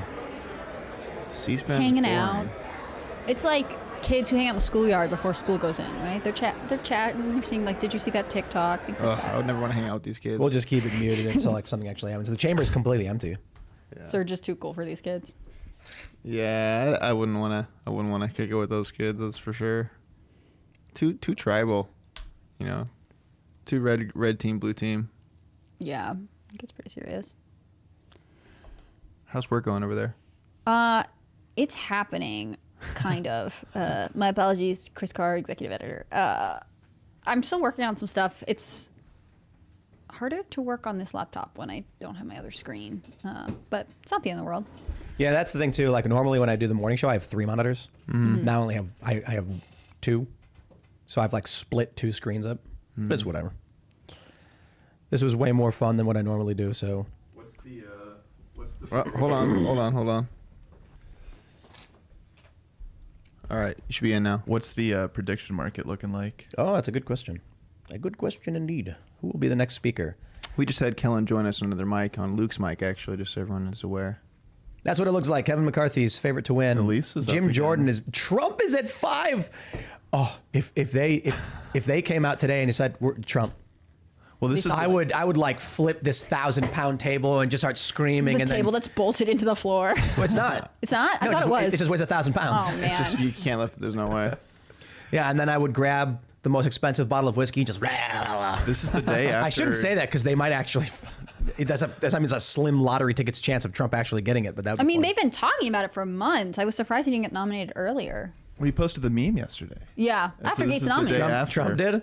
He posted a meme of him Yeah. as speaker, like behind Joe Biden. It's so funny.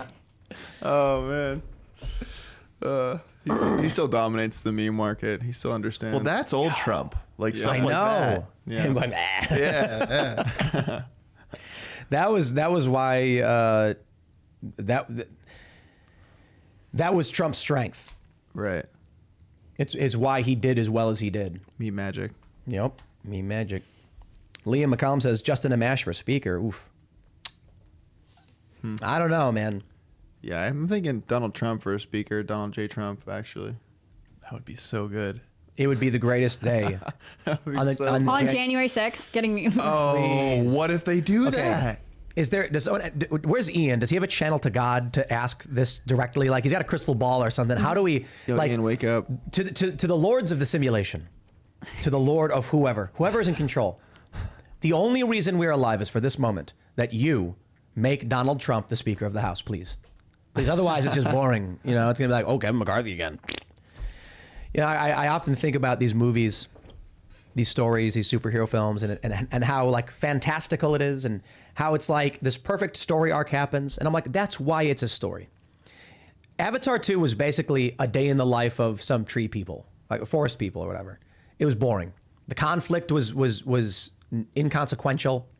There was like no real conflict. I want to see a story about Donald Trump becoming Speaker of the House, right? Otherwise, it's just routine, boring nonsense. Yeah. Why are we here? Why are we alive? For one reason, to watch Donald Trump become Speaker of the House. Yeah. on Otherwise, today what? of all days, like. I go make some eggs and splash some vinegar on it. No, it's time for magic. Yeah, we need January 6th to redeem itself. I want it to be a better day. Can you imagine the mainstream media meltdown if Trump Yeah, wins I can. Speaker on great. January 6th? Like, it'd be fascinating. That'd be fantastic. I That'd mean, be a great day for us. in some ways, I feel like we don't want to get our hopes up. We don't think it'll happen. It's not going to happen, but you know, one can dream. If he loses this first vote of the day, I don't even think we need to watch the rest of the day. I assume it's going to go similarly, but I also don't know. It's Friday. Do they stay with this up in the air over the weekend? I guess. They might. I mean, I love how they're like, I vote that we go home. It's like, dude, you didn't do your job. You're just sitting there. You're doing nothing. Like they're probably playing Candy Crush or whatever. Yeah. Speaking of that, I've been playing Harry Potter Candy Crush. I shouldn't call it that because it's Harry Potter. Harry Potter's its own game. Oh, they're getting serious on C-SPAN now. I don't know what's happening, but we're standing. We're standing. complaining? probably something boring. They're not doing anything. They're all just standing there. Have you seen those social experiments where it's like people go into waiting rooms and every time a bell rings? House is in order. Prayer will be offered by Chaplain Kibben. Oh, they're doing Would a you prayer. pray with me? Wait, what? Yeah. Our hope is in the Lord. Wow, they're doing a prayer? It's Not in normal, but they rulers won't or mention any specific principalities, religions. parties, Interesting. or persons. And we are keenly aware, especially on this day, as the psalmist has said, that their plans come to nothing. You, O Lord, thwart the plans of nations. You thwart the purposes of the people. On this day of profound remembrance, may we lean on the strength to be found only in you. Come alongside us and show your mercy on the American people as they and we approach today with a host of feelings. The abiding emotional and spiritual unease stemming from the memory of inconceivable unrest in these chambers 2 years ago. The exhausting frustration over the prolonged impasse in the deliberations that obscures the way ahead. The fear that resides in the hearts of families and staffers, communities and constituents who are affected by the lack of resources and security while this legislative body remains unseated. We wait in hope for you, O God, for you are our help and shield. And in you we will find reason to rejoice, for despite all that makes today today, we trust in you. May your unfailing love rest upon us, for it is in your sovereign name we pray. Amen. That was the most politically dude, motivated prayer I've ever She said heard. amen. No, what do She's you wearing. mean? She's wearing Oh my the. goodness. The chair has examined The the journal of priest the scholar? last day's proceedings Yeah, she's a chaplain for the Navy. and announces to the House the that's why. approval Yeah, thereof. But like, Representatives she's stationed elect at- are in this invited to position. join in the Pledge of Allegiance. I find the pledge kind of weird, but I also kind of like it. You know they used to do it like this. What? Yeah, The Roman They salute? used to do it back in the day like that. Yeah. they're like, gotta correct it. I hope everyone in the chat is saying this. For what purpose does the gentlewoman Yo, he's right. seek What? recognition? Yeah, you didn't know Madam that. Clerk, I didn't know that. Don't. We can't say that though, because then the people that don't like us will take it too The seriously. gentlewoman makes a point of order that a quorum is not But it's true. present. Yeah. The chair will Whoa. count Yeah. for a quorum. It's a mind-blowing moment there. Yo, I didn't know that. From 1892 to 1942. Yeah. Because of the Nazis, they stopped doing it. Correct. Yep. Correct. 1942. Remind you, they were still doing it at the same time. There was concurrence there. Yo, that's crazy. I didn't know that. Yeah. Trippy. What? You heard it here Isn't first, there a guys. difference in the salute whether you do a hand down or a hand up? It's a 45-degree angle actually on your wrist. No. Different kind of salute. It used to be, yeah, the Yo, Bellamy. check this out. Bellamy salute. Palm out salute created by James B. Upham as the gesture to accompany the American Pledge of Allegiance. Look what these little kids are doing. Yo, that's crazy. Vibes. Whoa. He How was long until adopted they by the scrub that Nazis. photo? Over 100 years. Yeah, it was believed it was used in ancient Rome as the Roman salute. Resulted in controversy, and then they got rid of it in 1942. Nice. Replaced by the hand over heart salute. Crazy, dude. So the hand over heart is just history retconning. Mm-hmm. Nice. Man, you know, the Nazis, they just ruined everything. Yeah. They're just really awful. Yeah, they did. Like the swastika is ancient Hindu symbol or whatever that was meant to Yeah. be something positive, and they just turned into garbage. Mm-hmm. The salute they take and turn into garbage. Hugo Boss. Volkswagen. Calvin Klein, Volkswagen. Garbage car. It's all Garbage. trash now. It's all You trash. got to deal with BMW drivers now. Jeez, dude. We were just talking about the scar. Adidas, right? Wasn't that a Nazi company? Adidas I think was, so, yeah. We were talking about Awful. the scar that Nazis would have. The from Austrian dueling scar. That one. What? So The you Austrians- can tell which scientists were from Nazi Germany Right. in like the 60s during our space program. 'Cause they have Correct. these deep, gnarly looking scars. And what they would do is when they get cut, when they were young and they'd get cut, they'd stuff it full of horsehair and they'd make the scar more pronounced when it healed. Yeah. It's not Austrian, it's the Prussian dueling scar. That's what it was referred to. They ruined that too. Yeah, they'd ruined cool scars on your face. Man, that really sucks. They ruined cool scars on your face. Yeah, there's a guy from like Escape from LA or Escape from New York. Didn't he have a cool scar on his face? And you were like, questionable though. I don't know. Yeah. I mean, I escaped from LA, so you know, it makes me think that I actually have a cool. But you don't have a on my cool face. scar. 'Cause I it's know. So ruined? did I really escape from LA? No one believes I guess you. not. Yeah, it's just all fake news. Here I am. talking down on C-SPAN, but I wish the chat box worked. Yeah, it does. But it like disappears every time. It just can't handle it. It wasn't prepared for what today was so going to there be it is. like. Now it's back again. Adolf rocked the Adidas. Nice. Cool. That's a great chat. Oh, you know what you could do for next time is do a screen capture, another display capture of just this side. I see. And yeah. Yep. It does look better. The chat box, it looks better as the OBS chat, like, because it puts it in a box, so it's easier to read. Mm-hmm. Yeah. Maybe we get another display. We can do this when we actually get set up for whatever we actually end up doing with the morning show. But we can actually set up another display monitor where we can do display capture. I like the idea of super chats getting displayed, though. Those are the ones Yeah. that should go up on the stream, in my opinion, if we can figure out a way to do that. Well, the one reason I think so is because they don't move. Yeah. They go slow as they go up. You know, the regular chat's just like. That's probably why it's breaking. There's too many people. Yeah, that's literally what's happening. Steve Smith says the Nazis almost ruined bald eagles. I know, right? That's true. The eagles were everywhere. Oh, I forgot about that. The golden eagles. I know what's going to happen. And, you know, I was really excited and having a good time with the House vote for a while. But now we're at the point where it's like, it's going to be 45 minutes. He's going to lose again. He's going to lose in the first 3 minutes. And then we're going to have to sit through 40 minutes of them doing the vote for procedural reasons. I'm like, I'm ready to just have some more beef jerky. Well, also, they're just wasting time, right? Like, at this point, he doesn't have the votes. I don't know if there's a good deal. Like, if you're an American who elected these people, remember, they have been on the job doing nothing for like 2 days. Well, not to mention, but every night or for the past 2 or 3 nights, they voted to go home. And every single Democrat votes to stay. You know, and so if anyone's on the fence, like truly fence sitting politically, who looks like the bad guy, who looks like the good guy right now? Although I assume going home means that they can go behind closed doors and make deals and try to negotiate it out, right? Like, Democrats have nothing to lose. You can adjourn for 30 minutes to do that. You don't have Maybe to they want adjourn longer for the time. whole night. Just like for the other side of it, right? Like, if you have 4 hours to negotiate and it feels less tense and you can try and sway people to your side of things.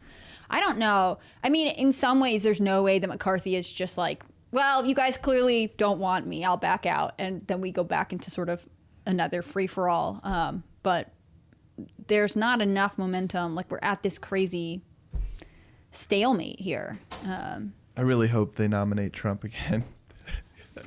Yeah, that'd be great. Well, I mean, why would... I think Matt Gaetz should do it again for sure. Well, he was the only one. I think we need another. He was only one, but that was today. Remember, like, the first 4 rounds of voting, we had like 201 for McCarthy, and then only one person, but someone switched, right? So we do see some movement. Maybe adding Trump in as a new alternative is going to chip away at this block of Republicans that are still behind McCarthy.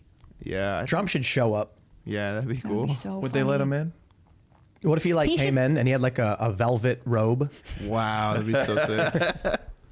With Trump and the big letters and gold on the back. Here we go. Something's happening. Hey, girl, what's up? The chair counts 275 members present. A quorum is present. What? That's not a lot. I know. Well, would you still want to do this for a 12th time? They'll come in before it's time to vote.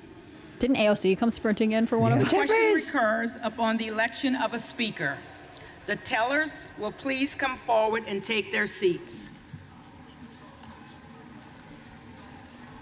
What's that crystal thing behind her? The silver looking.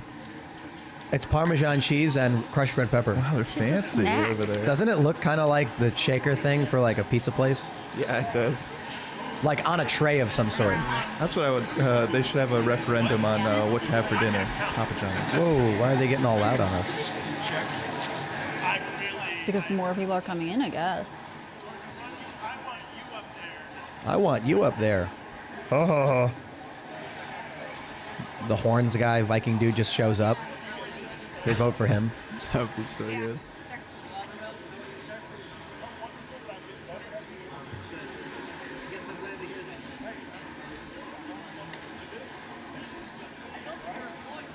Trump comes with pyrotechnics.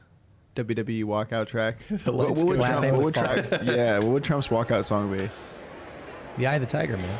Oh, true. I don't know if the chat has an opinion on this, but is anyone very disappointed in their rep for like sticking with McCarthy? I saw some stuff about Harriet Hagman. People were upset. Thomas Massey, I'm not mad at him. I like Marjorie Taylor Greene. I like Massey. It's whatever. You don't expect me to support McCarthy. It's not gonna happen. I like Matt Gaetz. Do you think there's any substance to those? Oh, here we go. What's this lady got? For what purpose does the gentleman from California rise? Madam Clerk, I rise to nominate Kevin McCarthy for Speaker of the House. Why are we standing up laughing? Also, like, oh my gosh, shocker, he nominated McCarthy.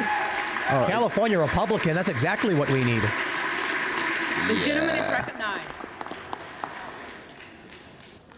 And while I rise to that end, I think it's critically important to note that this is actually not about Kevin McCarthy. Oh, man. Kevin is a good man. He's a man of God. He's a patriot. He's a leader who has led this conference to our current majority over the last 4 years. Those things are unassailable. But this isn't about him. Just throwing out the SAT words. This isn't about Kevin McCarthy. I put no single human being on a pedestal, and certainly not before God and not before the gift that he has blessed us with this grand experiment that we call the United States of America. This isn't about Kevin McCarthy, but the matters before us are of stupendous magnitude.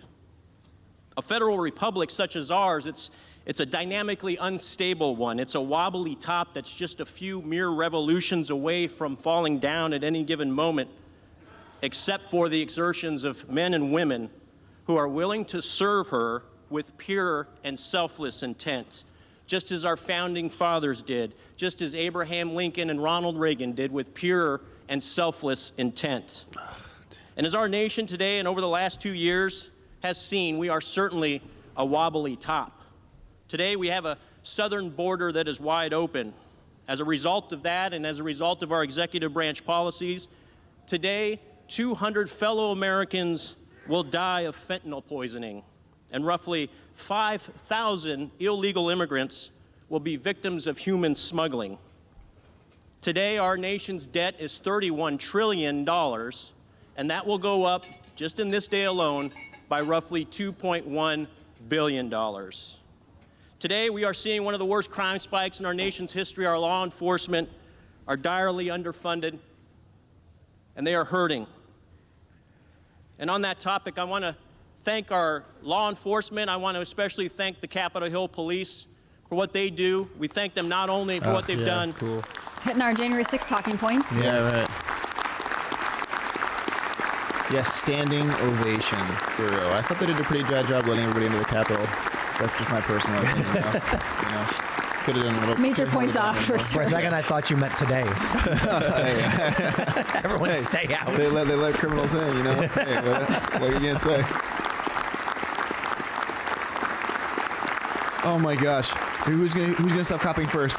Whoever stops copying first, take them out back and deal with them. Our police also serve with that pure and selfless intent. They do it every day, and we should thank them every day. Today, the Chinese Communist Party will orchestrate the theft of another $1 billion of intellectual property from American companies. And the Chinese Communist Party is still today not being held accountable for the deaths of millions of people around this planet, deaths as a result of a genocide within their borders, and deaths as a result of COVID outside them.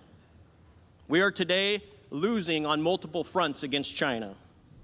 So today isn't about a single human being. It's not about Kevin McCarthy. It's about the 13 Gold Star families who still suffer today mercifully without closure and without accountability after the unnecessary loss of their loved ones in Afghanistan over a year ago. And today, speaking of our military, today roughly 40 active duty and veterans of our military will commit suicide. These, Madam Clerk, these are the matters of stupendous magnitude. This isn't about a man in a suit in the halls of Congress. It's about 330 million Americans. It's about the preservation of the Constitution and the liberties guaranteed therein. It's about the 246 years of pride and providence that we have enjoyed as a nation. And above all things, it's about ensuring that this beautiful journey exists for generations to come. I am bored by these speeches. That doesn't happen if we don't address and rise above the multiple existential crises that we experience today. Well, we he's must just be drawing this out, victorious in this right? cause, and Like some of the things he's talking about are significant: fentanyl crisis, immigration, things like that. But like, it begins today. We know how this Winning vote is going to go. I isn't think. easy. Well, it's not just that. Okay, These winning are all isn't easy, but problems. winning How is McCarthy is the right necessary. man And for of the all job? folks in this chamber, None of I these know people that, nominating that him. winning isn't Well, I easy. think that's his point. It's represent not a about district McCarthy. It It's that is. this. where No, only he said it's not 29% just of about my McCarthy. voters are It's that it's registered as in the urgent. same We need to do party something as I. now. He's trying to distract But I you. engage and I communicate with the other 71% because it's the only way that we all win. And in the end, it's the only way that the nation wins. It ain't easy, but it's necessary. But the noble wins, the most important wins, never are easy. But we take on these missions just as passionately as Colonel Chamberlain did at Little Round Top in Gettysburg. We must hold this line because if we don't hold this line, the entire Union is at stake. We don't hold the majority for bragging rights. We hold the majority to govern responsibly. We hold the majority to protect the American people, to coalesce around the foundational constitutional principles that I've been willing to give my life to defend since the age of 18. Now, to my Democrat colleagues across the aisle, I want to make sure you understand and make no mistake. We are, in fact, on the verge of a very important victory. Oh. A victory Are you? for the people, Didn't even know that happened a like victory 11 by times. the people, and thought you most said for the importantly, pit bull a for a victory second. for the future of our nation. Pit bulls are And it dangerous. dawns on me They're as I serious look dogs. across the aisle after This guy's being so here for captivating, nearly man. 3 years that I edge my haven't had the seat. pleasure of meeting many of you because you've chosen to stay at home and not vote here in person, and electing instead to proxy vote. Just why do we need this long speech? Let's get a move on here, team. I know. We're gonna have to do this 5 more times Member today. elect is reminded to direct his remarks to the chair. Shut up. I'd say shut up. That's what I would say. It's a pleasure to see 212 what of you to here say. today. And he paused. He knew he was gonna It's get also a reprimanded. pleasure to see the end of the proxy voting. And let me end with this. Thank goodness, an end. Let me end with this. I'm extremely proud of my colleagues on this side of the aisle. The last 4 days, they haven't been ideal. They've been difficult. But I do see fighters. I see patriots who love this country and want to make things better. I see folks who are willing to do whatever is necessary to ensure that we better serve the nation. I see men and women who are willing to serve her with that pure and selfless intent, even if that service means undergoing the dentistry that we've experienced over the last 4 days and in the wake of the last 20 meetings over the last 2 months.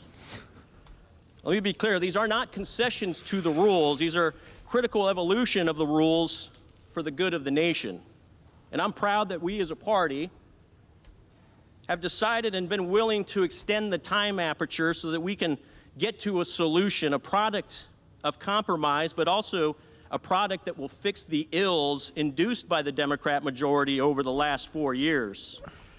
And this product will hopefully end the multifaceted legacy of reckless and toxic behavior in the swamp. Blah, blah, blah. I'm so bored with this. And so this isn't about Kevin Thinks McCarthy. he's, like, it's not about the drinking, 434 Dude, members in wrap this it up. chamber. Wrap It's it about up. the Come on. 330 Let million it in that Americans box. across this beautiful land. And it's about our nation's future. The person who will lead us on that journey will be Kevin McCarthy. He has earned this position, and I have the honor of nominating him at the direction of the Republican Conference as the Speaker of the House of the 118th Congress. God bless the United States. Come on. And we're all standing again. Here we go. You know, I could be cooking eggs right now. Instead, I gotta listen to this.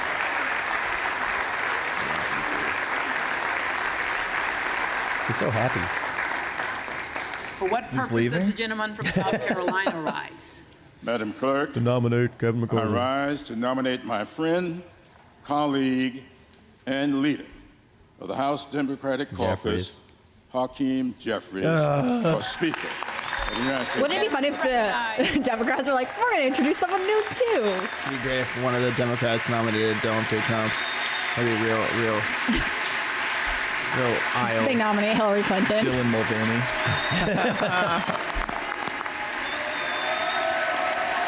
Also, like, C-SPAN, he never got so riveting. nominated already. Why are we doing another standing ovation? We get it, team. Madam Clerk, I want to begin by thanking you for your contribution to maintaining the dignity and honor of this august body, the eyes of the country. No, just don't stop. Standing again. No. Sit down. I almost want to just mute it. Yes. We're not really missing anything. We're going to miss the same speech, the other The side. eyes of the country are on us today. Let us consider what they will remember. I often refer to this hall as America's classroom. He sounds like he's narrating a Proceedings we film. undertake Like, he does have a good speaking Like voice. Morgan Give him this Freeman. one, yeah. and our actions should serve as a Hakeem lesson Jeffries for should those be who may be the nominee. watching and or listening. Hopefully, This politics thing that doesn't which work out. they He's become see a voice actor. and hear will He's help good. them Yeah, he's gain good. James understanding Clyburn, man. and appreciation for the greatness of America and the goodness of the American people. This body has a unique role in this government. What we do and how we do it will determine whether our pursuit toward a more perfect union can continue in earnest. No day in recent history underscores the importance of that pursuit more than January 6, 2021. Exactly years ago today. What a letdown. Our resolve This is tested predictable. when the violent mob of insurrectionists Is he giving the attacked same speech our he gave the capital, days before? threatened That'd be the hilarious. integrity of this democracy Why would you write a and new one? You know what I mean? undermine Yeah. our That's a good point. Constitution. It's not The like anyone was greatness watching of this before. country and the resiliency of our democracy Resilience. were put at peril. But we survived. The preamble of the Constitution explains that the document was established in part to secure the blessings of liberty, not just for ourselves, but also to posterity. What? In this body, we are Mute tasked this garbage. with protecting our nation's hard-earned principles of liberty, justice, and freedom for all. Every 2 years, the American people evaluate our stewardship and render a verdict. Last November, they invested their time and resources going to the polls and casting their votes. They expect and should get a just return on their investments. For many, maybe most Americans, this is the only investment they will ever make to help preserve the greatness of this country. You know when someone's talking, you For just the think you first want more time coffee? In over 200 know? Think about like the things you need to be doing, your grocery list. Stuff you could be doing other rounds than of doing voting, this. we are unable to organize and begin to work on behalf of those who elected us to Yeah, I'm serve. gonna get coffee. Democrats are offering a candidate for Speaker, is just like- Hakeem Jeffries, who's not just prepared to lead, but committed to preserving this democracy and enhancing this august body. Madam Clerk, there is some dispute among historians as to whether Alexis de Tocqueville said this, but I consider it to be true regardless. De Tocqueville is credited in some quarters with having said, "America is great because she is good. If America ceases to be good, America will cease to be great." The greatness of America lies in the goodness that exists within it feels like a filibuster almost. You know what I mean? Like this whole process, or just like these 2 long speeches. Like in the balance. If this was the first day, I'd understand. Of the but American people is it's not. What I don't understand is like, we Democrats. correct me if I'm wrong, but this, you should be selling your candidate that you're nominating, and they're not doing that. Well, he doesn't need to sell it because they're in lockstep. Of course not, but like still, like Hakeem Jeffries is the right guy for X, Y, and Z, or McCarthy's the right guy for X, Y. Neither of them are doing that. To preserve and I want to mute it so bad, but then I'm like, somebody might want to hear him Madam talking. Clerk, No, should I stop talking over him? to carry out. Post an orange emoji in chat if you want Trump to be Speaker of the House. And submit to this august body the name of Hakeem Jeffries to be Speaker of the United States House of Representatives. I don't see any orange emojis. Yeah, the guy put the chat to sleep. Everyone's saying mute it. There we go. See the oranges. Oranges. Orange emojis. Orange and fire. Gorillas. Put a gorilla. All right, here, let me place a gorilla emoji in the chat if you want Alex Jones to be Speaker of the House.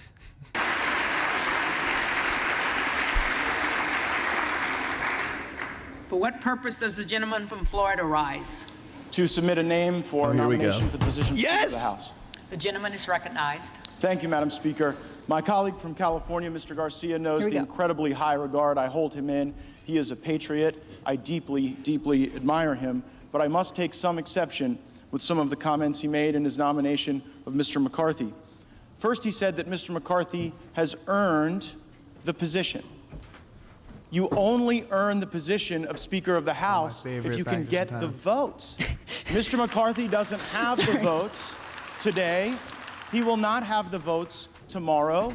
And he will not have the votes next week. 2 + 2 = 4. And so one must wonder, Madam Clerk, is this an exercise in vanity for someone who has done the math, taken the counts, and is putting this institution through something that absolutely is avoidable?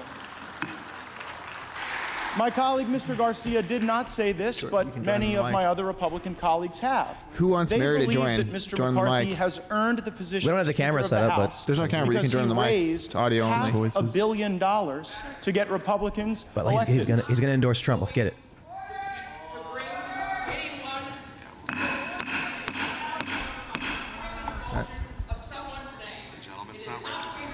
The gentleman is not recognized. Not Who was recognized. Members are reminded not to engage in personalities against other members of the House. Several believe that one earns the position of Speaker by raising enormous sums of money, and there is no doubt that the individual that was nominated by Mr. Garcia is the LeBron James of special interest fundraising in this town. There is nobody better. But I would suggest that there are qualifications for Speaker that are far more important. There are attributes that are far more important. Jim Jordan has those, and I am submitting his name for nomination. Jim Jordan. That your stock will go up. I guess that we seek pure selfless Maybe someone else is intent, nominating Trump. and I could not agree more They're just with gonna that take turns. assessment. Mr. Jordan indeed is reflective of pure selfless intent. I don't know that the same can be said for the Republican alternative. Let's start with purity. Many of you have seen the reports that there are negotiations to determine whether or not on this side of the aisle there can be a deal, a meeting of the minds, a grand bargain that would allow us to proceed with the speakership.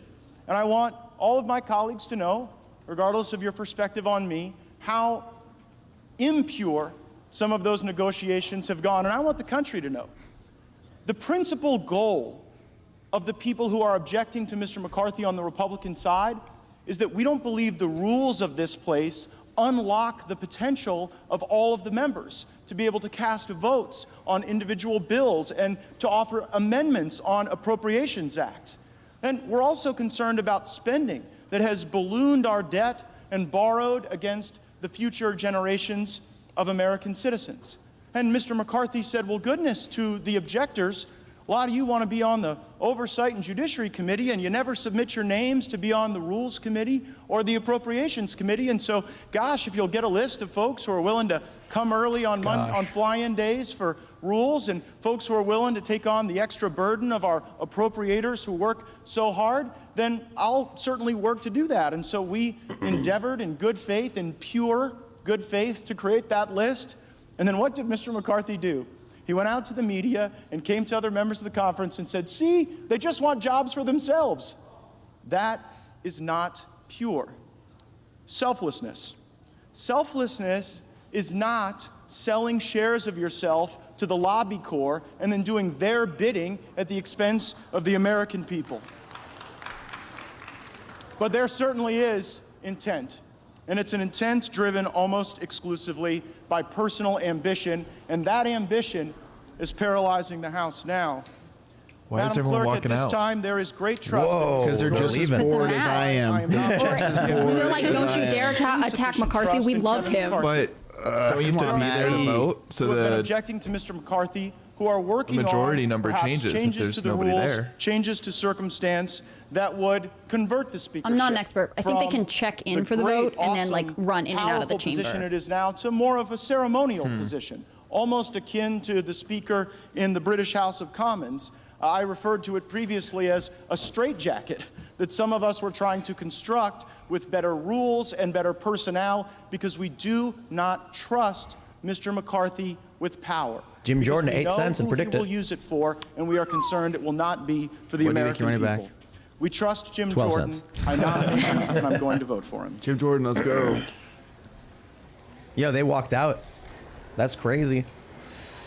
Oh, history in the making here on the anniversary of January 6th. Colorado rise? Oh no, is it Madam Bobert, please? Clerk, I rise to enter Yes, a okay, motion for nomination for Speaker. The gentlewoman is recognized. Once again, I just stand here today to nominate Kevin Hearn, the chairman of the Republican Study Committee, the largest caucus in the Republican Conference, who unanimously was elected as chairman, whom I believe can unite this Republican conference and put forward the agenda that we all promise to work hard on and serve our American people to the best of our abilities with. I believe that Kevin Hearn will be a fighter for our national debt.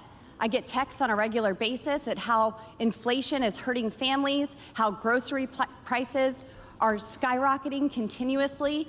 He has lettuce crafted inflation. a budget Yeah, that Cardi balances B. 19.8%. It's to outrageous. help the American people. Yep. Madam Clerk, I nominate Kevin Hearn as Speaker. Thank you. Thanks for keeping it short. You know what's really funny about the prediction markets Yeah. is that Hakeem Jeffries is actually on the bottom under Donald Trump. Like, he's got 212 votes, but people still think Trump's got a better chance. But what are you talking about? He had a standing ovation. That's right. That really was a perfect length of Dude, speech. Good job. Yeah, Robert. yeah. I Lauren Boebert does a great job. Who's next? Are they going to do the vote? Can I leave? You gonna do your jobs? What's going on? Hey, Like- they like can't do working anything today? until they got to speak. Ah, we could Let's see Trump up there. begin, ladies and gentlemen. Adams. Jeffries. Okay, I am going to mute this now Hatterholt. Boring. McCarthy. because now they're just going to be saying names and whatever. Oh man, it's been riveting and boring at the same time in a sense, because it's like, what are we on day 4 of McCarthy losing, being a loser, and it's like the first couple of times it's fun. It's like, oh, here we go. Now it's like, we get it. He's a loser. Oh, Well, and at what point does he withdraw, right? Like, Gates is totally right. He's not going to gain any votes unless there's some crazy deal being worked out that we're not aware of, and he's not going to lose any, apparently. So we're in this stalemate for as long as they want, which means that they're wasting everyone's time, right? Like, these are days they could have been doing something productive with. I think it's good to push back against McCarthy, but I do want to know, like, when is he going to make a difference, right? I'm sitting here and we got the screen pulled up. The moment 5 Republicans defect, we call it. You know what I mean? That's it. Yeah. I like Gates. He's standing up and he is really sticking it to McCarthy, and it feels good. It feels real good. Yeah. So far, it's just McCarthy and Jeffries. Yeah. Where are we at? Banks, McCarthy. I don't think it's just even if defectors or whatever you want to call it end up flipping back from McCarthy, I don't think he gets past that 5 votes. I think it was Chip Roy fundraising off of rejecting McCarthy. Mm-hmm. Like they're campaigning on this. Man. Everybody's so bored. I see a lot of gorillas in the chat. The gorilla emoji signifies wanting Alex Jones to be Speaker of the House. Who made that up? Me. And and the orange emoji signifies wanting Donald Trump to be. So there's a bunch. Are there many oranges? There were a lot of oranges. Yeah. When you put out a call, the gorillas are organic. They're coming up on their own. Mary, who would you choose for Speaker of the House? I know literally nothing about this. I'm not even going to pretend that I do. So do all those people in this room. Do you have a pop culture figure you'd nominate? Cardi B. There's one vote for Jordan. Nice. That's one. Happy J6, by the way. Never forget, y'all. Never Yeah, forget. we talked about that a little bit. So there, I don't know who just made that vote for Jordan, but always add Gates to the number. So that's 2. So right. So three more. Bishop of North Carolina. What did he just say? McCarthy. 3 more. And that's it. McCarthy loses the 12th vote. Oh, sit down. They're all clapping. They do this when they vote for themselves. Is Sparks going to vote seals. president again, or is she going to change her mind? Can you nominate yourself? I don't know, but It's things like this that make me really want to be in Congress. Because she'd be like, I remind the gentleman not to direct your comments. I'd be like, shut up. Kick me out. What are you going to do? This is so stupid. I was just going to say, what can you do if someone's being super rowdy? Right. I think you throw me out. In the U.S., like we had this like Bobert votes Hearn. Yeah, there 2 you go. more. We have 2 this, more like, outside of Gates. We have this like decorum, but if you Yeah, watch just British vote Parliament once. or other parliaments in the world, they just scream at each other. It's so Kind of base. So funny. cool. I love it. It's great. I wish it was more like that. I mean, the thing is, we only established this decorum. You can totally do that in the Congress. You're allowed to just yell at people, which in the U.S. everyone's like, oh, well, let's be civilized. No. Yell. Like, come on. People get so offended care when about like this? they don't stand for speeches or they're sitting. Like, who was it? Was it Marjorie Taylor Greene and Bobert who got in trouble for heckling during one of the State of the Unions? Yeah, like, why not? Why not? What trouble, though? Like, how's that enforceable? They're standing up and clapping. They just get denounced by the media. And they'll get maybe reprimanded boo, by who the speaker. Like I said, they might get reprimanded by the speaker. Like, there's no consequences. They're just totally right. We've decided this is the way we're supposed to be. If I was there, I'd stand up and say, I cast my 12th vote in this session of Congress for Donald Duck. I just wouldn't take it seriously. I'd say, why? Who cares? We're not going anywhere. McCarthy needs to just back down on everything. He won't do it. Yeah, I mean, I think at this point he's got to just bow out. Yeah. And he's got to say fine, Donald's or something. Yeah, I think he does. Or Jordan. Because then I get my money back from predicted. At least something good will come out of this. And if he does somehow manage to Oh no, become Jim speaker- Jordan's down to 5 cents again. Oh man. McCarthy's up to 60 cents. Got to play those swings, Tim. Those swing trades. It's like maybe at this point I should cut my losses and get rid of these shares before it goes to 1 cent. And then I end up with $8. What money are you going to buy, or what are you going to buy with the predicted Well, I lost. win? I bought Jim. If you win. Wagyu beef. I don't know. That'd be fun. So I don't know. Is McCarthy doing better than he did last time? Is that why people are clapping? Because they're getting people to go back to McCarthy? I think that might be it. They're just trying to keep themselves entertained, right? They've been doing this Well, for we 4 know. days. I know. I'm pretty confident Chip Roy is not going to vote McCarthy. Well, Biggs sure, isn't and gonna vote Gates. McCarthy, And right? Gates, that's 4. So you need one more, but you've got Biggs. You've got a Yeah. He's handful. already voted, I think. He did. Yeah. You're right. He was Biggs a and B-name. Bobert. They're the ones who voted Hearn and Jordan. I believe so. Usually by the B names, he's already lost. I'm pretty sure. Isn't that what it is? I hope so. If the Freedom Caucus people cave, it's just unless Kevin McCarthy actually gave them things they wanted, then it's like okay, I guess. Eli Crane of Arizona voted her in the 11th round, so it might come up. He's a C name. Yeah, Cloud and Clyde, I think, were both anti-McCarthy. Cloud. I remember seeing that name.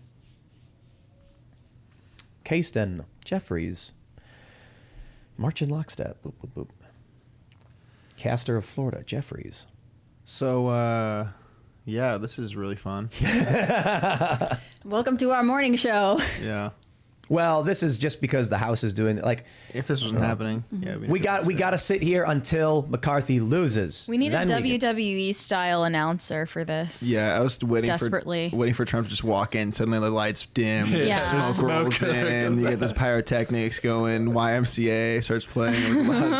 You need like a soccer announcer for this. Yo, that'd be cool. McCarthy, Clark of Massachusetts, it's Jeffries. Jeffries now has 32 votes. On to Clark of New York. Clark of New York stands, says Jeffries. Jeffries 33. It's like a horse race. It's neck and neck.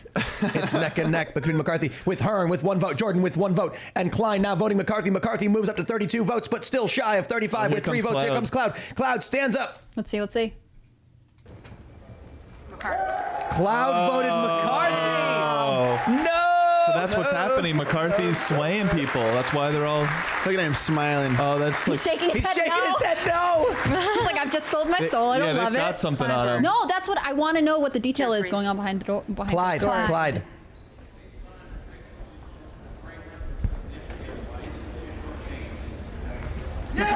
He voted for McCarthy. Due to significant institutional change, is that what he said? So maybe there was a deal. Maybe there was a deal. There's totally a deal. They don't look happy about doing it. It's like he threatened them or something.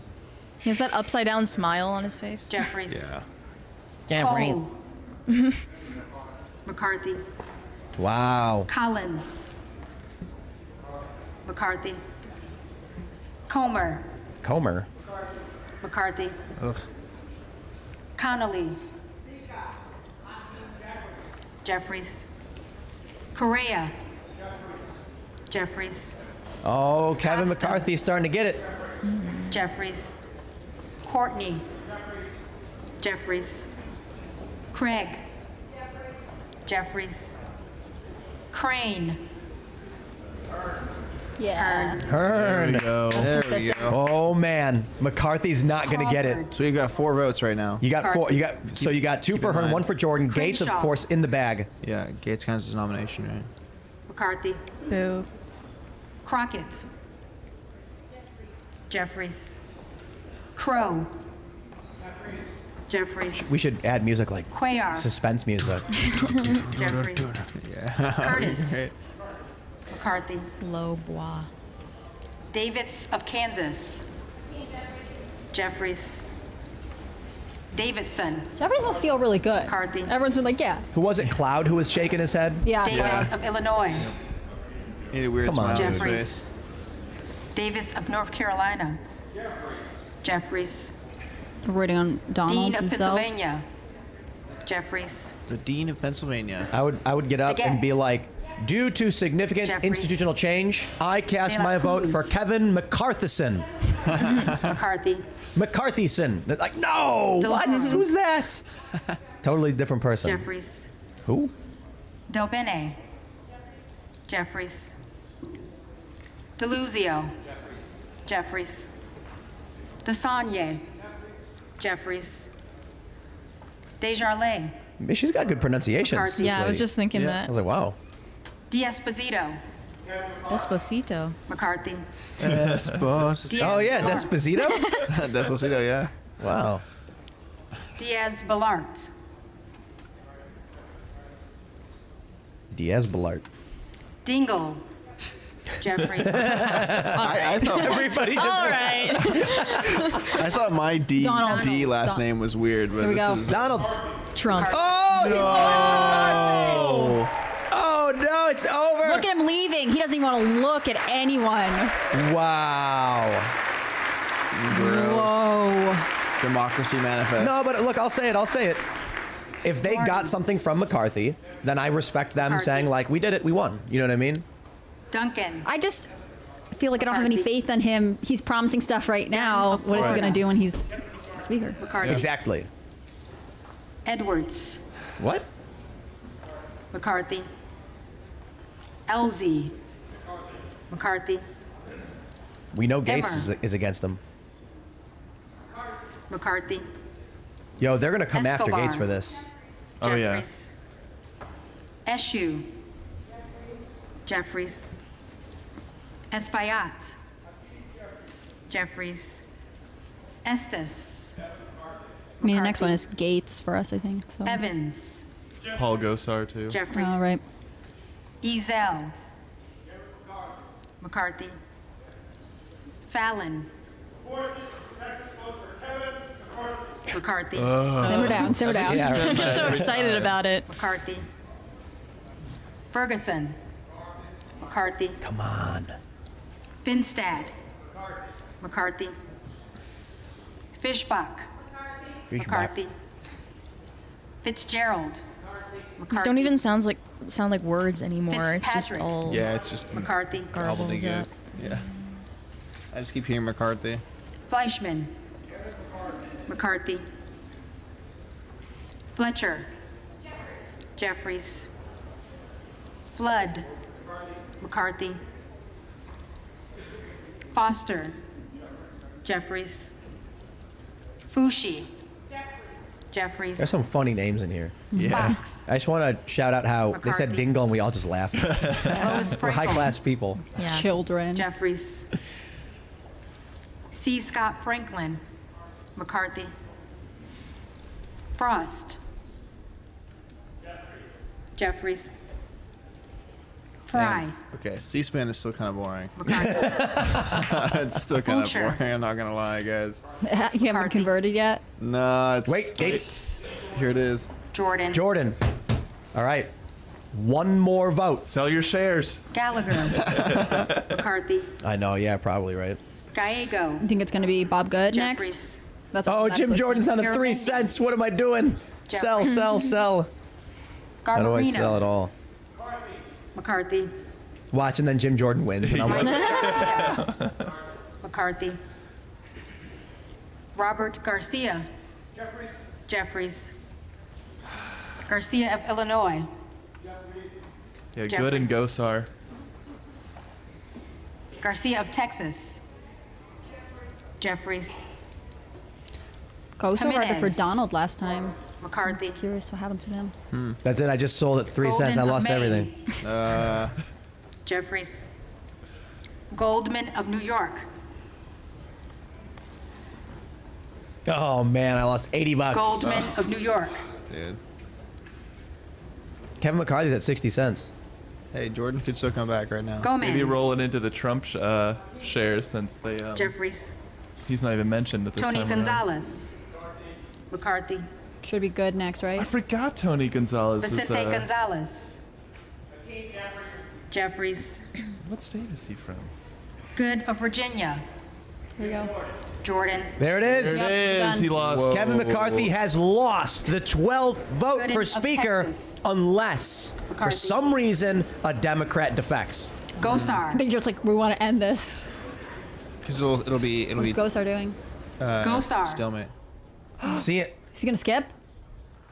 Gottheimer. Not here. Wait, what? He didn't. He didn't vote. He He's wasn't not- in the chamber. yeah. Granger. He voted for Donald last time, so it's not totally surprising. McCarthy.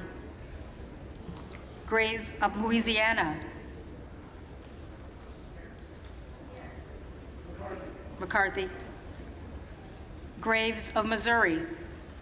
Another Graves. McCarthy. Green of Tennessee. Kevin McCarthy. McCarthy.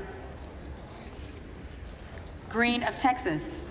Madam Clerk, and still I rise and proudly cast my vote. Calm your tits. That Black Lives Matter. Oh my God. Wow. Damn, Never that's forget. crazy, bro. You gotta drop that on today. Dude. Griffith. McCarthy. Yeah, you got it while you're in Congress on J6. gotta Jeffries. Drop the He gets BLM. extra points for that. Yeah, for sure. McCarthy. Guest. McCarthy. Is that your last name, or is that just a guess? My name's Must be Bob last Smith. name. Wow. Guthrie. McCarthy. Hageman. McCarthy. Harder of California. Jeffries. Harris. Jordan. Once we get Speaker, they move on to whip. We got and another vote everything, for right? Jordan. Harshbarger, Jordan might be coming back. McCarthy, Hayes, Jeffries, Hearn, McCarthy, Higgins of Louisiana, McCarthy, Higgins of New York, Jeffries, Hill, McCarthy, Himes, Jeffries, Henson, McCarthy, Horsford. That's it. There's 6 now. I just don't see it happening. It's not. Houchin, McCarthy, It's 6 plus 7 for Houlihan. Gates, right? Or did you just vote? Jeffries. He already voted. Oh, okay. Hoyer, Jeffries, Oh yeah, G. Hoyle of Oregon, Jeffries, Hudson, McCarthy, Huffman, Jeffries, Huizinga, McCarthy, Okay, nerd. Hunt, I picked Kevin McCarthy. What did he say though? Hunt, For progress or something? Hey, just for anyone critiquing the sound, this is actually the sound coming out of C-SPAN right now. McCarthy. I can't really do anything about You're it. critiquing an institution. Yeah, our sound is like this. Jeffries. That's the sound coming from C-SPAN. Jackson Them. of Illinois, Jeffries, Jackson of North Carolina, There's someone saying that Jeffries. several members that didn't vote, so it lowers the 218 Jackson of Texas. or the total seat count to 218. So you might still get it, Jackson of Texas, but I don't think so. Come sprinting into the chamber. McCarthy, Jackson Lee,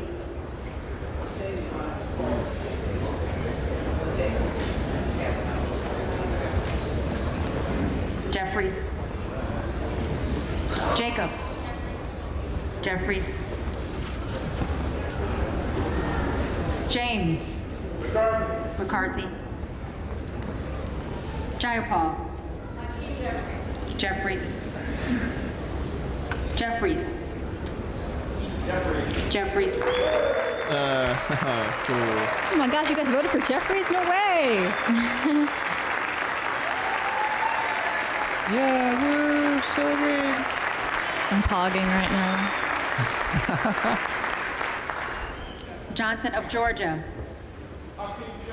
Jeffries, Johnson of Louisiana, McCarthy, Johnson of Ohio, McCarthy, Johnson of South Dakota, McCarthy, Jordan, McCarthy, Joyce of Ohio, McCarthy, C-SPAN called it.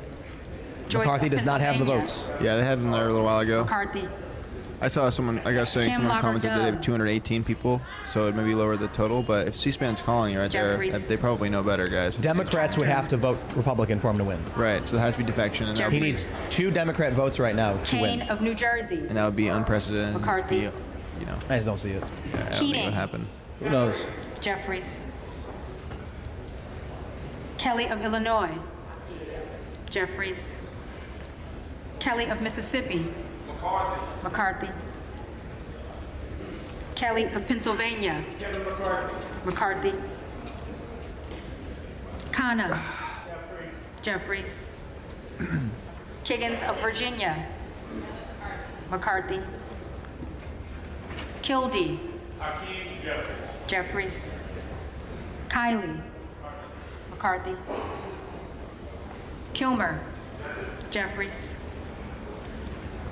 Kim of California, McCarthy, Kim of New Jersey, Jeffries, Krishnamurthy, Wow. Jeffries, She has got good. Got it all down. I wonder if she goes home at night and just starts reading lists. Yeah, and I hope forgets so. to memorize them. She's doing a good job. LaHood, Is she just the secretary McCarthy. of the House?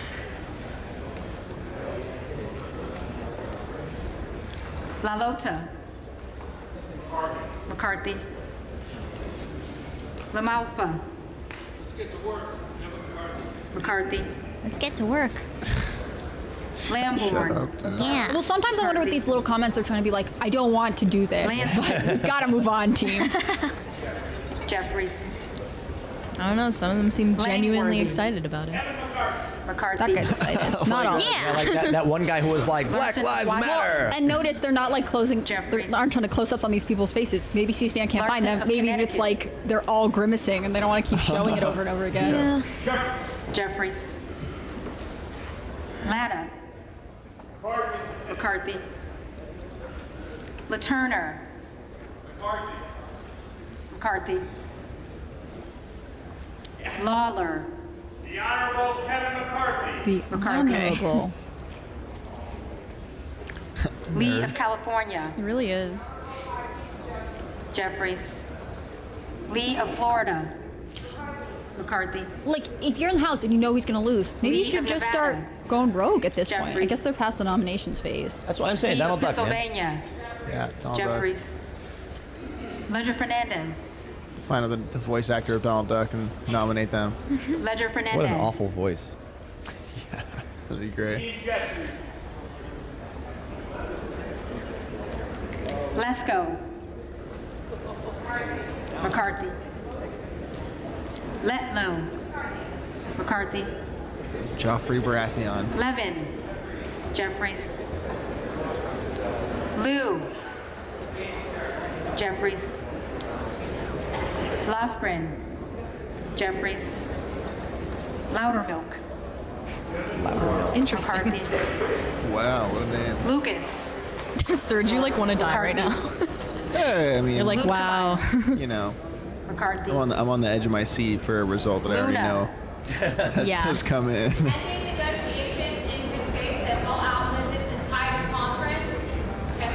Oh my God! I never what was expected it? to hear. But that's the thing. She's like, I'm just trying to, like, go along with the negotiations. Who is she? Anna Paulina Luna. No, look, I'll say. Yeah, because she was Donald. Oh, last she time. looks pissed. Good. But that's why she's like, Latrell. I don't want to. I have to. McCarthy. No, you don't. That face, that expression from Luna was not good. You could just nominate Jeffries. someone cool. Next one's Mary Miller. Mace. She voted Donald last time. Like, not immediate next one, but next Mace. person who differentiated. McCarthy. Magaziner. Jeffries. These are some names. Maliotakis. My favorite congressional name ever is McCarthy. Hale Boggs, who was a congressman Man. from Louisiana. Like Hale Bob McCarthy. Comet, Hale Boggs. Hale Boggs, and he went Manning. missing in a plane crash in Alaska. Jeffries. Wow. Massey. Still won his seat. Oh, McCarthy. interesting. There's Massey. Mast. McCarthy. Matsui. Jeffries. Macbeth. What? Jeffries. McCarthy. McCarthy. What a shock. Oh yeah. Smiling politic. Cool, Cringe. dude. Yeah, it's so cringe, dude. Yeah, you look like he looks like a California Republican. McCall. Straight up. McCarthy. What's their look? McLean. That. Just that. That look is McCarthy. the look. It's that plastic smile. McClintock. McCarthy. McCullum. Jeffries. McCormick. McCarthy. McGarvey. McGarvey. Jeffries. McGovern. Jeffries. Mick, is that Irish or is that McKinley. Scottish? It's Scottish, right? Mick is usually MC. Is Irish? usually Irish. That's what I thought. MAC. Mac is Yeah. usually Scottish. Meeks. Jeffries. Menendez. Jeffries. Meng. Jeffries. Muser. McCarthy. Mfume. Edward Wow. Snowden. Jeffries. Miller of Edward Illinois. Snowden. Oh, Miller. Here we go. Oh, she went McCarthy. They got all the Donald people. That's what's happening. Anyone who voted Donald moving over. Well, but like, didn't everybody vote Donald's at one point? Everyone did at one point, but most going off the 11th round, right? We had Trump, we had Hearn, we had Donald. Wow. Miller of Ohio. Ralph Norman. No, South look, Carolina. I'm not going to expect Miller these of West people to just Virginia. be obstinate. If they negotiated and Kevin McCarthy gave up, good. Miller There you go, Meeks. victory. I was trying to find a public opinion poll on Kevin McCarthy becoming speaker. Like, Mills. you have to answer to your constituents theoretically. So what are you going to do? Like, if they don't trust Molinaro. Kevin McCarthy, you have to explain like what he promised you. Some fun. So far, we have 5 people who flipped: Mooney. Bishop, McCarthy. Bretschin, Cloud, Clyde, and Donalds, Moore of Alabama. and now Miller. McCarthy. Oh, I'm sorry, Moore it's of seventh Utah. flip. So that's McCarthy. also Luna and Miller flipped. Moore of Wisconsin. 7 people. So there's still potentially Jeffries. 14. Moran. McCarthy. Morelli. Jeffries. Moskowitz. Jeffries. Moulton. Jeffries. Next Donald vote was Ralph Miller, Mervan. South Carolina. Jeffries. Who? Ralph Miller of South Mullen. Carolina. I think Jeffries. Or Ralph Norman, sorry. Norman. I was like Miller. I'm mixing up my letters today. Murphy. What? McCarthy. I was like, what did he say? Nadler. Jeffries. No way. Napolitano. Jeffries. Neal. Jeffries. Nagoose. Jeffries. Jeffrey's nuts. Nails. McCarthy. Newhouse. McCarthy. Thanks for letting us know Nichols. he's Not from the other one. California. Yeah. Jeffries. Norcross. I want there to be someone who hears Jeffrey so many times in a row. Jeffries. They're Republican, they accidentally say it too. I was wondering that, yeah. I'm playing Harry Potter over here, you know. Oh, they got a flip. Whoa, that might be it. Yeah. It's Norman, Ralph Norman, South Carolina. So all the Donald people flipped. Dude, all the people flipping look so sad. Yeah, dude. He looks pissed. And they're like clapping and He just did a thumbs up. This You know guy. what? He's like, I get it. Stop. If I was in the GOP and then someone flipped, I wouldn't clap and cheer. I'd go gooble gobble, one of us, one of us. Well, that's what they're doing. They're like, feel better. We're proud of you. Yeah. You sold out. Not sold out, but. Yeah, no. Sold out. Cortez. I mean, we don't know what the deal is, Jeffries. right? Eh. I want to have some Ogles. compassion, maybe. Ocasio-Cortez just missed it, guys. The voice everyone wanted to hear. She's at Jeffries. Yeah, I know. Voice we want to hear. Everyone wanted to hear what she just said. Omar. Jeffries. Oh, there's Ellen Omar too. She pronounces her R's really well. Jeffries. McCarthy. Like everyone else is like Jeffers. Pallone.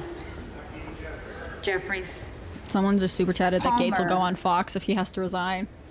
Matt Gates will be fine, guys. Yeah, but Panetta. McCarthy's going to come after him hard if he wins. Jeffries. Yeah.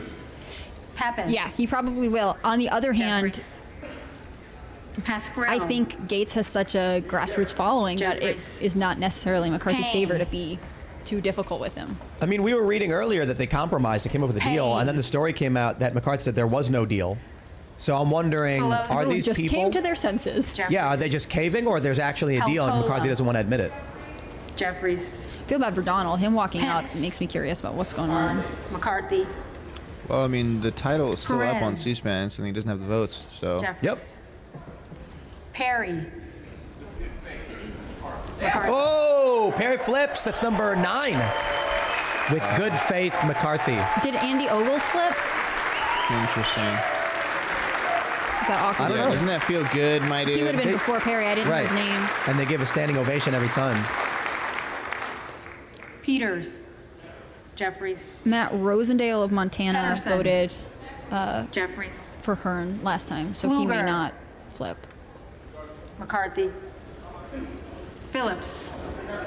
Jeffries. Pingree. Jeffries. Pocan. Jeffries. Porter. Jeffries. Posey. Someone else in the chat McCarthy. said, I think McCarthy ramped up threats, not Presley. concessions. Yeah, that's exactly what I think. Mhm. These people do not, they look Presley. scared. Yep. Quigley. Jeffries. Ramirez. Jeffries. Pocket says these people cheer for McCarthy like clockwork monkeys. By the way, it's such a selfless action for you all to subject yourselves to this BS for us to be able to watch it without being bored to death. I'm near death, trust me.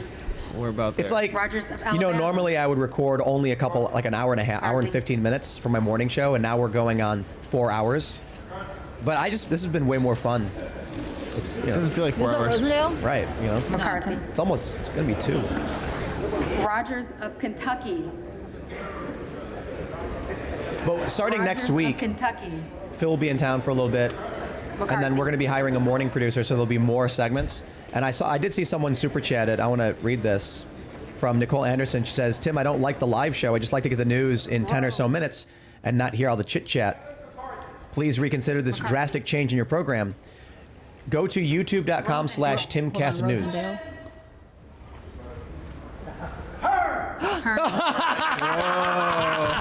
That was epic. He's consistent. Love it. He's been with They're so pissed. You hear him? Also, he's having a great time. Look at that face. Everybody who flopped was all sad. He's laughing. No, he's happy. Let's go. Ross. Yes. That was epic. Let's go on. So now he pauses, he points. Browser. Heard. It's Chip Roy next. Wasn't he fundraising after it? Yep. Here we go. Here's Roy. He's flipping. I knew it. Look at the depression. You could tell from his face. Yeah, he looks like. Who was it? Rosendale? Who was the? Rosendale, Montana. Yeah, he was happy. He was like, oh yeah. He's like, I'm not going down with this ship. Blink twice if Kevin McCarthy. What? Chip Roy? Somebody send me a screenshot of Roy right now. He is not having a good time. So I was going to say real quick, if you don't want to watch live, go to youtube.com/Timcast News, where I'll be putting up clips and more clips to just get everything. Yeah, it's like the best of both worlds. Yeah, it's happening concurrently as we're doing this. Tim will also segment out and film a little segment and then post it while the show's going. So you still get those segments. Next week we're going to hammer the details out, especially with the morning producer. We'll have even more clips than normal, and hopefully hitting the points faster. Right. Jeffries. Sanchez. Back to your riveting content. Yeah, right. Sanchez. It's Keith Self, Texas 3rd. Santos. Voted Donald last time. He's coming up. McCarthy. Oh, Rosendale, that was epic. That was amazing. I want to send that guy a fruit basket. 2023 energy. Scalise. McCarthy. Shocker. Scanlon. Montana. Jeffries. Schakowsky. Jeffries. Why can't a Democrat Schiff. flip to something cool like Hearn or Jordan? Jeffries. Why not? It'd be hilarious. Schneider. Jeffries. Oh, that was so awesome. Skolton. Yeah. Make my day. Jeffries. He's having a good time. Schreier. Jeffries. Schweikert. McCarthy. Austin Scott. McCarthy. David Scott. So close Jeffries. to Self. Yep. Scott of Virginia. Jeffries. Self. McCarthy. It is. What is this line in the power of making progress? The party needs progress, I think. I don't know. Couldn't tell what he said. They're acting like they're martyrs. Yeah. And then it's who keeps voting present. Sessions. McCarthy. And then we're out. We're done. Sewell. That's it then? It's the last Sparks is the last one. I mean, there are others who are Sherman. going to vote McCarthy, but Sparks is going to vote McCarthy. Cheryl. I hope she votes present. Jeffries. Simpson. McCarthy. Slotkin. Jeffries. Smith of Missouri. McCarthy. Smith of Nebraska. McCarthy. Smith of New How Jersey. many Smiths are there? McCarthy. Probably a lot. Smith of Washington. That's 4. Jeffries. Smucker. Just 4. Smucker's fun. McCarthy. Sorensen. Jeffries. Here we go. Soto. Jeffries. Spanberger. She should be next, right? Jeffries. Sparks. Here Sparks. McCarthy. No question. I knew it. Fades into the background. She's shaking her head. No. It's crazy. I would love someone to clip the lip reading and tell me what she's saying. Yeah, they don't want to do it. Stansbury. Jeffries. This is what we need. We need a real-time like news clipper person, because then we could be like every time someone flips, get a Stanton. shot of their face because they're all depressed looking and shaking their heads. Stauber. They don't got the balls of Gates, Steele. Rosendale, or Boebert. Are you able to go in and sit on this in person? Stefanik. I don't think so. It's closed door, I think, which Yeah. is why, unfortunately, Trump can't do a WWE entrance. McCarthy. Stubbe. McCarthy. Stevens. Jeffries. Stewart. McCarthy. Strickland. Bat says you have 23,000 people watching Jeffries. Congress. You rock. Strong. It's so true. And it's like I think we were what like no, the Swalwell. third. Oh, there's Jeffries. Swalwell. Let me see what Sykes. number we're on YouTube. Jeffries. Concurrent viewers. Takano. Just in terms of the live. Jeffries. Oh, okay. Tinney. It's the 4th. McCarthy. Tanadar. Behind. Oh no, we're way back Jeffries. now. Oh wait, we're not even on the what? Thompson They don't even of have us on here. California. Do we have a higher It's stream because we're than too cool. Jeffries. You Than know you're doing ABC? something right when YouTube Yo, did won't show they you. remove us from it? Jeffries. They're playing games. Thompson of Pennsylvania. Oh no, we don't. There's more people watching that. McCarthy. I think they took us off the list. Tiffany. McCarthy. Wow. Timmons. McCarthy. Yeah, we're not even on the list. Titus. But it doesn't matter. It's we would be okay. We're like number Tlaib. 5 Jeffries. because ABC and C-SPAN are Takuda. killing it. I see us. We're showing up Jeffries. second on mobile Taco. live. Oh, okay. We're under Jeffries. Brian Tyler Cohen, Torres who's doing the of same thing. California. Brian Tyler Cohen. Isn't that Jeffries. no lie? Isn't that that Oh, I guy? see him right. Torres of New York. Oh yeah. He's got 54,000 Jeffries. watching. Yeah. Trahan. that's a lot. Jeffries. Trone. They seriously demonetized us over this? I just saw it. What do we do? Turner. McCarthy. Underwood. Jeffries. Valadeo. McCarthy. Van Drew. McCarthy. Van Dyne. Whoops. I have no idea what I McCarthy. just. We're coming towards the end now, right? Van Orden. McCarthy. What just happened? Vargas. There you go. Jeffries. Vasquez. Jeffries. VC. Jeffries. Velasquez. Jeffries. Wagner. McCarthy. Wahlberg. McCarthy. I thought he said Mrs. Waltz. McCarthy. Would have been bold. McCarthy. Yeah, that would have been. Wasserman Schultz. Jeffries. Waters. Jeffries. Watson Coleman. Jeffries. Weber of Texas. McCarthy. Webster of Florida. McCarthy. Aren't we at the end? Winstrup. Getting there. McCarthy. Can I go make my eggs now? Westerman. No eggs for you. You McCarthy. must select McCarthy. Wexton. Jeffries. Wild. Jeffries. Williams of Georgia. Jeffries. Williams of New York. McCarthy. Williams of Texas. McCarthy.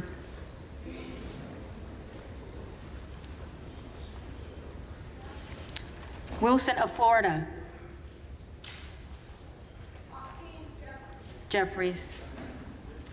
Wilson of South Carolina. McCarthy. Whitman. McCarthy. Womack. McCarthy. He's not going to Yacom. get it, so what's the point? McCarthy. Zinke. McCarthy. That's it. Wow. So we just do it again? Wait. Oh, there's still some The votes reading missing. clerk will now call the names of the members-elect 7 who Democrats. did not answer the first call of the roll.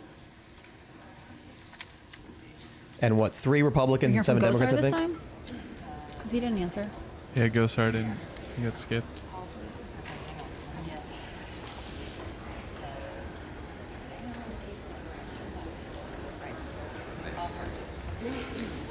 Alford. McCarthy.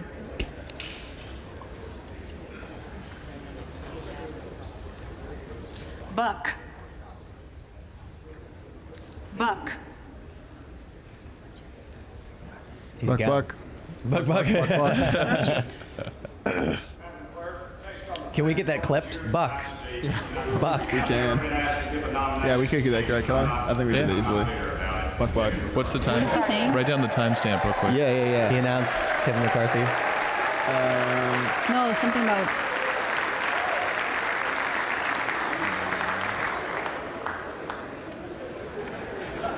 Did a Democrat Kassar.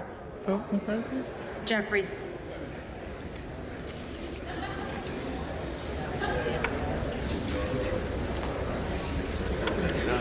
Diaz Balart. McCarthy.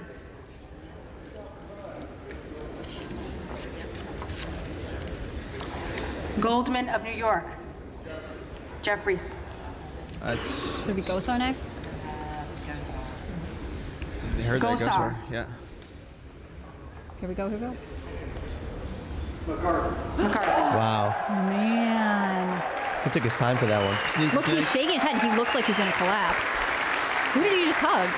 Hey, looks like he's sweating bullets. Oh, he's leaving. yeah. He's done. He doesn't want to be here. He's got to vote to go home. They have to vote to go home. Yup. What are you doing, Dad? That's what he said. I got to go home. Hunt. Hunt. Not as fun as Buck. No. Ledger Fernandez. Jeffries.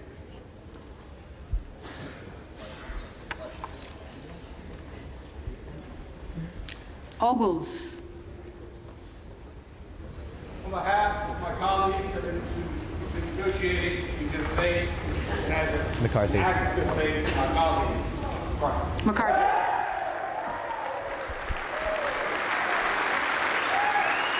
He still can't get it though, right? Nope. See, that's what a It's done. California Republican looks like, just like right there. Yeah. Payne. I think he can get to 215. Jeffries.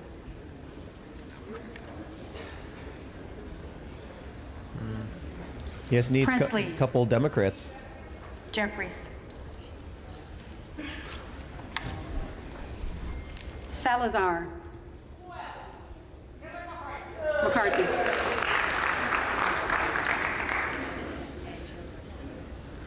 Oh, C-SPAN took down the thing. I just noticed that. Jeffries. C-SPAN took down their Kevin McCarthy lost already. You think some Trump. Democrats are going to flip? Who weren't in the room talking Trump. about Who knows? out of doors. Could ask, does anyone want to change their vote? How Maybe you've that's all where Paul voted. Gosar was talking Is to that her Democrats walking who are up gonna super flip. slow? If they haven't moved on, it might be. There's If there 3 are people any so far. Members-elect who did not answer the call of Wow. the roll, they may come to the well and vote at this time. They don't have to say it out loud.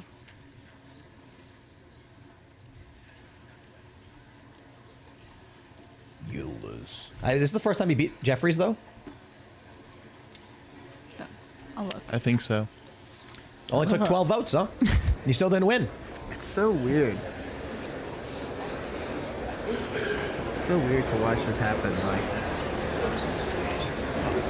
Grumble, grumble, grumble. they want him to have What a job did so he bad. say Yeah. to those people? It's the first time he's beaten Jeffries. And it only took 12 votes. But normally Jeffries is at 212. Yes, there was 3 people who didn't vote. Is it just 3? There should be more. What is it, 434? 438 total members? 434. There's one vacancy. Normally it'd be 435.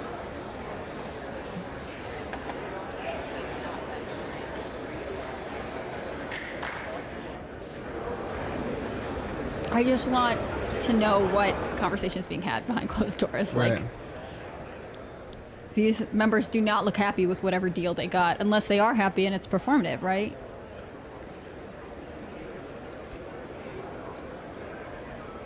Okay, so C-SPAN got rid of their chyron that said McCarthy loses. Yeah. Why? I think, I mean, I don't want to be too aggressive, but we don't have all the Democrats in. That's only one more Democrat vote.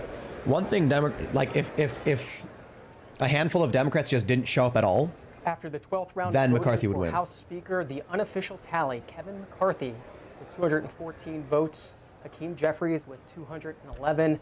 7 Republicans choosing not to vote for Kevin McCarthy.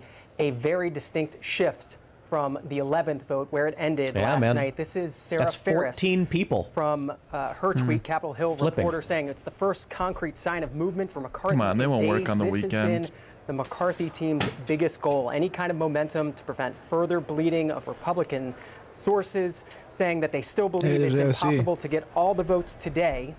They would still need several more, quote, Hunt is out of Kevin town. votes. These Remember, people. the Why would you? magic number We're dead to be out of is town. He's on vacation. 218. It's a family thing, maybe. A reminder, yesterday, this is where things Yeah, it stood. looked like Gosar Kevin was McCarthy sick, so with who knows if he 200 shows up for the votes. second He vote. picked up 14 Is he sick votes or is he, in that He, 12th like, you could round visibly of see the votes. sweat, Here's on his who he head picked and stuff, up. and he's rushing Dan out Bishop there. of North Carolina, Josh Breachin of Oklahoma, he's got Michael the- Cloud of the Clinton Texas, kill team. Andrew Clyde of What was that Georgia, stuff that was Byron happening in Donalds Cuba? Like the of microwave Florida, Anna weapon? Paulina Luna of Florida, people were getting Jerry affected Miller with? of Illinois, Ralph Norman of South Carolina, Scott All right, well, now they're just sitting around, so... Boring.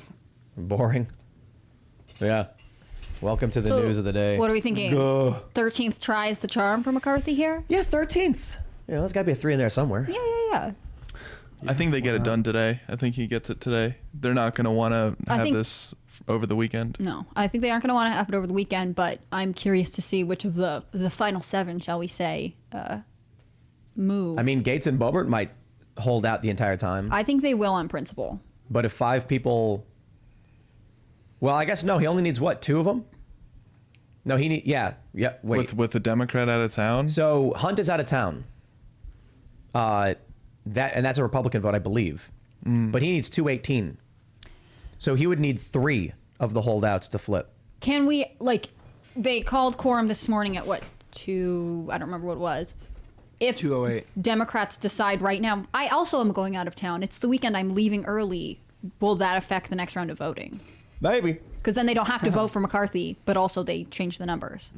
Everybody just sitting around like, what a waste of our time. Well, I wonder if he can convince 4 Democrats to flip. You know, he doesn't need the Republicans anymore. There's too few of them. They're kind of a cult. That's the thing. I think we're right in saying that any voting for a Republican will potentially look bad for them in the future, even if they were to be like, but 12 other times I voted for Jeffries. We're just trying to end it. I feel like it won't work. I flipped my predicted shares to McCarthy, and it worked.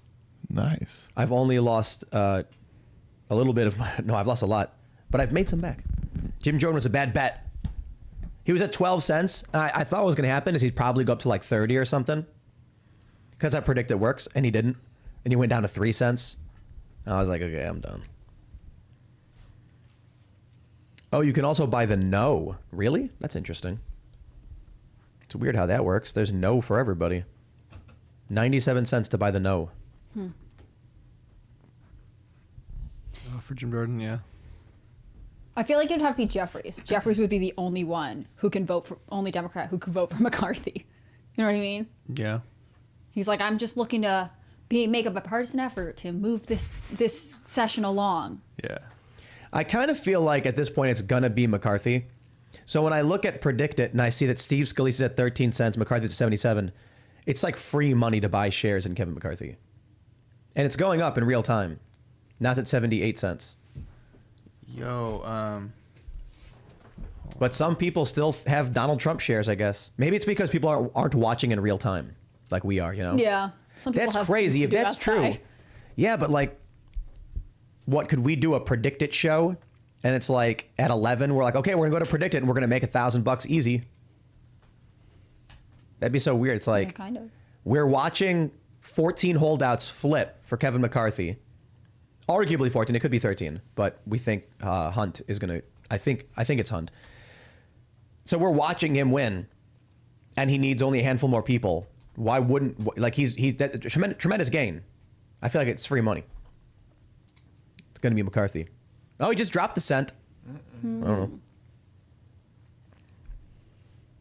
24 cents to buy the no. It will not be Kevin McCarthy. I think it's a bad bet. What do you guys think? Patrick Waz says Ken Buck had surgery. Hunt's wife gave birth prematurely. And VA4 is vacant because McEachin died. 432 voted, so 216 required. Oh, that's right. So it needs 2 people. Because they're not present, their votes aren't required for the majority vote. Hunt's wife maybe had a baby, and that's why he's not here. Yeah, that's Hunt's wife gave birth prematurely. I don't blame him. Acceptable. Yeah. Also, So he only needs 2 to flip, and then McCarthy wins. I think he can do it. I don't think it's going to be the 13th ballot. I think Actually, it'll be the 14th. It might be 217. 216 isn't an absolute majority. It's a tie. Yeah. I could be wrong. How does that work?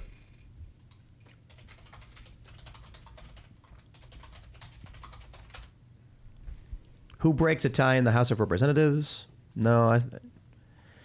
What if there's a tie? On a tie, it is a loss. You need an absolute majority. So he needs 217, not 216. Very interesting. So who do you, out of the 7 that voted no this past one, which 3 are most likely to flip back to McCarthy? Man, I don't know. It's not going to be Gates. It's not going to be Boebert. Clearly not Rosendale. That was awesome. Rosendale's the best one out of all of this. He walks up slow and he looks around. He goes like this with his hand. Hearn.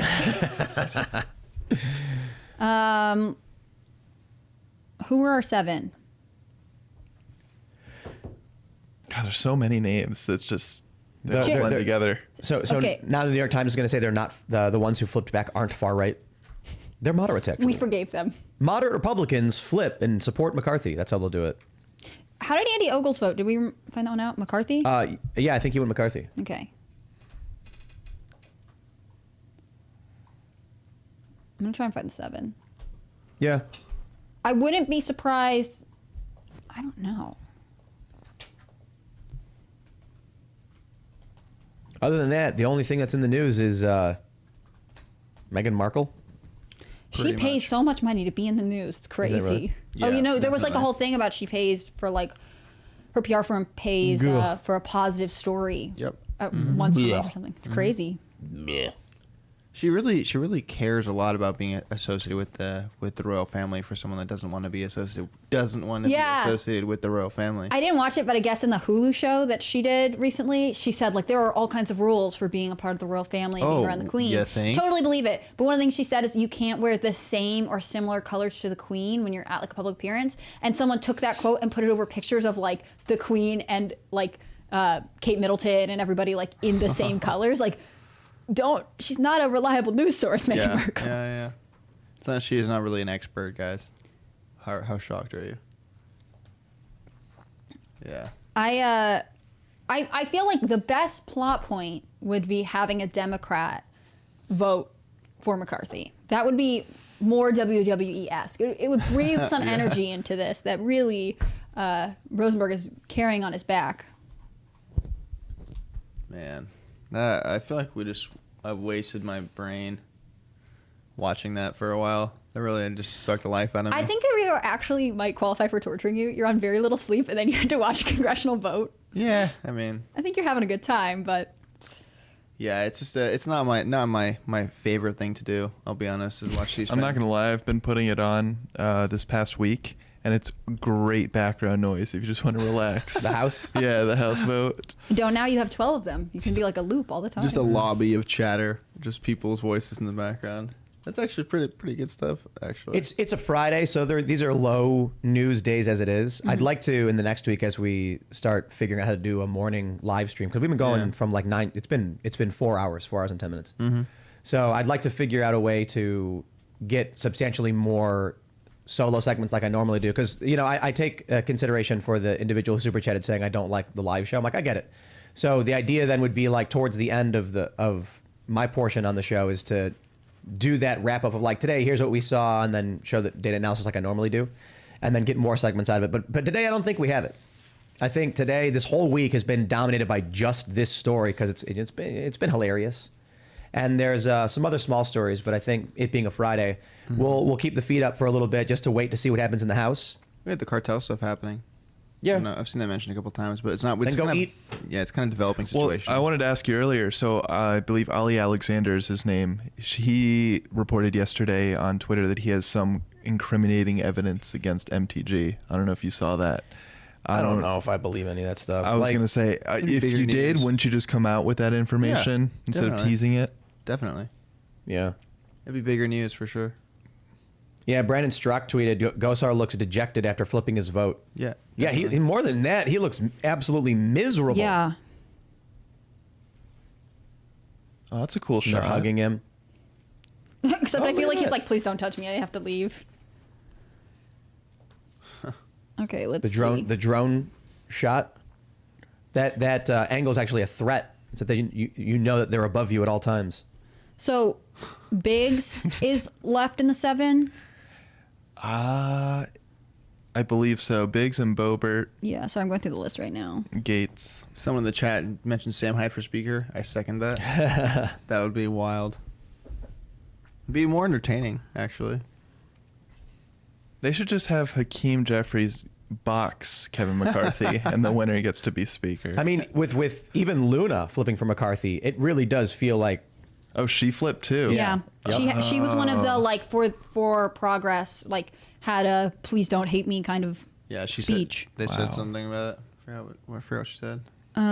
Bob Good voted Hearn last time, and I think he voted Hearn again.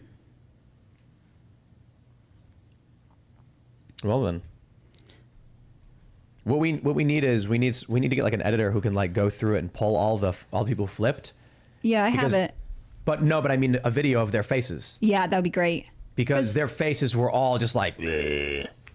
Everyone's clapping and cheering and they're like, I don't want to be here. I'm kind of surprised Roy flipped. I thought he would hold out a little bit longer. But okay, so the 7 are Biggs, Boebert, Crane, Gates, Good, Harris, Rosendale. So we can tell Rosendale is not changing his mind. Boebert and Gates, no. So it comes down to Biggs, Crane, Good, and Harris. So it's interesting. Yeah, Biggs, Boebert, Crane, Gates, Good, Harris, and Rosendale, yeah. Yeah. You fact checking me over there? No, it's just in the chat. I can read. It's in the chat. So are they going to announce the 13th? Like C-SPAN took it down for some reason. Yeah, I know. Oh, is there? Too. Oh, they don't even have the audio up anymore. No, that was you. Muted, yeah. Who's with Gates right now? I want to know what he's like. Man, if you please stop this, we will give you this.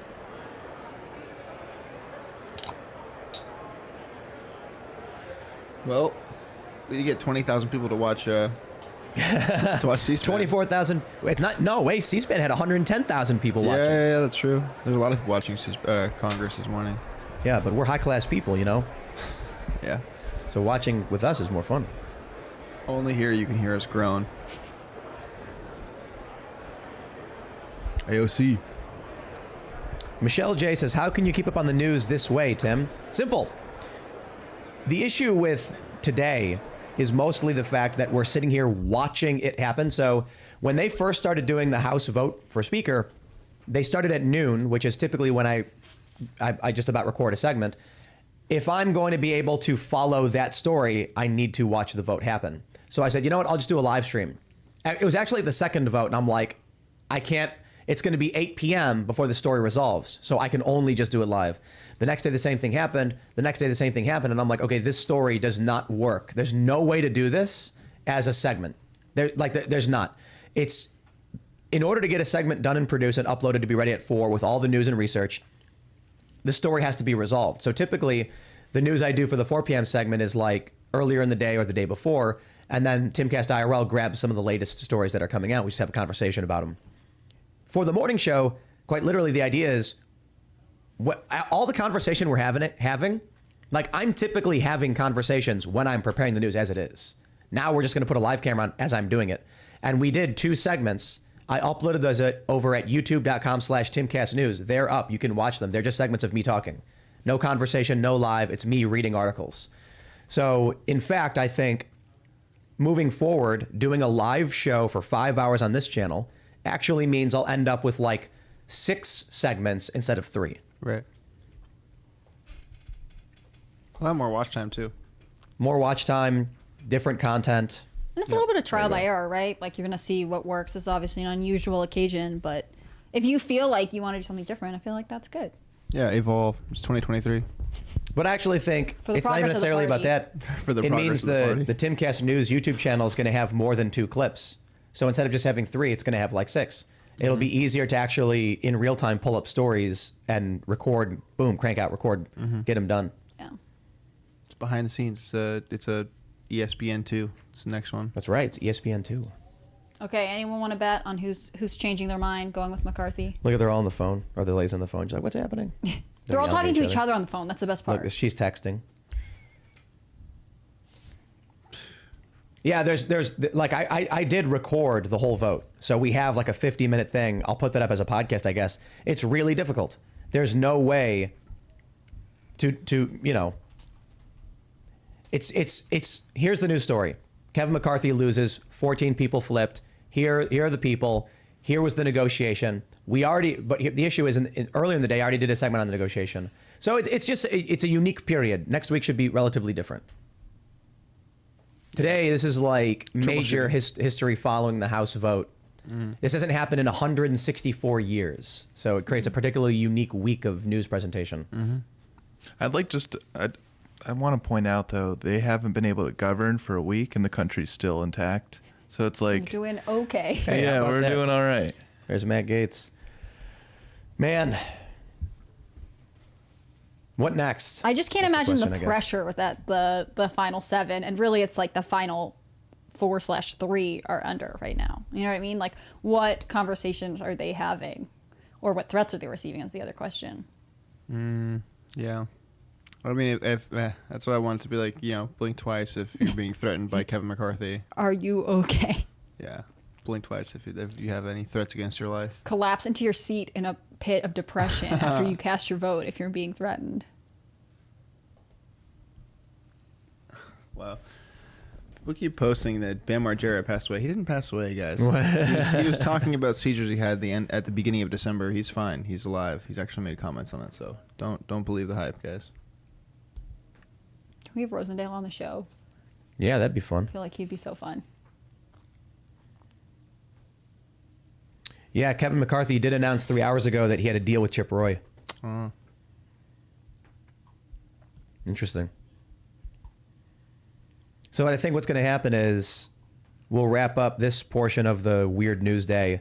And then, oh, hey, here's news. Ukraine rejects Russia's proposal for a truce. Yeah, they rejected the ceasefire yesterday, I think. They said something like there will be no ceasefire until Russian troops leave the land that is rightfully ours or leave our borders or something. Marjorie Taylor Greene said, good things are coming, hold a little longer. And Adrienne Curry says, anyone supporting this guy is the swamp. Hello, Swamp Thing. Very nice. Oh, wow. Oh, man, I'm exhausted at this point. It's so boring. Just like we... Yeah. This is what it's been like all week because this is the big... I mean, this hasn't happened in 164 years. You can't ignore it. Yeah. There's a lot of news to talk about, a lot of things to go through. Oh, no. Now Debbie Wasserman Schultz is talking to Gates. Look at her sit down and adjust herself. Hey there. We don't need bad lip reading. We need real lip reading. He's like, don't leave me with her. Come back. That guy lulled him to a sense of security, and then she showed up. They both see you can get up and leave first. Please go away. I'm like, I should pull up. Yeah.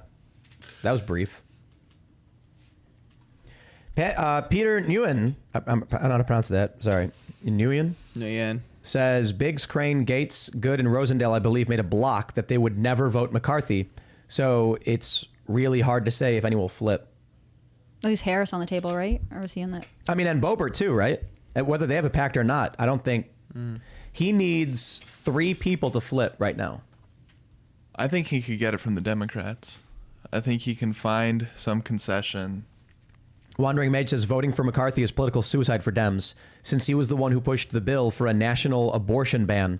No group can afford to lose ground. Interesting. Yeah. Okay. Ooh, interesting. That's why I was saying before, like, it could only be Jeffries in him if he gives a big, like, to be bipartisan and to get back to work for the American people speech. And even then, it's a big risk. Daily Breakfast says I vote for Ligma Johnson. I'll consider it. Yeah, I would potentially endorse that. Just for progress of the party, actually. Progress of this Congress. Yeah. So really, it's Harris, right? That's like potentially our flip, at least in the next round of voting. Oh man, I am not sitting around for that. What? You don't want to do this all day long? No, we're going to have to do it again at 8 when they vote to adjourn again. Oh my God. Yeah, decide if they want to go home Some or people not. are saying, I'm seeing a lot of people on Twitter saying that they think he's going to get it. Because with the people missing, if a couple of Democrats leave and the vote majority goes down, he wins. Yeah. I see. Imagine being Jeffries and being like, you're really not even being considered for this gig. You're just kind of there. I think the issue is that the reason the Democrats didn't want to adjourn yesterday is because if they do, their constituents who are cultists will get really mad. Yeah. That's what I was saying earlier. You can be a Democrat right now and say, listen, we're not going to win. The easiest thing forward is to get Kevin McCarthy to give us concessions like no subpoena power. That's powerful for us. Then he gets in, we move forward, and we restrict the GOP's abilities. And then the voter's going to be like, but you voted for a Republican. It's like, yes, but you understand we stripped him of subpoena power. But he's a Republican. Yeah. So that's why the Democrats can't do it. And on a national holiday like January 6th, how dare you? Oh, yeah. How So dare you? yeah, that's true. If you, so where do we stand on if suddenly, like, it's a Friday? What if some of these Dems are like, I am now out of town. I am leaving for the weekend. Yeah. Like, that changes the numbers, right? Quorum fluctuates with that, unless I misunderstand the rules.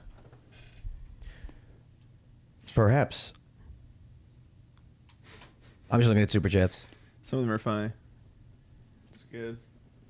Yeah, it's tough. I mean,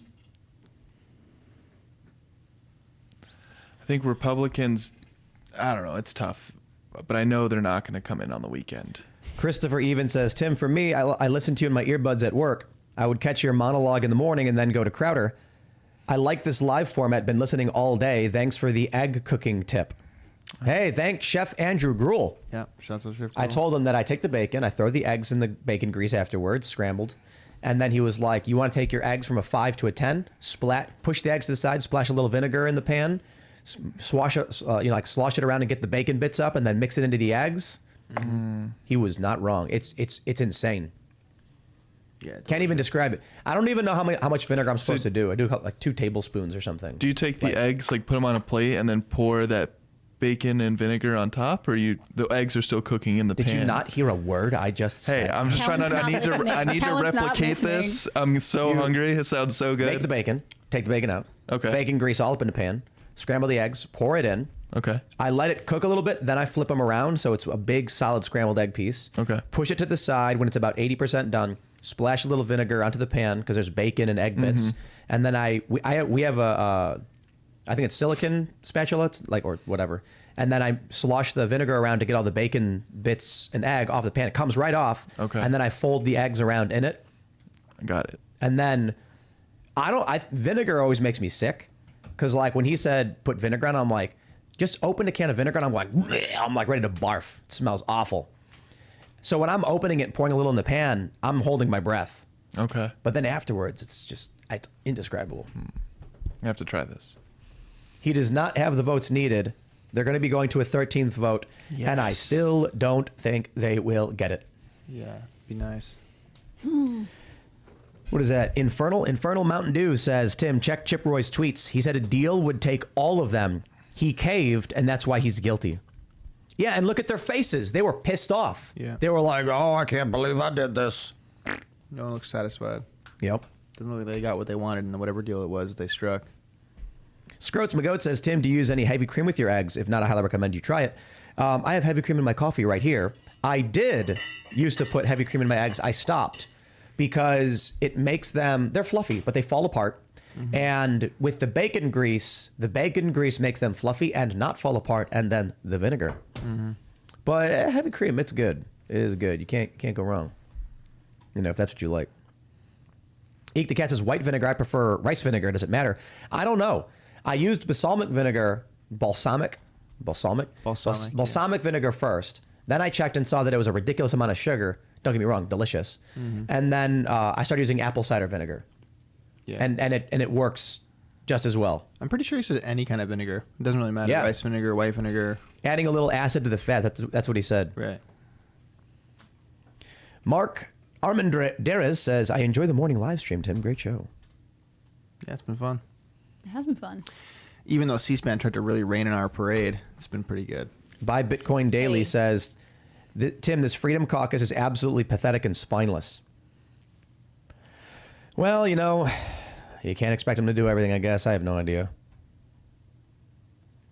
The commander says, Tim, what do you think of Trump's meme on Truth Social with him standing behind Biden as Speaker of the House? I thought it was amazing.